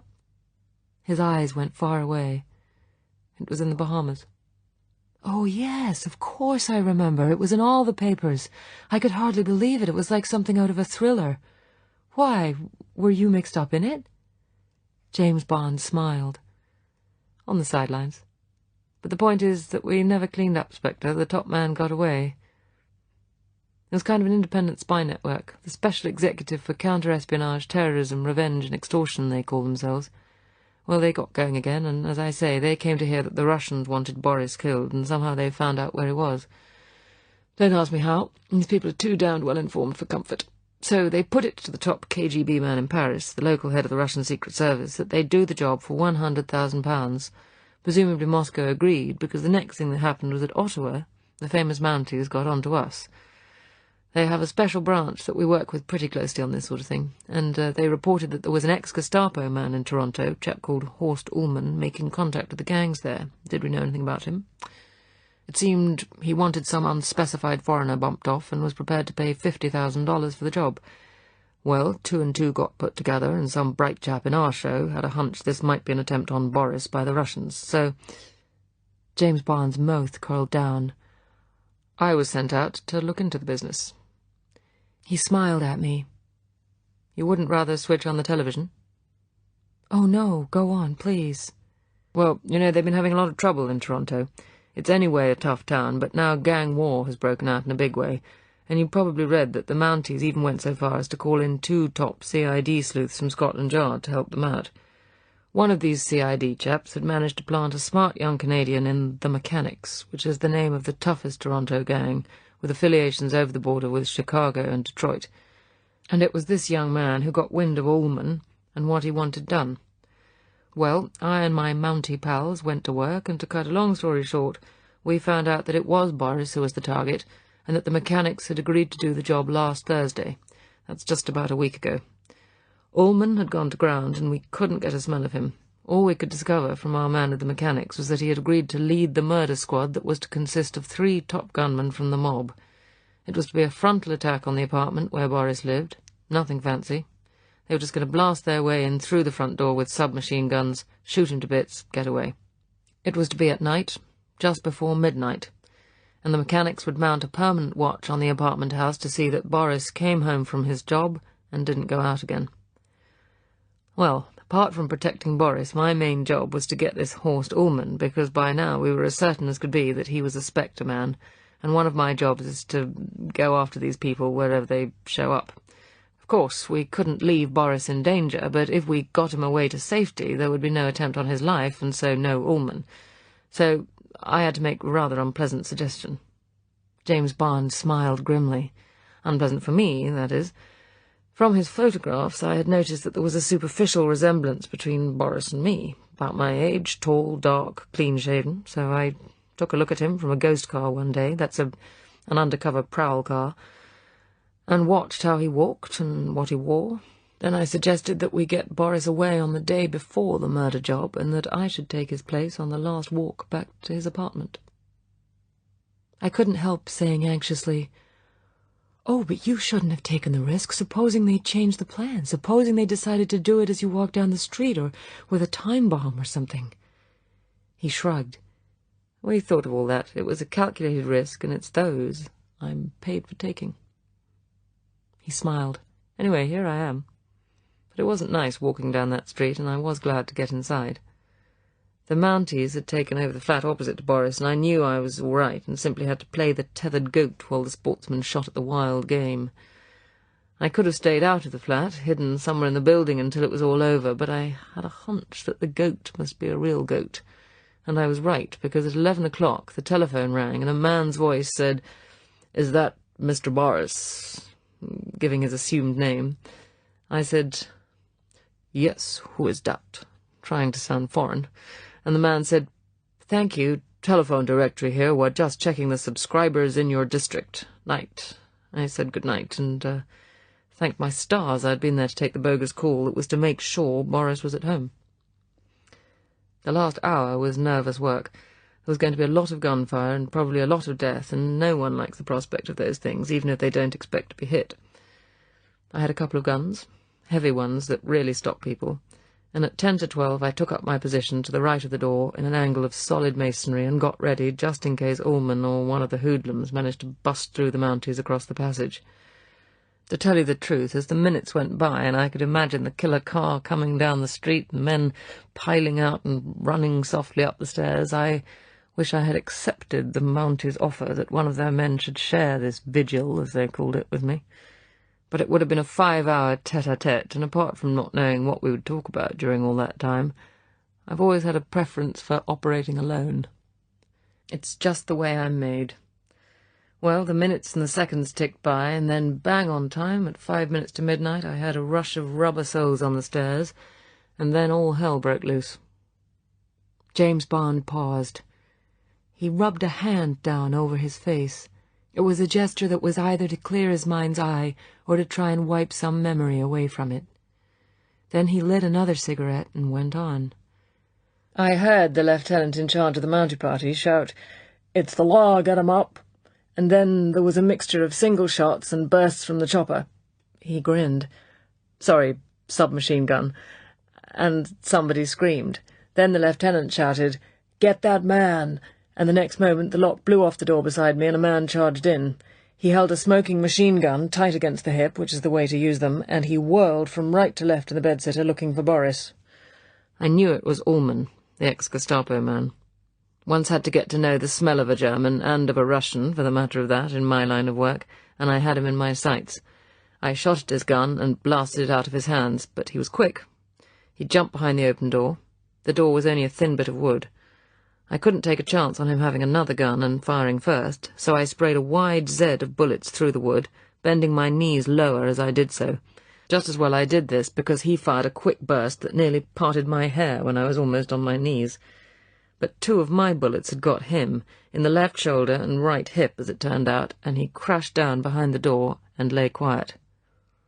The rest of the battle outside had disappeared down the stairs after the gunman, but a wounded Mountie suddenly appeared in the entrance to my room on hands and knees to help me. He said, "Want a hand, fella?" And Ullman fired through the door at the voice and... well, he killed the man, but that gave me the height of Ullman's gun, and I fired almost as he did, and then I ran out into the centre of the room to give him some more if need be, but he didn't need any more. He was still alive, and when the remains of the Mounties came back up the stairs, we took him down and into an ambulance and tried to get him to talk in hospital. But he wouldn't. Mixture of Gestapo and Spectre is a good one, and he died the next morning. James Bond looked me in the eyes, but his own didn't see me. He said, "We lost 2 of our side and another wounded. They lost the German and 1 of theirs, and the other 2 won't last long. But the battlefield was a nasty sight, and, well..." His face looked suddenly drawn and tired. "I've seen enough of this sort of thing. After the various post-mortems were over, I wanted to get away. My headquarters, and the Mounties backed them up, wanted me to report the whole case to Washington, to our opposite numbers there, to get their help in cleaning up the American end of the mechanics gang. The mechanics had been given a nasty jolt, and the Mounties' special branch thought it would be a good idea to follow it up while they were still groggy. I said all right, but that I would like to drive down and not just dash off in an aeroplane or train. That was allowed, so long as I didn't take more than 3 days, and I hired this car and started at dawn this morning. I was going all right, pretty fast, when I ran into the hell of a storm, the tale of yours, I suppose. I got through it as far as Lake George, and I meant to stay the night there, but it looked such a hellish place that when I saw the sign up at a side road advertising this motel, I took a chance." He smiled at me, and now he looked quite cheerful again. "Perhaps something told me that you were at the end of the road and that you were in trouble. Anyway, I had a puncture a mile from here, and here I am." He smiled again and reached out and put his hand on mine on the counter. "Funny the way things work out." "But you must be absolutely beat driving all that way." "I've got something for that. Be a good girl. Give me another cup of coffee." While I busied myself with the percolator, he opened his case and took out a small bottle of white pills. He took out 2, and when I gave him the coffee, he swallowed them down. "Benzedrine. That'll keep me awake for tonight. I'll fit in some sleep tomorrow." His eyes went to the mirror. "Hello. Here they come." He gave me a smile of encouragement. "Now, just don't worry. Get some sleep. I'll be around to see there's no trouble." The music on the radio faded, and musical chimes sounded midnight. Chapter 12. To sleep, perchance to die. While Slugsy made for the back door and went out into the night, the thin man came slowly over to us.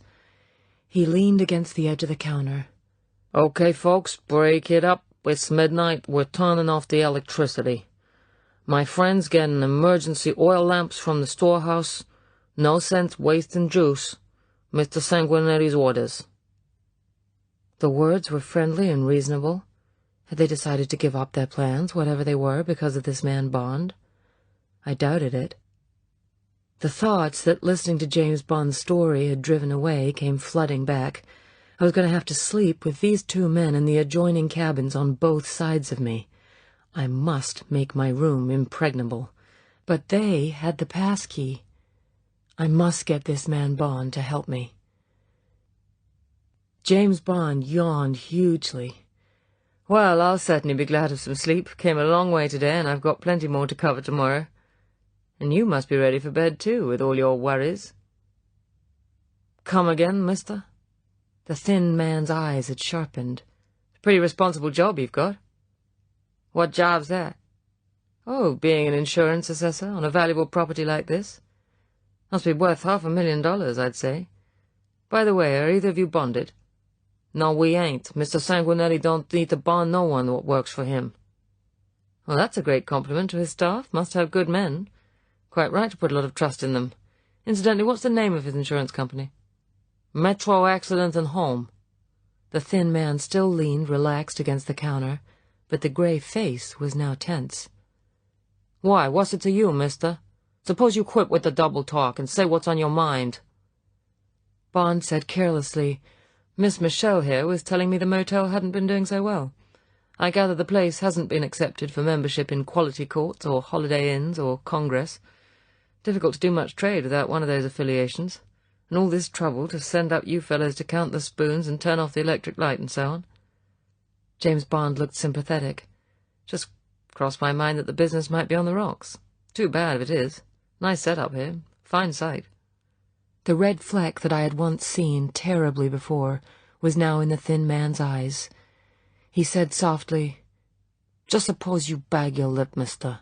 I ain't standing for no more limey quacks, get me? You suggesting this ain't legit? Maybe you think we set one up, huh? Now, don't burn yourself up, Mr. Horowitz. No need to sing the weeps. James Bond smiled broadly. You see, I know the lingo too. His smile suddenly went, and I also know where it comes from. Now, do you get me? I suppose he meant this was gangster jailbird language. The thin man certainly thought so. He looked startled, but now he had conquered his anger, and he just said, Okay, wise guy. I got the photo. You gumshoes are all the same, looking for dirt where there ain't none. Now where in the hell's that pal of mine? Come on, let's hit the pad. As we filed out through the back door, the lights went out. James Bond and I stopped, but the thin man went on along the covered way as if he could see in the dark. Slugsy appeared around the corner of the building carrying 2 oil lamps. He handed one to each of us. His naked face, yellow in the light, split into a grin. Happy dreams, folks. James Bond followed me over to my cabin and came inside. He shut the door. Damned if I know what they're up to, but the first thing to do is see that you're properly closed down for the night. Now then, let's see. He prowled around the room, examining the window fastenings, inspecting the hinges on the door, estimating the size of the ventilator louvres. He seemed satisfied. He said, There's only the door. You say they've got the master key. We'll wedge the door, and when I've gone, just move the desk over as an extra barricade.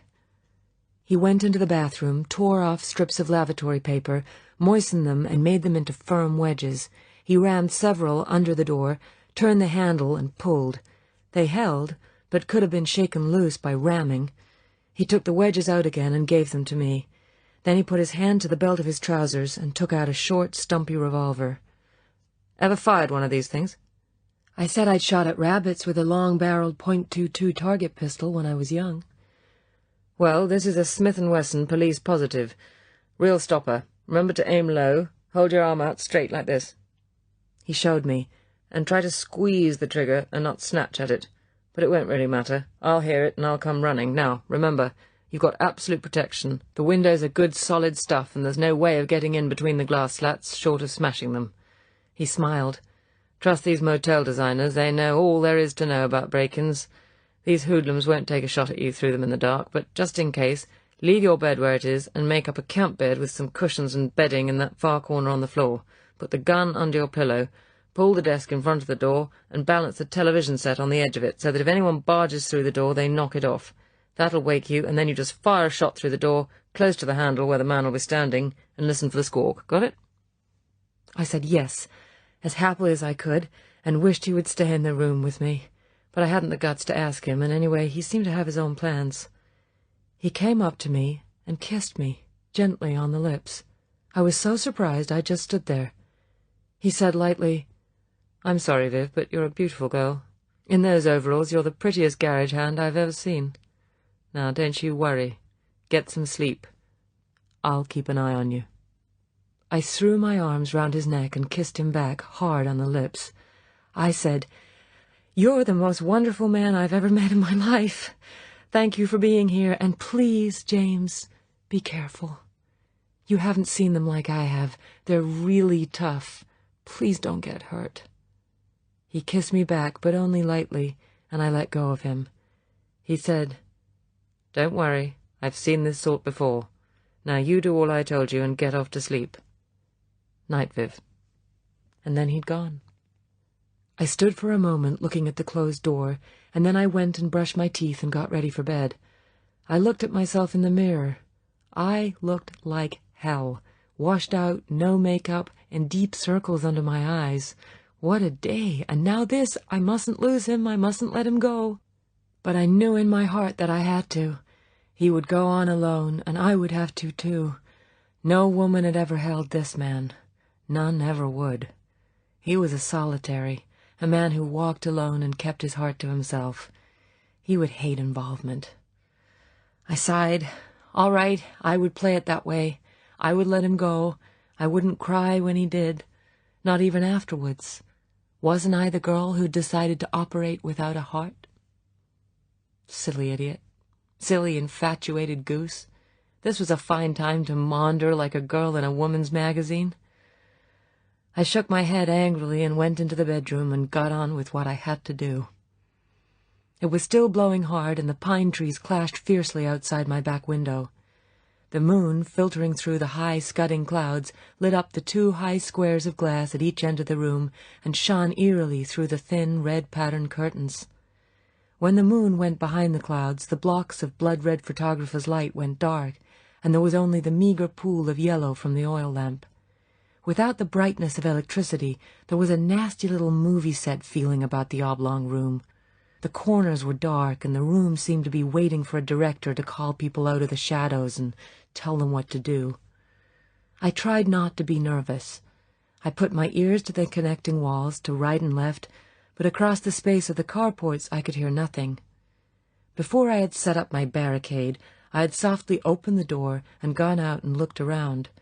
There had been a glimmer of light from numbers 8 and 10, and from James Bond's number 40 away down to the left. Everything had been peaceful, everything quiet. Now I stood in the middle of the room and had a last look round. I had done everything he had told me to do.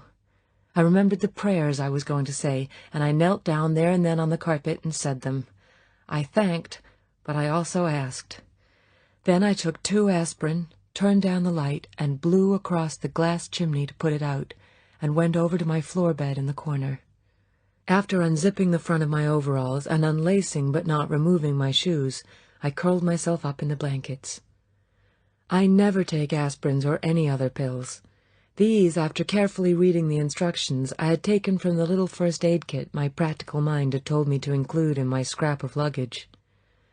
I was anyway exhausted, beat to the wide, and the pills, to me as strong as morphia, soon sent me off into a delicious half-sleep in which there was no danger, but only the dark, exciting face, and the new-found knowledge that there really did exist such men.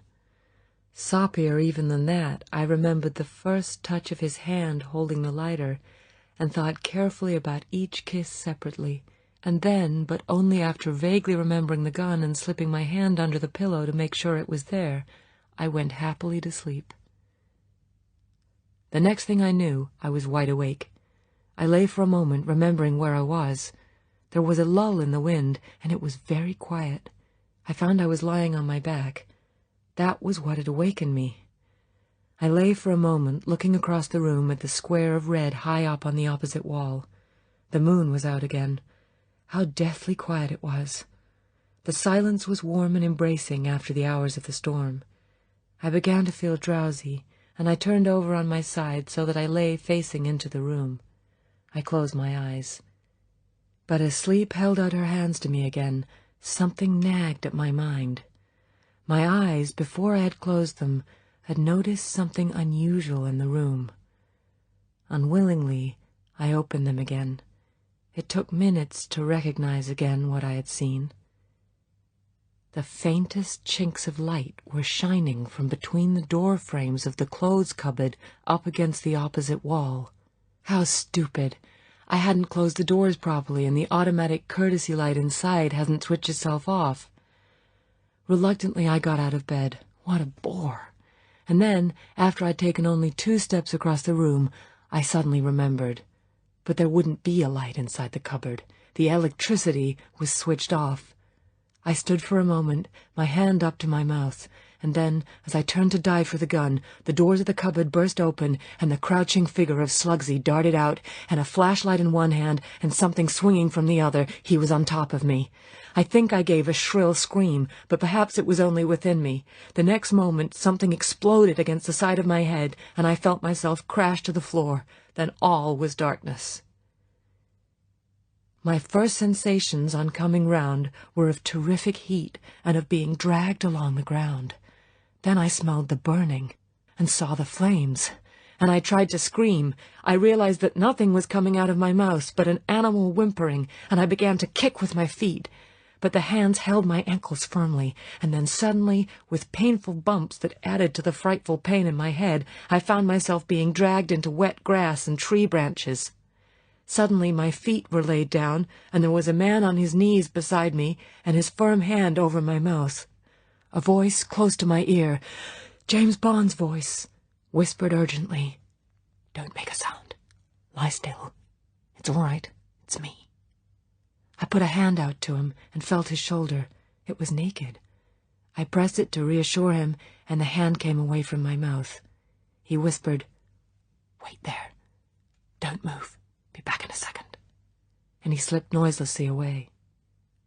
Noiselessly? It wouldn't have mattered how much noise he made. There was a tremendous roar and crackle of flames behind me, and orange light flickered against the trees. I got carefully to my knees and painfully turned my head.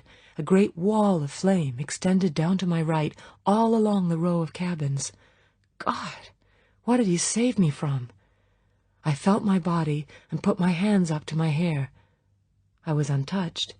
There was only the throbbing bruise at the back of my head. I found I could stand, and I got up and tried to think what had happened. But I could remember nothing after I had got hit.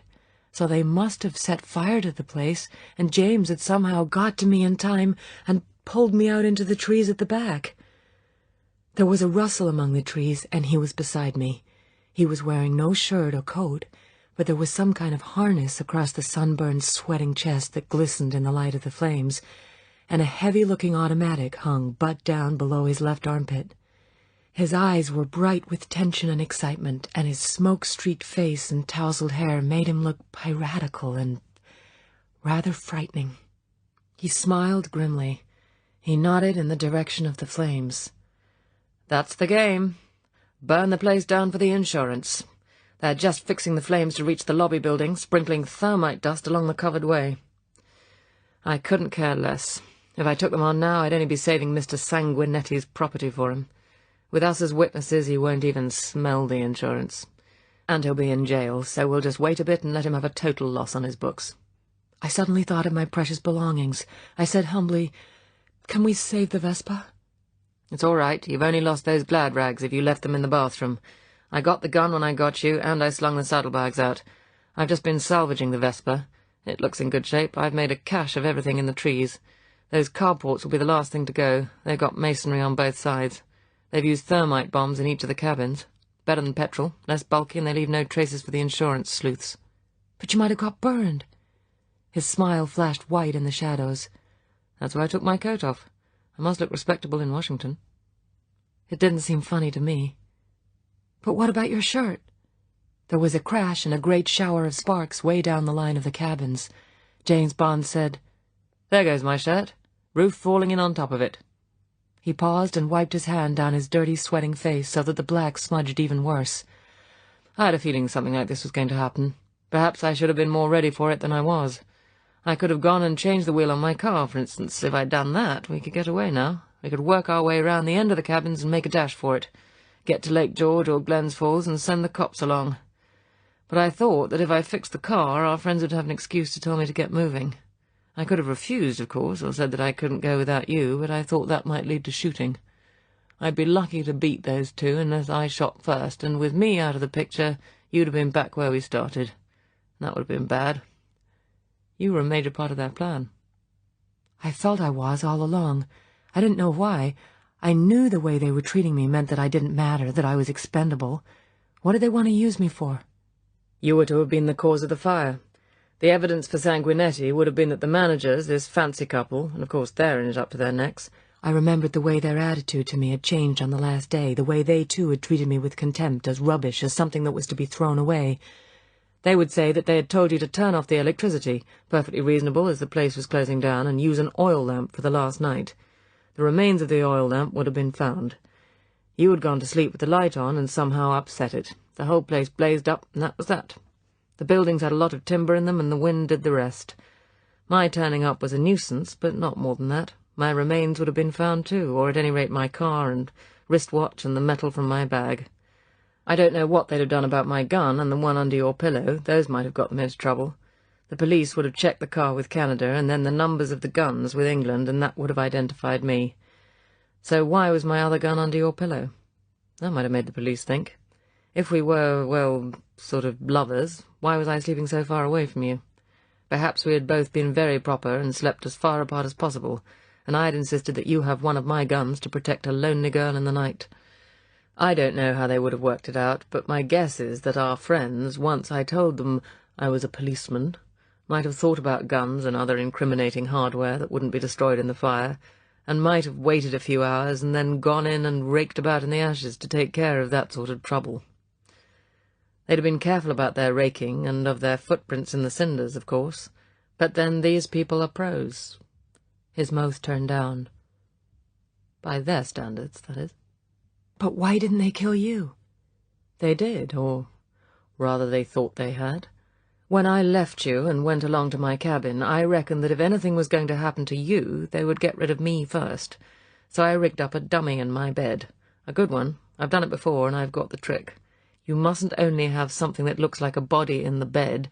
You can do that with pillows and towels and bedding. You must also have something that looks like hair on the pillow. I did that with handfuls of pine needles, just enough to make a dark clump on the pillow with the sheets drawn up to it. Very artistic. Then I hung my shirt over the back of a chair beside the bed, another useful prop that conveys the idea that the man belonging to the shirt is inside the bed, and I left the oil lamp burning low, close to the bed, to help their marksmanship, if any. I put amateurish wedges under the door and propped a chair back under the door handle to show a natural sense of precaution. Then I took my bag round to the back and waited in the trees. James Bond gave a sour laugh. They gave me an hour, and then they came so softly that I didn't hear a thing.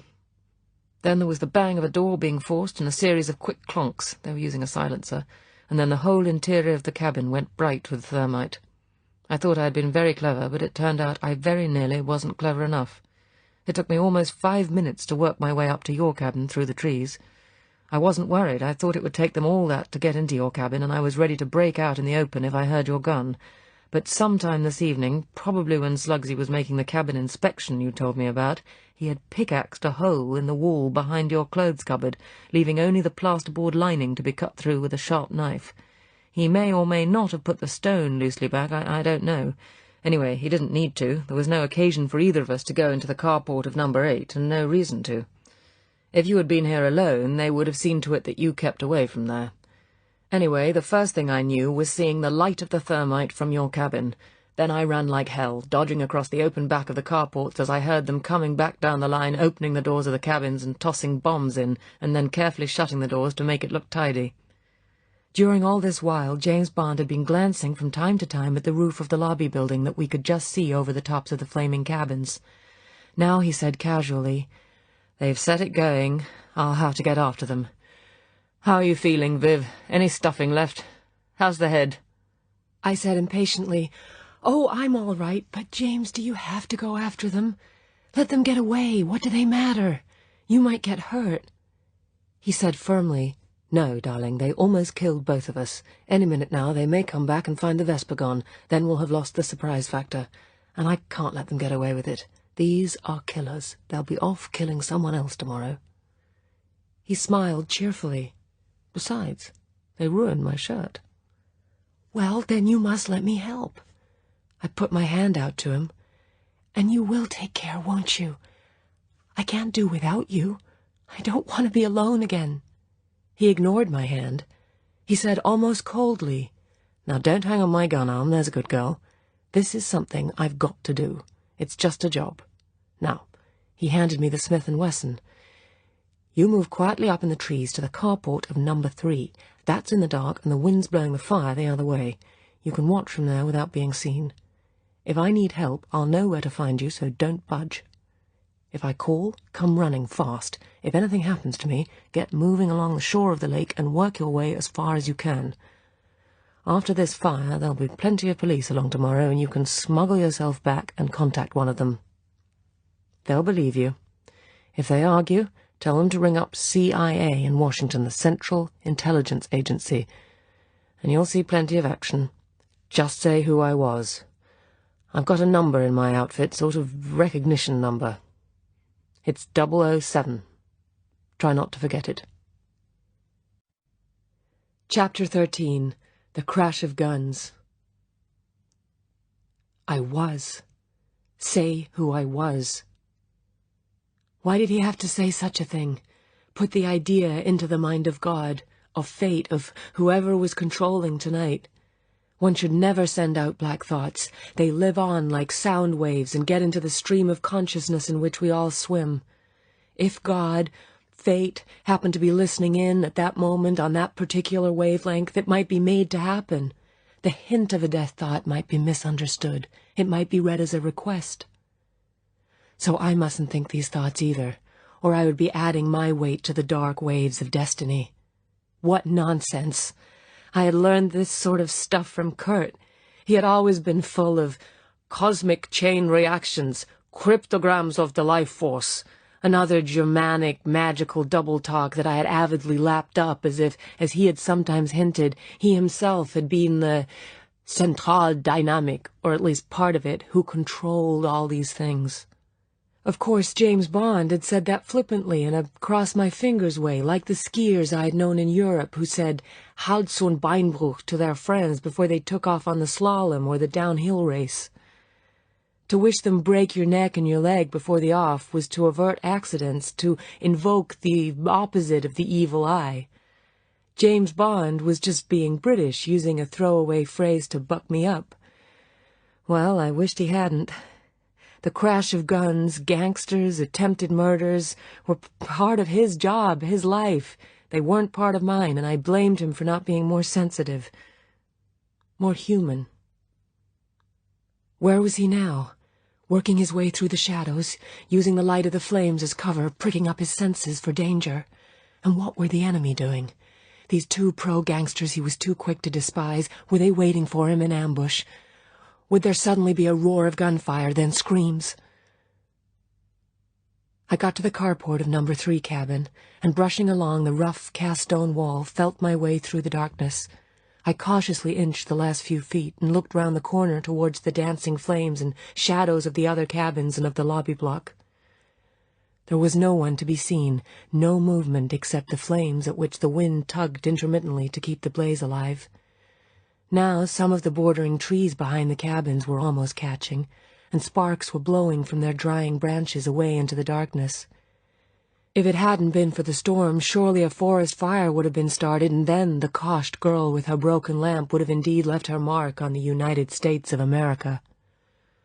How far would it have gone with the wind to help it? 10 miles?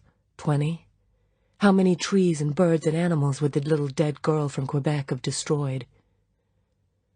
Another cabin roof fell in, and there was the same great shower of orange sparks. And now the gimcrack timbered roof of the lobby block was going. It caved slowly inwards, and then collapsed like a badly cooked souffle, and more showers of sparks went up gaily and burned themselves out as they briefly drifted away on the wind. The extra burst of flame showed up the 2 cars beside the road, the grey Thunderbird and the shining black sedan. But there was still no sign of the gangsters, and none of James Bond. I suddenly realized that I had forgotten all about time. I looked at my watch. It was 2 o'clock, so it was only 5 hours since all this had begun. It could have been weeks. My former life seemed almost years away. Even last evening, when I had sat and thought about that life, was difficult to remember. Everything had suddenly been erased. Fear and pain and danger had taken over. It was like being in a shipwreck, an aeroplane or a train crash, an earthquake or a hurricane. When these things happen to you, it must be just the same. The The black wings of emergency blot out the sky, and there is no past and no future. You live through each minute, survive each second as though it is your last. There is no other time, no other place but now and here. And then I saw the men. They were coming up towards me on the grass, and each was carrying a big box in his hands. They were television sets. They must have salvaged them to sell and make themselves a little extra cash. They walked side by side, the thin man and the squat, and the light from the flaming cabin shone on their sweating faces. When they came up to the charred arches of the covered way to the lobby block, they trotted quickly through, after glancing up at the still-burning roof to make sure it wouldn't fall on them. Where was James Bond? This was the perfect time to get them, with their hands full. Now they were only 20 yards away from me, veering right towards their car. I cringed back into the dark cave of the carport. But where was James? Should I run out after them and take them on alone? Don't be idiotic. If I missed, and I certainly would, that would be the end of me. Now, if they turned round, would they see me? Would my white overalls show up in the darkness? I got farther back. Now they were framed in the square opening of my carport as they walked across the grass a few yards from the still-standing north wall of the lobby building, from which the wind had so far kept most of the flames. They would soon vanish round the corner, and a wonderful chance would have gone. And then they stopped, stock still, and there was James, facing them, his gun aiming dead steady between the two bodies. His voice cracked like a whip across the lawn. "All right, this is it. Turn round. The first man drops his television gets shot." They turned slowly round so that they faced towards my hideout. And now James called to me. "Come over, Viv. I need extra hands." I took the heavy revolver out of the waistband of my overalls and ran quickly across the grass. When I was about 10 yards from the men, James said, "Just stop there, Viv, and I'll tell you what to do." I stopped. The two evil faces stared at me. The thin man's teeth were bared in a sort of fixed grin of surprise and tension. Slugsy let off a string of curses. I pointed my gun at the television set that covered his stomach. "Shut your mouth or I'll shoot you dead." Slugsy sneered. "You and who else? You'd be too frightened of the bang." James said, "Shut up, you, or you get a crack on that ugly head of yours. Now, listen, Viv, we've got to get the guns off these men. Come round behind the one called Horror. Put your gun up against his spine and with your free hand feel under his armpits. Not a nice job, but it can't be helped. Tell me if you feel a gun there, and I'll tell you what to do next. We'll go at this slowly. I'll cover the other, and if this Horror moves, let him have it." I did as I was told. I went round behind the thin man and pressed the gun into his back. Then I reached up with my left hand and felt under his right arm. A nasty, dead kind of smell came from him, and I was suddenly disgusted at being so close to him and touching him so intimately. I know that my hand trembled, and it must have been that made him take the chance, for suddenly, in one quick flow of motion, he had dropped the television, whirled like a snake, slapping the gun out of my hand with his open palm, and clutched me to him. James Bond's gun roared, and I felt the wind of a bullet, and then I began to fight like a demon, kicking and scratching and clawing. But I might have been fighting with a stone statue. He just squeezed me more agonizingly to him, and I heard his dry voice say, "Okay, Limey, now what? Want the dame to get herself killed?" I could feel one of his hands loosening itself from me to get to his gun, and I began struggling again. James Bond said sharply, "Viv, get your legs apart." I automatically did as I was told, and again his gun roared. The thin man let out a curse and set me free, but at the same time there came a splintering crash from behind me, and I whirled round. At the same time as he had fired, Slugsy had hurled the television set over his head at James Bond, and it had crashed into his face, knocking him off balance. As Slugsy shouted, "Scram, Horror!" I dived for my gun, and prone in the grass, clumsily fired it at Slugsy. I would probably have missed him anyway, but he was already on the move, weaving across the lawn towards the cabins like a football player, with the thin man scrambling desperately after him. I fired again, but the gun kicked high, and then they were out of range, and Slugsy disappeared into number 1 cabin away on the right. I got up and ran to James Bond. He was kneeling down in the grass with one hand to his head. As I came up, he took the hand away, looked at it, and swore. There was a big gash just below the hairline. I didn't say anything, but I ran to the nearest window of the lobby building and smashed it with the butt of my gun. A burst of heat came out at me, but no flames, and just below, almost within reach, was the table the gangsters had used, and on it, among some smoldering remains of the roof, the first aid kit. James Bond shouted something, but I was already over the sill. I held my breath against the fumes, grabbed the box, and scrambled out again, my eyes stinging with the smoke. I wiped the wound as clean as I could, and got out merthiolate and a big Band-Aid. The cut wasn't deep, but there would soon be a bad bruise. He said, "Sorry, Viv, I made rather a hash of that round." I thought he had too. I said, "Why didn't you just shoot them down? They were sitting ducks with those sets in their hands." He said curtly, "Never been able to in cold blood. But at least I ought to have been able to blast that man's foot off. Must have just nicked it, and now he's still in the game." I said severely, "It seems to me damned lucky you're in it too. Why didn't Slugsy kill you?" "Your guess is as good as mine. It looks as if they've got some kind of a headquarters over at number 1. Perhaps he left his armament there while they did the job on the lobby. He may not have liked carrying live bullets around with him so near to the flames. Anyway, war's declared now, and we're going to have quite a job on our hands. Main thing is to keep an eye on their car. They'll be pretty desperate to get away, but they've somehow got to kill us first. They're in a nasty fix, and they'll fight like hellcats." I finished fixing the cut. James Bond had been watching cabin number 1. Now he said, "Better get under cover. They may have got something heavy in there, and they'll have finished fixing the horror's foot." He got to his feet. He suddenly yanked my arm and said, "Quick!" At the same time I heard the tinkle of glass away on the right, and a deafening rattle that I suppose was some kind of machine gun. On our heels, bullets whipped into the side of the lobby building. James Bond smiled. "Sorry again, Viv. My reactions don't seem all that smart tonight. I'll do better." He paused. "Now let's just think for a minute." It was a long minute, and I was sweating with the heat from the burning lobby. Now there was only the north wall and the bit we were sheltering behind as far as the front door. The rest was a mass of flames. But the wind was still blowing the fire southwards, and it seemed to me that this last bit of masonry might stand up a long while yet. Most of the cabins were on their way to burning out, and on that side of the clearing there was a lessening of the glare and sparks. It crossed my mind that the blaze must have been visible for miles, perhaps even as far as Lake George or Glens Falls. Yet no one had turned up to help. Probably the highway patrols and the fire services had enough on their hands with the havoc caused by the storm. And as for their beloved forests, they would reckon that no fire could spread through this soaking landscape. James Bond said, "Now, this is what we're going to do. First of all, I want you somewhere where you can help, but where I don't have to worry about you. Otherwise, if I know these men, they'll concentrate on you and guess that I'll do anything, even let them get away, rather than let you get hurt. Is that true? Don't be silly. So, you get on over the road under the cover of this bit of building, and then work back, keeping well out of sight until you're just about opposite their car. Stay quiet, and even if one or both of them gets to the car, hold your fire until I tell you to shoot, all right?"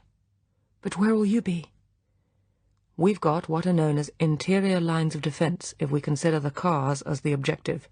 I'm going to stick around here and let them come at me. It's they who want to get us and get away. Let 'em try. Time's against them." He looked at his watch. "It's nearly 3. How long before the first light round here?" "About 2 hours. Around 5. But there are 2 of them and only 1 of you. They'll do a sort of, what they call pincers movement." "One of the crabs has lost a claw.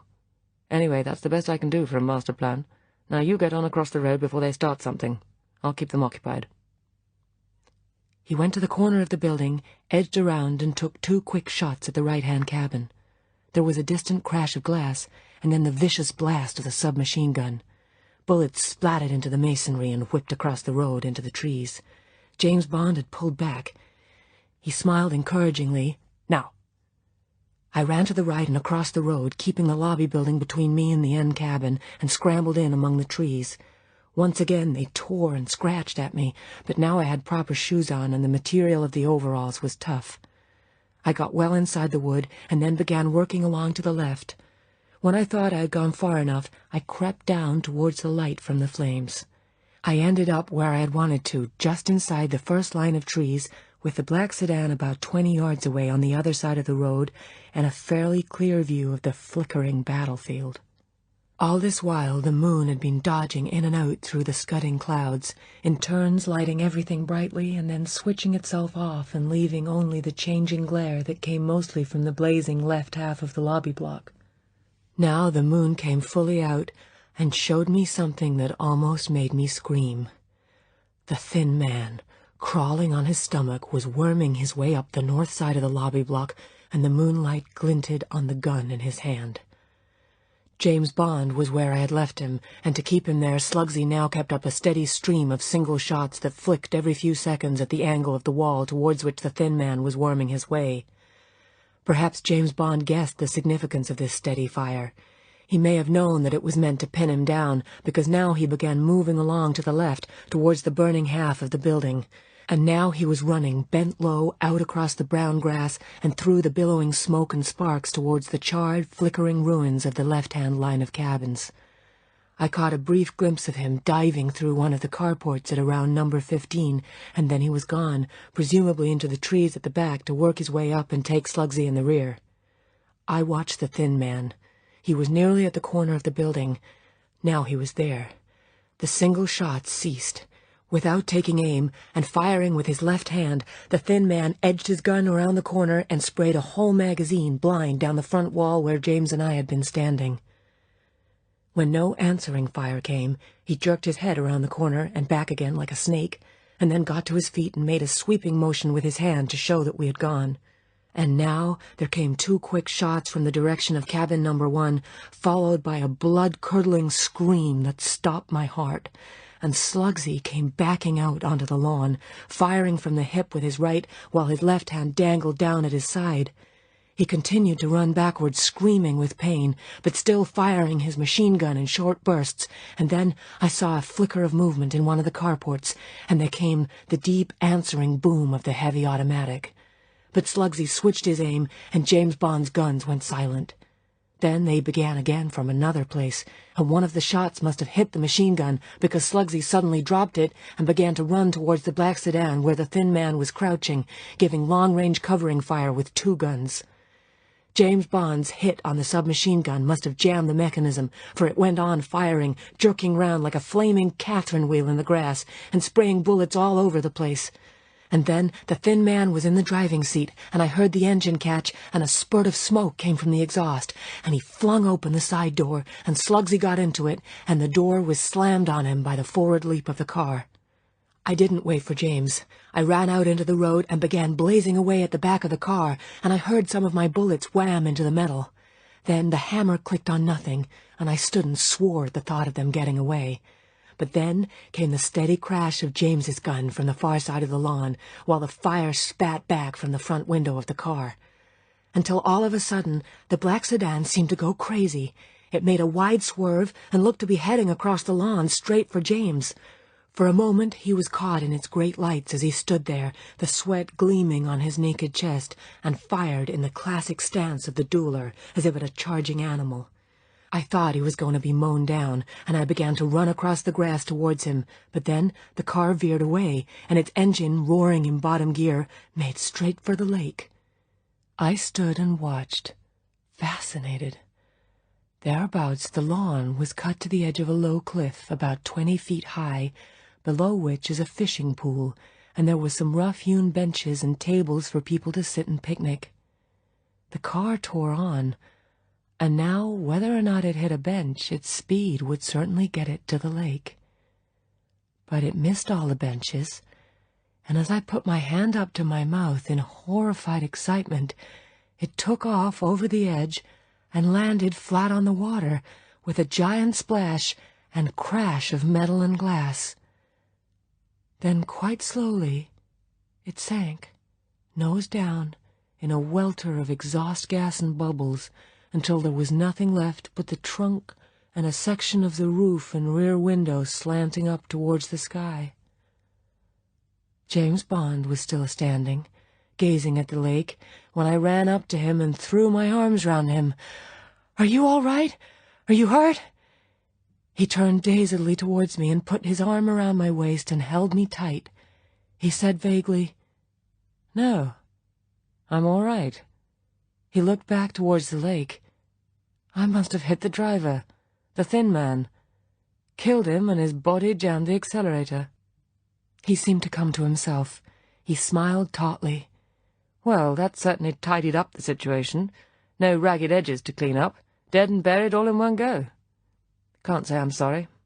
They were a couple of real thugs." He let go of me and thrust his gun up into its holster. He smelled of cordite and sweat. It was delicious. I reached up and kissed him. We turned away and walked slowly across the grass. The fire was only burning fitfully now, and the battlefield was almost dark. My watch said it was 3:30. I suddenly felt utterly, absolutely finished. As if echoing my thoughts, James said, "That's worked the Benzedrine off. How about getting a little sleep? There are still 4 or 5 cabins in good shape. How about 2 and 3? Are they desirable suites?" I felt myself blushing. I said obstinately, "I don't mind what you think, James, but I'm not going to leave you tonight. You can choose either 2 or 3. I'll sleep on the floor." He laughed and reached out and hugged me to him. "If you sleep on the floor, I'll sleep on the floor too. But it seems rather a waste of a fine double bed. Let's say number 3. He stopped and looked at me, pretending to be polite. "Or would you rather have number 2? "No. Number 3 would be heavenly." Chapter 14. Bimbo. Cabin number 3 was airless and stuffy. While James Bond collected our luggage from among the trees, I opened the glass slats of the windows and turned down the sheets on the double bed. I should have felt embarrassed, but I didn't. I just enjoyed housekeeping for him by the moonlight. Then I tried the shower and found miraculously that there was still full pressure, though further down the line many stretches of the pipes must have melted. The top cabins were nearer to the main. I stripped off all my clothes and made them into a neat pile, and went into the shower and opened a new cake of camay. Pamper your guests with pink camay, with a scent like costly French perfume, blended with fine cold cream. I remembered because it sounded so succulent, it said on the packet. And I began to lather myself all over, gently because of the bruises. Through the noise of the shower, I didn't hear him come into the bathroom.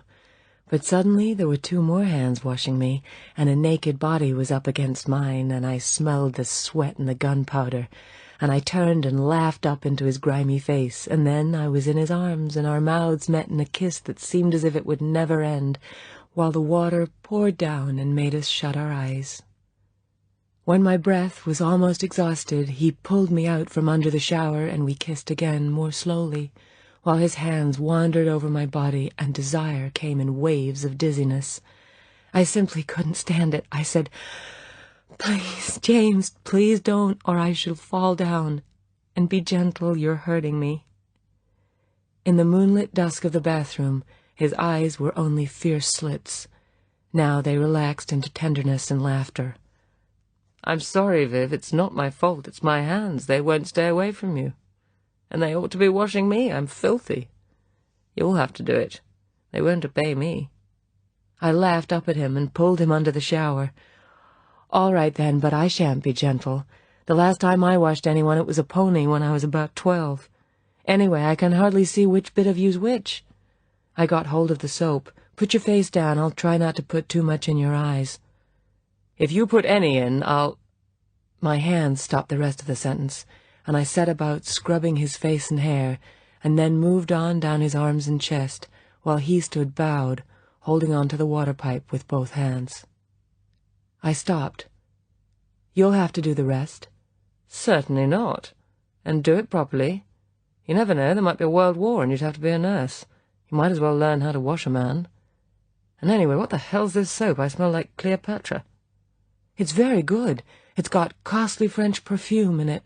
It says so on the packet, and you smell delicious, much better than your gunpowder smell." He laughed. "Well, get on, but hurry." So I bent down and began, and of course in a minute we were in each other's arms again under the shower, and our bodies were slithery with water and soap, and he turned the shower off and lifted me out of the shower cabinet and began to dry me lingeringly with the bath towel, while I leant back within his free arm and just let it happen. Then I took the towel and dried him, and then it was silly to wait any longer, and he picked me up in his arms and carried me through into the bedroom and laid me down on the bed, and I watched through half-closed lashes his pale shape as he went round drawing the curtains and locking up. And then he was lying beside me. His hands and his mouth were slow and electric, and his body in my arms was tenderly fierce. Afterwards he told me that when the moment came I screamed. I didn't know I had. I only know that a chasm of piercing sweetness suddenly opened and drowned me, and that I dug my nails into his hips to make sure of taking him with me.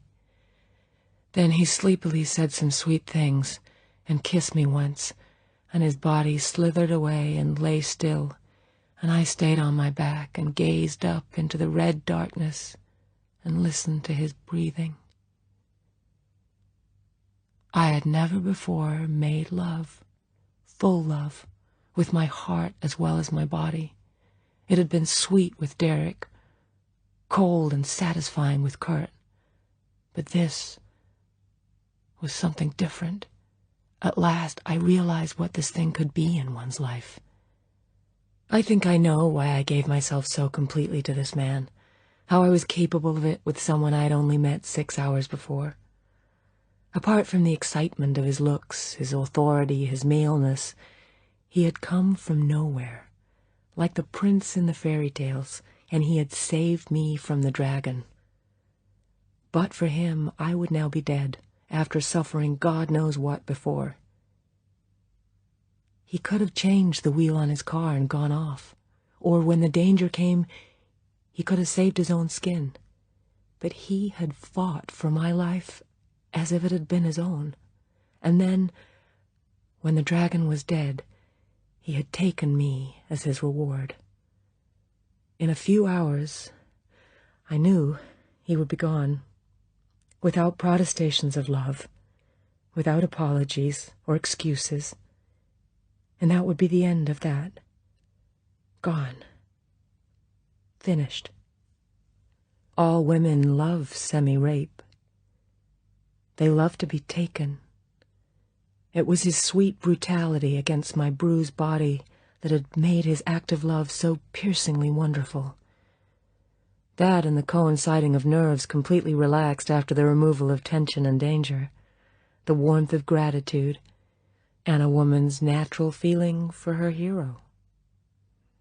I had no regrets and no shame. There might be many consequences for me, not the least that I might now be dissatisfied with other men. But whatever my troubles were, he would never hear of them. I would not pursue him and try to repeat what there had been between us. I would stay away from him and leave him to go his own road, where there would be other women, countless other women, who would probably give him as much physical pleasure as he had had with me. I wouldn't care, or at least I told myself that I wouldn't care, because none of them would ever own him, own any larger piece of him than I now did. And for all my life, I would be grateful to him for everything, and I would remember him forever as my image of a man. How silly could one be?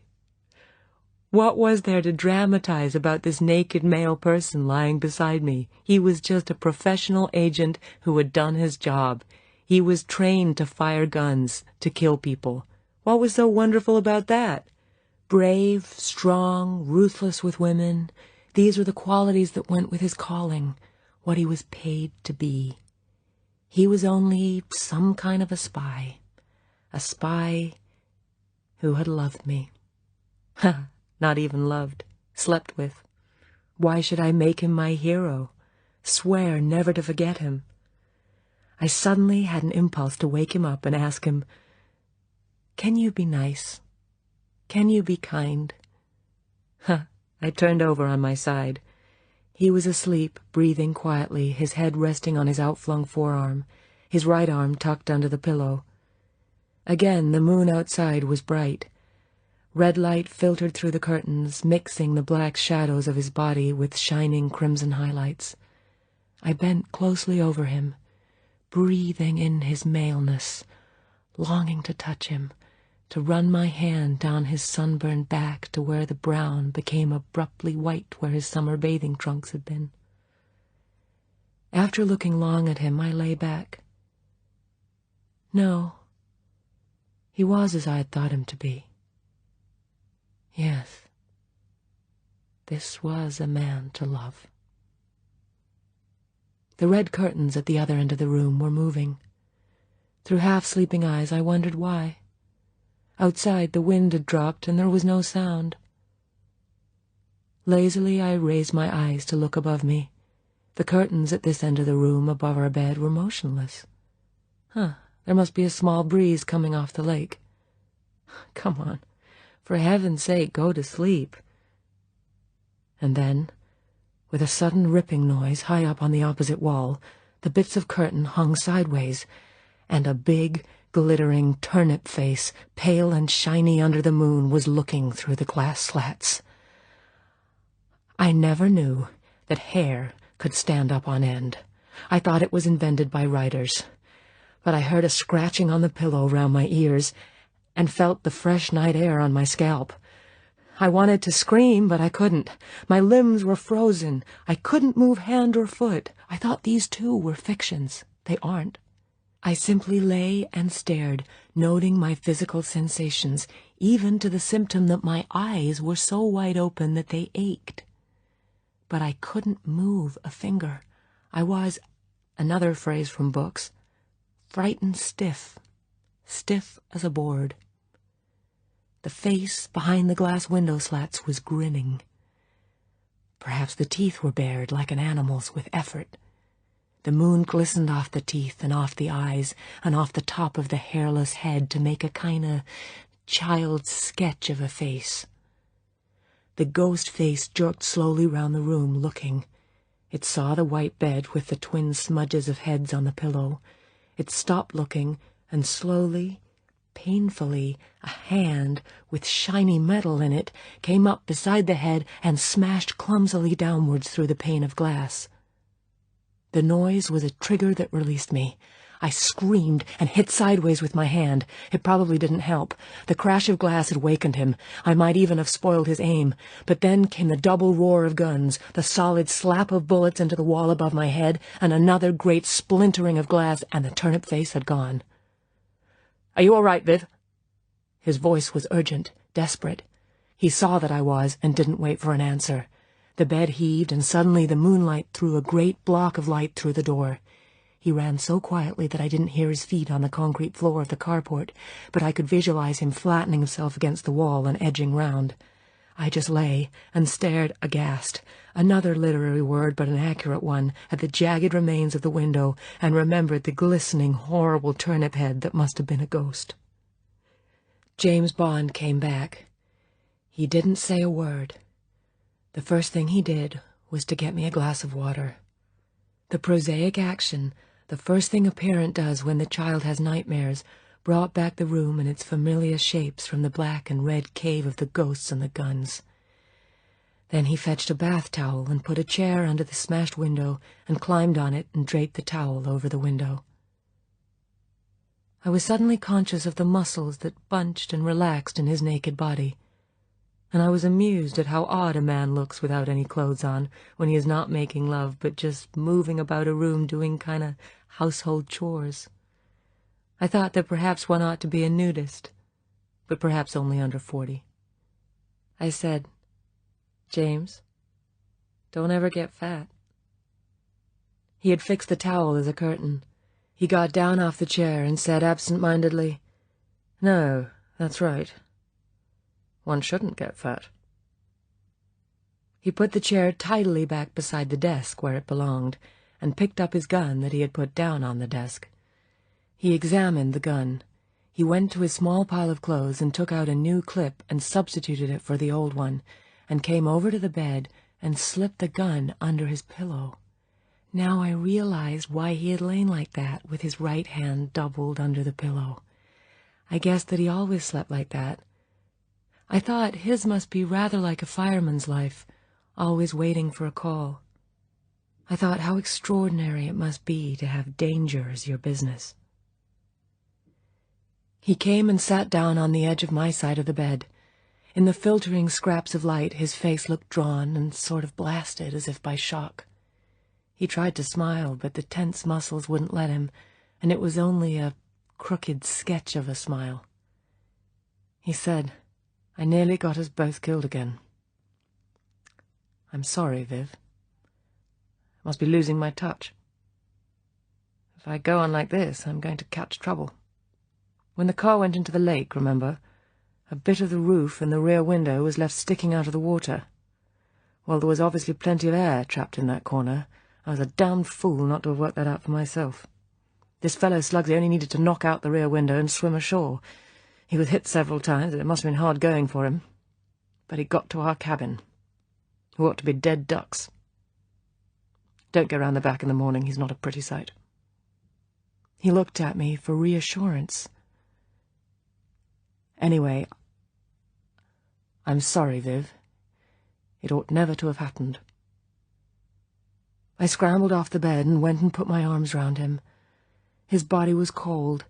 I hugged him to me and kissed him. "Don't be silly, James. If it wasn't for me, you wouldn't have even got into all this mess. And where would I be now if it wasn't for you? I'd not only have been a dead duck, but a roasted one, too, hours ago. The trouble with you is you haven't had enough sleep. And you're cold. Come into bed with me. I'll keep you warm." I got up and pulled him to his feet. He caught me to him. He reached down with both hands and pressed my body hard into his. He held me like that for a time, quite still, and I felt the way his body was gaining warmth from mine. Then he lifted me up and laid me softly back on the bed. And then he took me fiercely, almost cruelly, and once again there came the small scream from someone who was no longer me.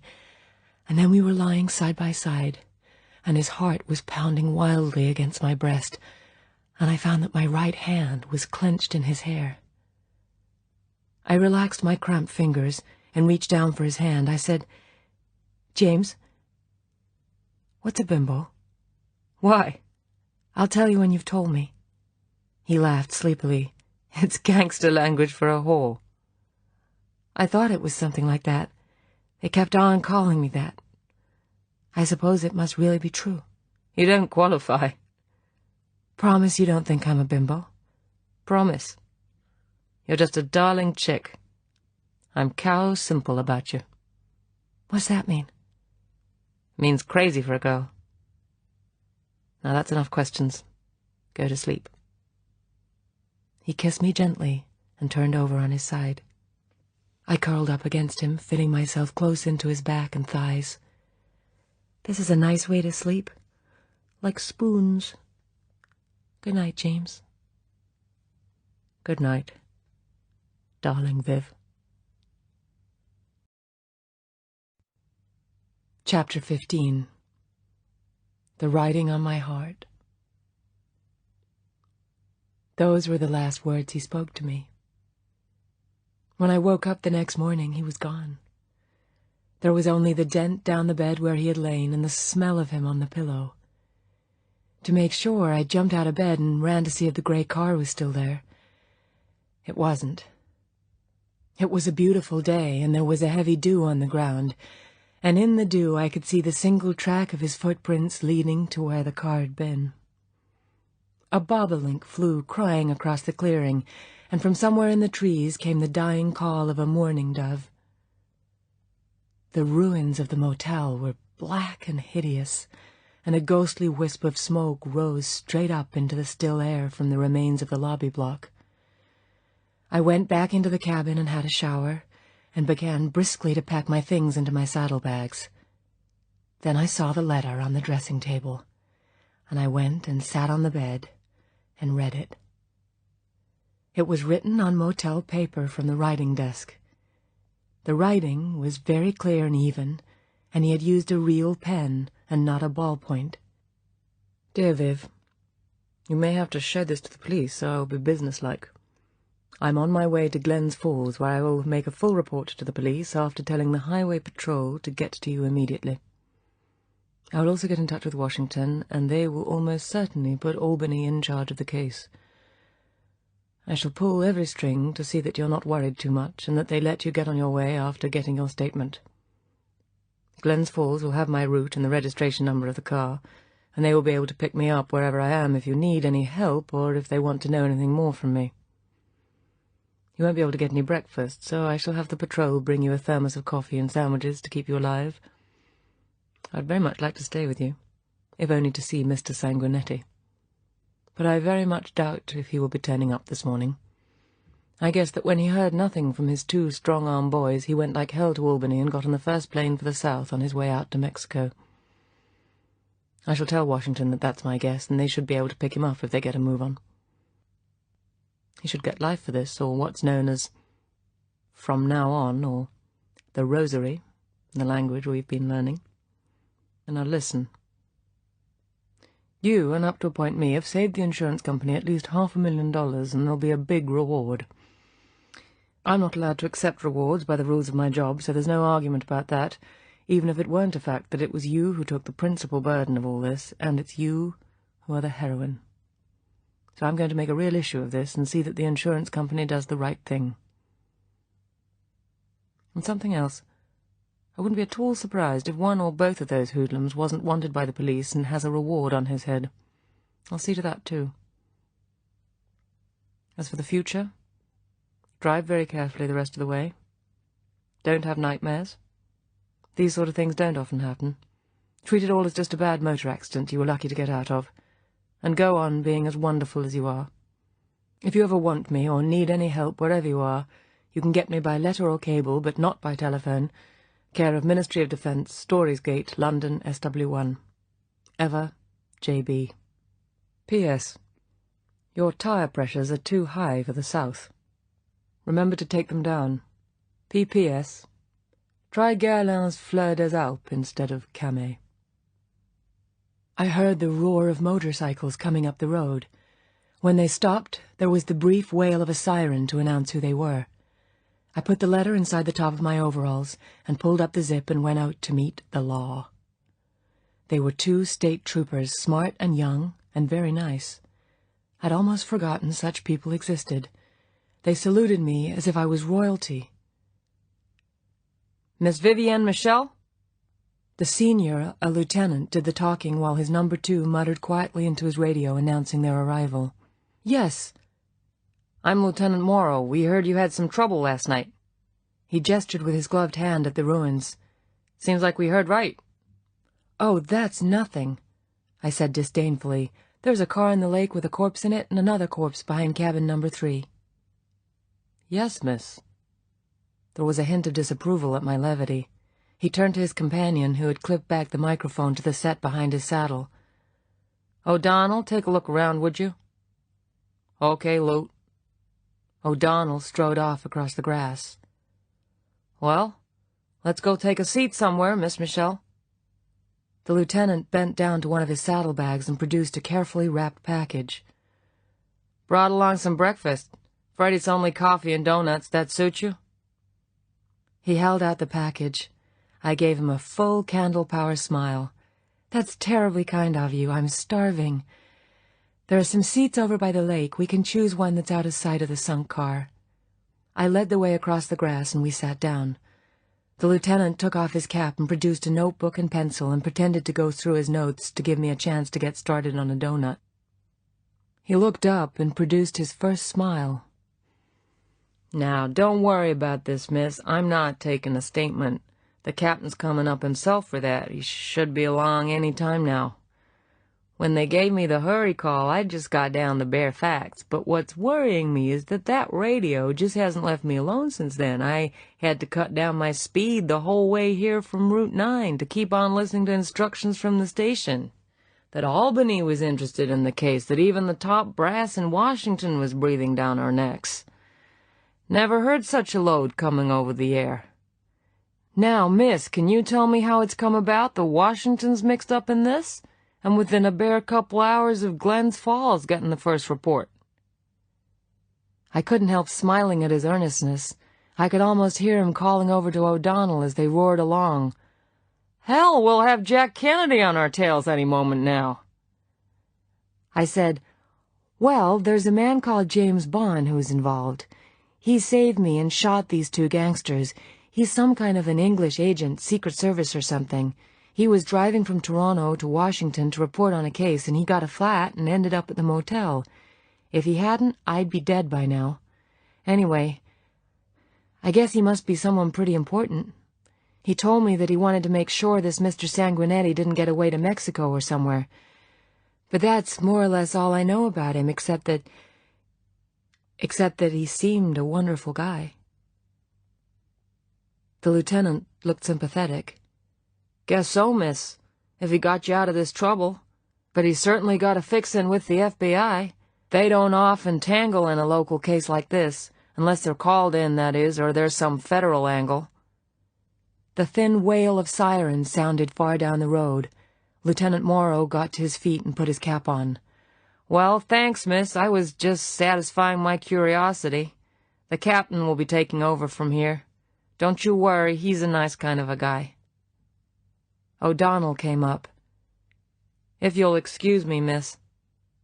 The lieutenant moved off with O'Donnell, listening to his report, and I finished the coffee and followed slowly, thinking of the gray thunderbird that would now be hammering out the miles southward, and of the sunburned hands on the wheel.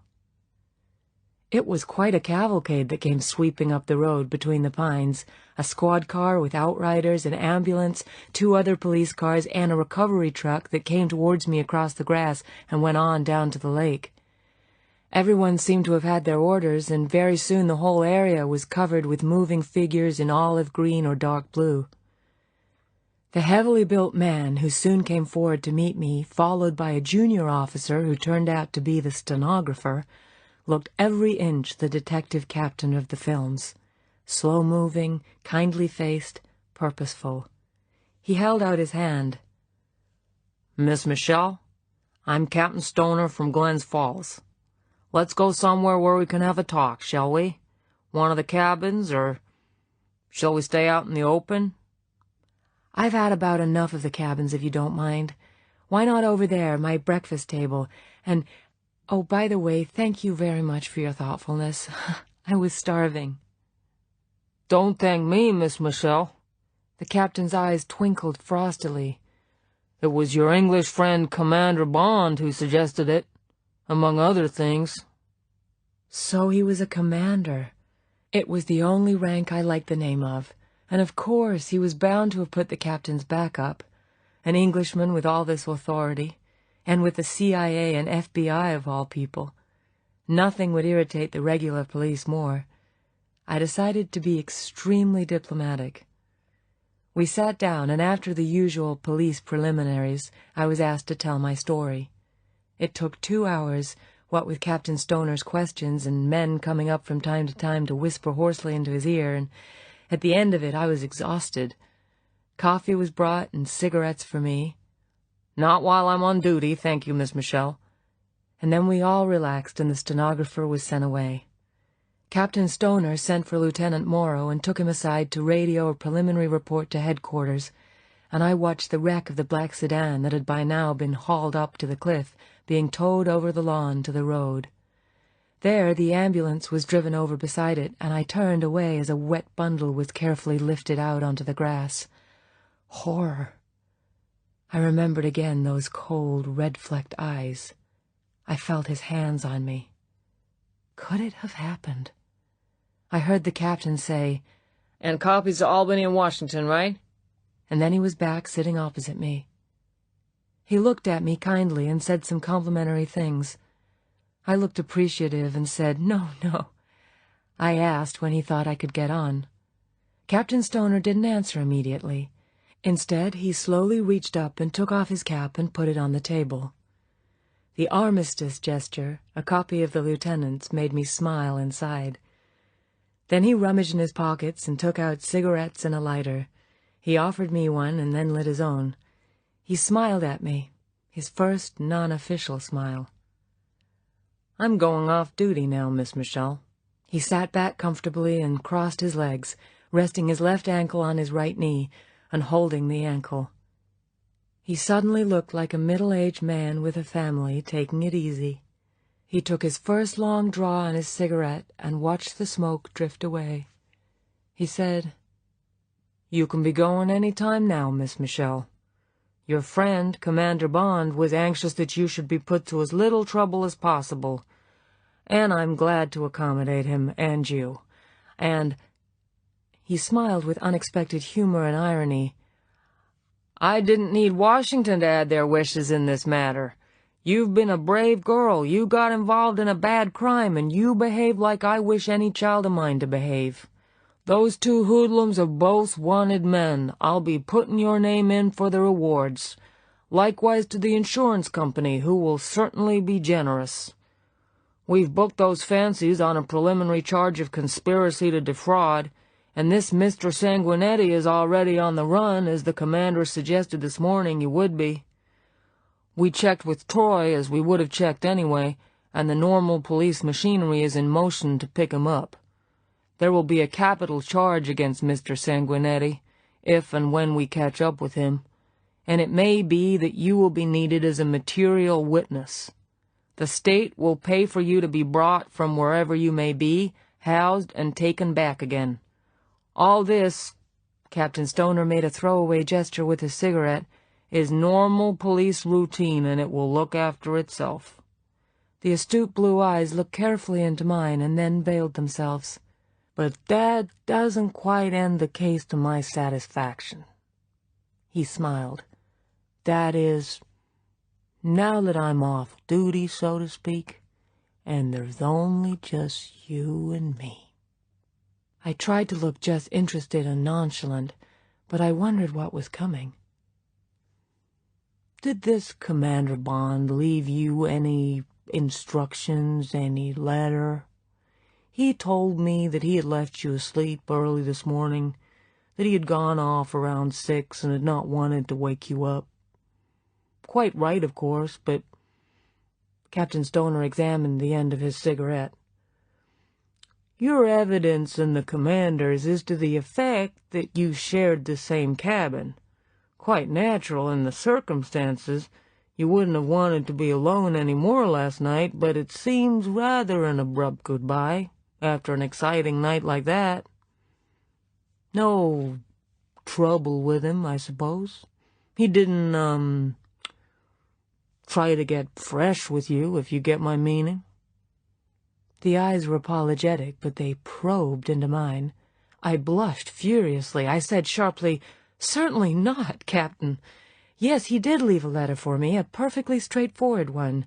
I didn't mention it because it doesn't add anything to what you know." I ran down the zip on my front and reached inside for the letter, blushing even worse. Damn the man. He took the letter and read it carefully. He handed it back. "A very nice letter. Very, businesslike. I don't get the bit about the soap." I said shortly, "Oh, that was only a joke about the motel soap. He said it was too strongly scented." "I see. Yeah, sure. Well, that's fine, Miss Michel." The eyes were kindly again. "Well, now, d'you mind if I say something personal? Talk to you a minute as if you might be my own daughter. You could be, you know, almost my granddaughter if I'd started early enough." He chuckled cozily. "No, please say anything you like." Captain Stoner took another cigarette and lit it. "Well now, Miss Michel, what the commander says is right. You've been in the equivalent of a bad motor accident, and you don't want to have any nightmares about it. But there's more to it than that.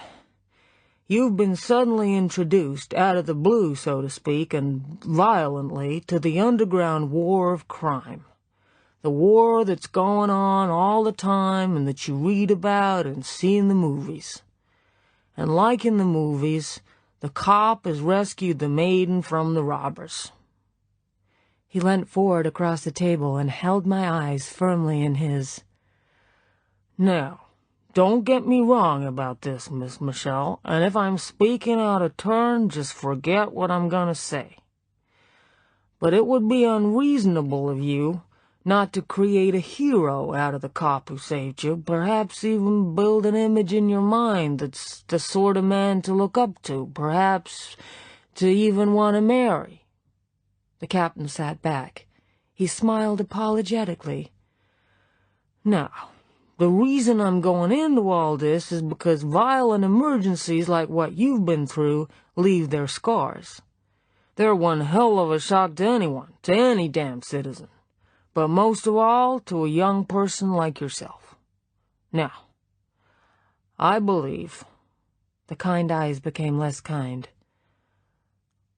I have good reason from the reports of my officers to believe that you had intimate relations with Commander Bond last night. I'm afraid it's one of our less attractive duties to be able to read such signs. Captain Stoner held up his hand. Now, I'm not prying any more into these private things, and they're none of my business, but it would be perfectly natural, well, almost inevitable, that you might have lost your heart, or at any rate part of it, to this personable young Englishman who just, saved your life. The sympathy in the fatherly smile was edged with irony. After all's said and done, that's what happens in the books and the movies, isn't it? So why not in real life? I stirred impatiently, wanting this stupid lecture to finish, wanting to be gone. Now, I'm coming to the end very quickly, Miss Michel, and I know you think I'm being very impertinent, but ever since I got past middle age on the force, I've been interested in what I call postnatal care after a case like this, particularly when the survivor is young and might be damaged by what the young person has been through. So, I want to leave one thought with you, if I may, and then wish you the best of luck and a happy journey on that crazy little scooter thing of yours. It's just this, Miss Michel. Captain Stoner's eyes continued to look into mine, but they had lost focus. I knew I was going to hear something from the heart. This is a rare thing between generations, between grown-ups and children. I stopped thinking of getting away, and I paid attention. This underground war I was talking about, this crime battle that's always going on, whether it's being fought between cops and robbers or between spies and counter-spies, this is a private battle between two trained armies, one fighting on the side of the law and of what his own country thinks is right, and one belonging to the enemies of these things. Captain Stoner was now talking to himself. I imagined that he was reciting something he felt very strongly about. Perhaps had said in speeches or in an article in some police magazine.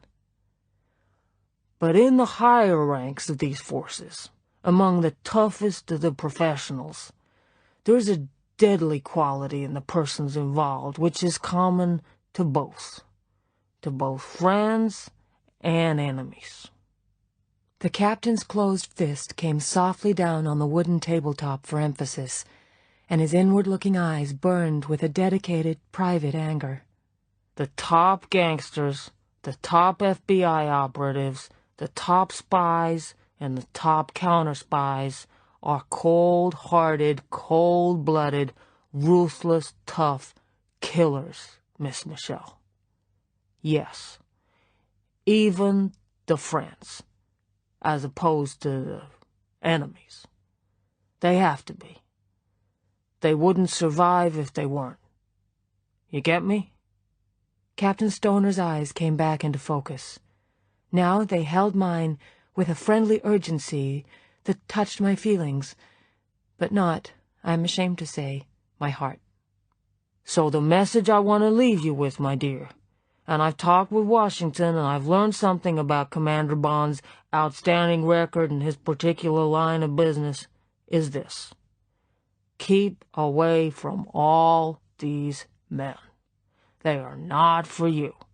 Whether they're called James Bond or Slugsy Morant, both these men and others like them belong to a private jungle into which you've strayed for a few hours and from which you've escaped. So don't go and get sweet dreams about the one or nightmares from the other. They're just different people from the likes of you.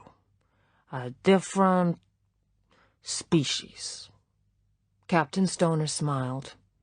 Like hawks and doves, if you'll pardon the comparison. Get me?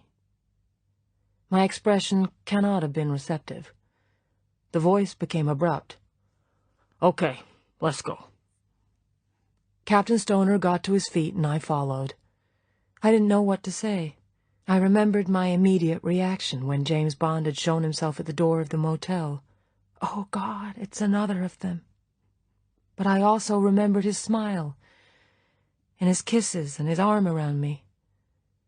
I walked meekly beside this large, comfortable man who had come out with these kindly meant thoughts, and all I could think was that I wanted a big lunch, and then a long sleep at least 100 miles from the dreamy Pines motor court. It was 12 noon by the time I got away. Captain Stoner said I was going to have a lot of trouble from the press, but that he would stave them off for as long as possible. I could say all I wished about James Bond, except what his profession was and where he could be found. He was just a man who had turned up at the right time and then gone on his way. I had packed my saddlebags, and the young state trooper, Lieutenant Morrow, strapped them on for me and wheeled the Vespa out onto the road. On the way over the lawn, he said, "Mind out for the potholes between here and Glens Falls, miss. Some of 'em are so deep you better sound your horn before you get to 'em. There might be other folks with little machines like this at the bottom of them." I laughed. He was clean and gay and young, but tough and adventurous as well by the looks of him and from his job. Perhaps this was more the type of man I should build dreams about. I said goodbye to Captain Stoner and thanked him. Then, rather frightened of making a fool of myself, I put on my crash helmet and pulled down my saucy fur-lined goggles, got on the machine and stamped on the starter pedal. Thank heavens the little engine fired right away. Now I would show 'em. By design, the rear wheel was still on its stand. I let in the clutch fairly fast and gave a quick push. The spinning rear wheel made contact with the loose surface of the road, and dust and pebbles flew. And I was gone like a rocket, and in 10 seconds through the gears I was doing 40. The surface looked all right ahead, so I took a chance and glanced back and raised a cheeky hand in farewell, and there was a wave from the little group of police in front of the smoking lobby block. And then I was off, down the long, straight road between the 2 sentinel rows of pine trees, and I thought the trees looked sorry to be letting me get away unharmed. Unharmed? What was it the captain of detectives had said about scars? I just didn't believe him. The scars of my terror had been healed, wiped away by this stranger who slept with a gun under his pillow, this secret agent who was known only by a number. A secret agent. I didn't care what he did. A number? I'd already forgotten it. I knew exactly who he was and what he was. And everything, every smallest detail, would be written on my heart forever.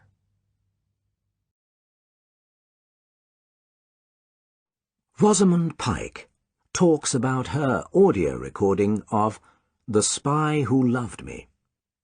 I hadn't read The Spy Who Loved Me, and of course it's very, very different from the film. In fact, the story bears almost no resemblance to the film at all, except for perhaps the villain horror's metal-capped teeth, inspired jaws. Of course, it's an interesting book because it's the only one that's narrated by a woman, and you think, well, why did Ian Fleming, after writing all these Bond books, decide to explore the subjective point of view of a woman. And he does it pretty successfully, I'd say, on the most part. I mean, Bond doesn't actually come in until about page 90, and the first part of the book is taken up almost entirely with this girl's recollections of two very different types of love affairs in England. I mean, they serve as counterpoint for Bond's masculinity when he comes in. It's a kind of female view of masculinity, I suppose, the whole book in a way. One of the things I really love about the book is the fact that Vivian, our heroine, comes from Montreal, which is a city I've spent time in, and strangely enough, I've also done her drive, the drive from Montreal to upstate New York, finishing in and around Albany. Of course, I didn't do it on a scooter, I did it in a hire car, but the journey was the same, and it's just very nice to be exploring, in someone else's words, an experience that you've had yourself. What's really fun about the books is all of Fleming's sort of period precise detail. I really like the fact, I don't know why, that when Vivian decides she's going to take this journey, take this road trip, she goes to Hammersmith to buy her scooter, and suddenly we can picture this Vespa dealer in Hammersmith taking her out on the nearest road, you know, trying to sell her the machine, and then giving her advice on what kind of gear to buy, which must have been something that you know, Fleming was interested in. I also like the descriptions of Vivian's clothes, and I always think there must have been some woman at some point in Fleming's life who inspired these descriptions. You know, there must have been some woman who wore fur-rimmed motorcycling goggles, or some woman who wore black velvet toreador pants that really caught his eye. I think, you know, writers can reveal quite a lot about themselves without really meaning to, even if it was just a sort of passing catch of the imagination. You know, I think probably one of the most striking things about this book is that the villains are perhaps less complex than in some of the other stories, or perhaps I should say they're less arch designers of doom and more petty thugs. They're less clever, in fact, than most of the villains in the other Bond novels. It's also unusual because Bond is on a mission that's not, in fact, a mission. He's just completed a job in Canada, in Toronto, and is just on this road, passing through on his way to Washington, and happens to stumble upon a girl in danger. It's not the normal kind of crisis that an MI6 agent would be sent out to repair, or whatever. It's more the kind of dealing with horror and Slugsy is more the sort of preserve of sort of local police forces, not of a top secret MI6 agent. Least of all 007. It's always fun doing a book like this. I mean, you kind of read the book, and every time a new voice comes in, you think, oh my God, why couldn't he just be English? Why does he have to be Welsh? Or whatever the, you know, particular dialect that the writer has blithely chosen, never foreseeing that someone's going to have to voice that character one day.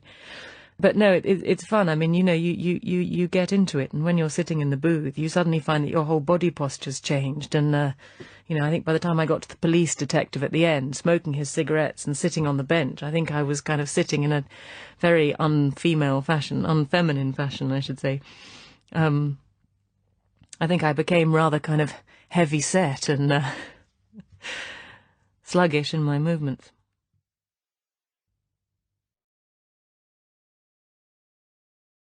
The Spy Who Loved Me by Ian Fleming was read by Rosamund Pike. It was produced by Lucy Fleming and directed by Enid Williams. The book was first published in 1962.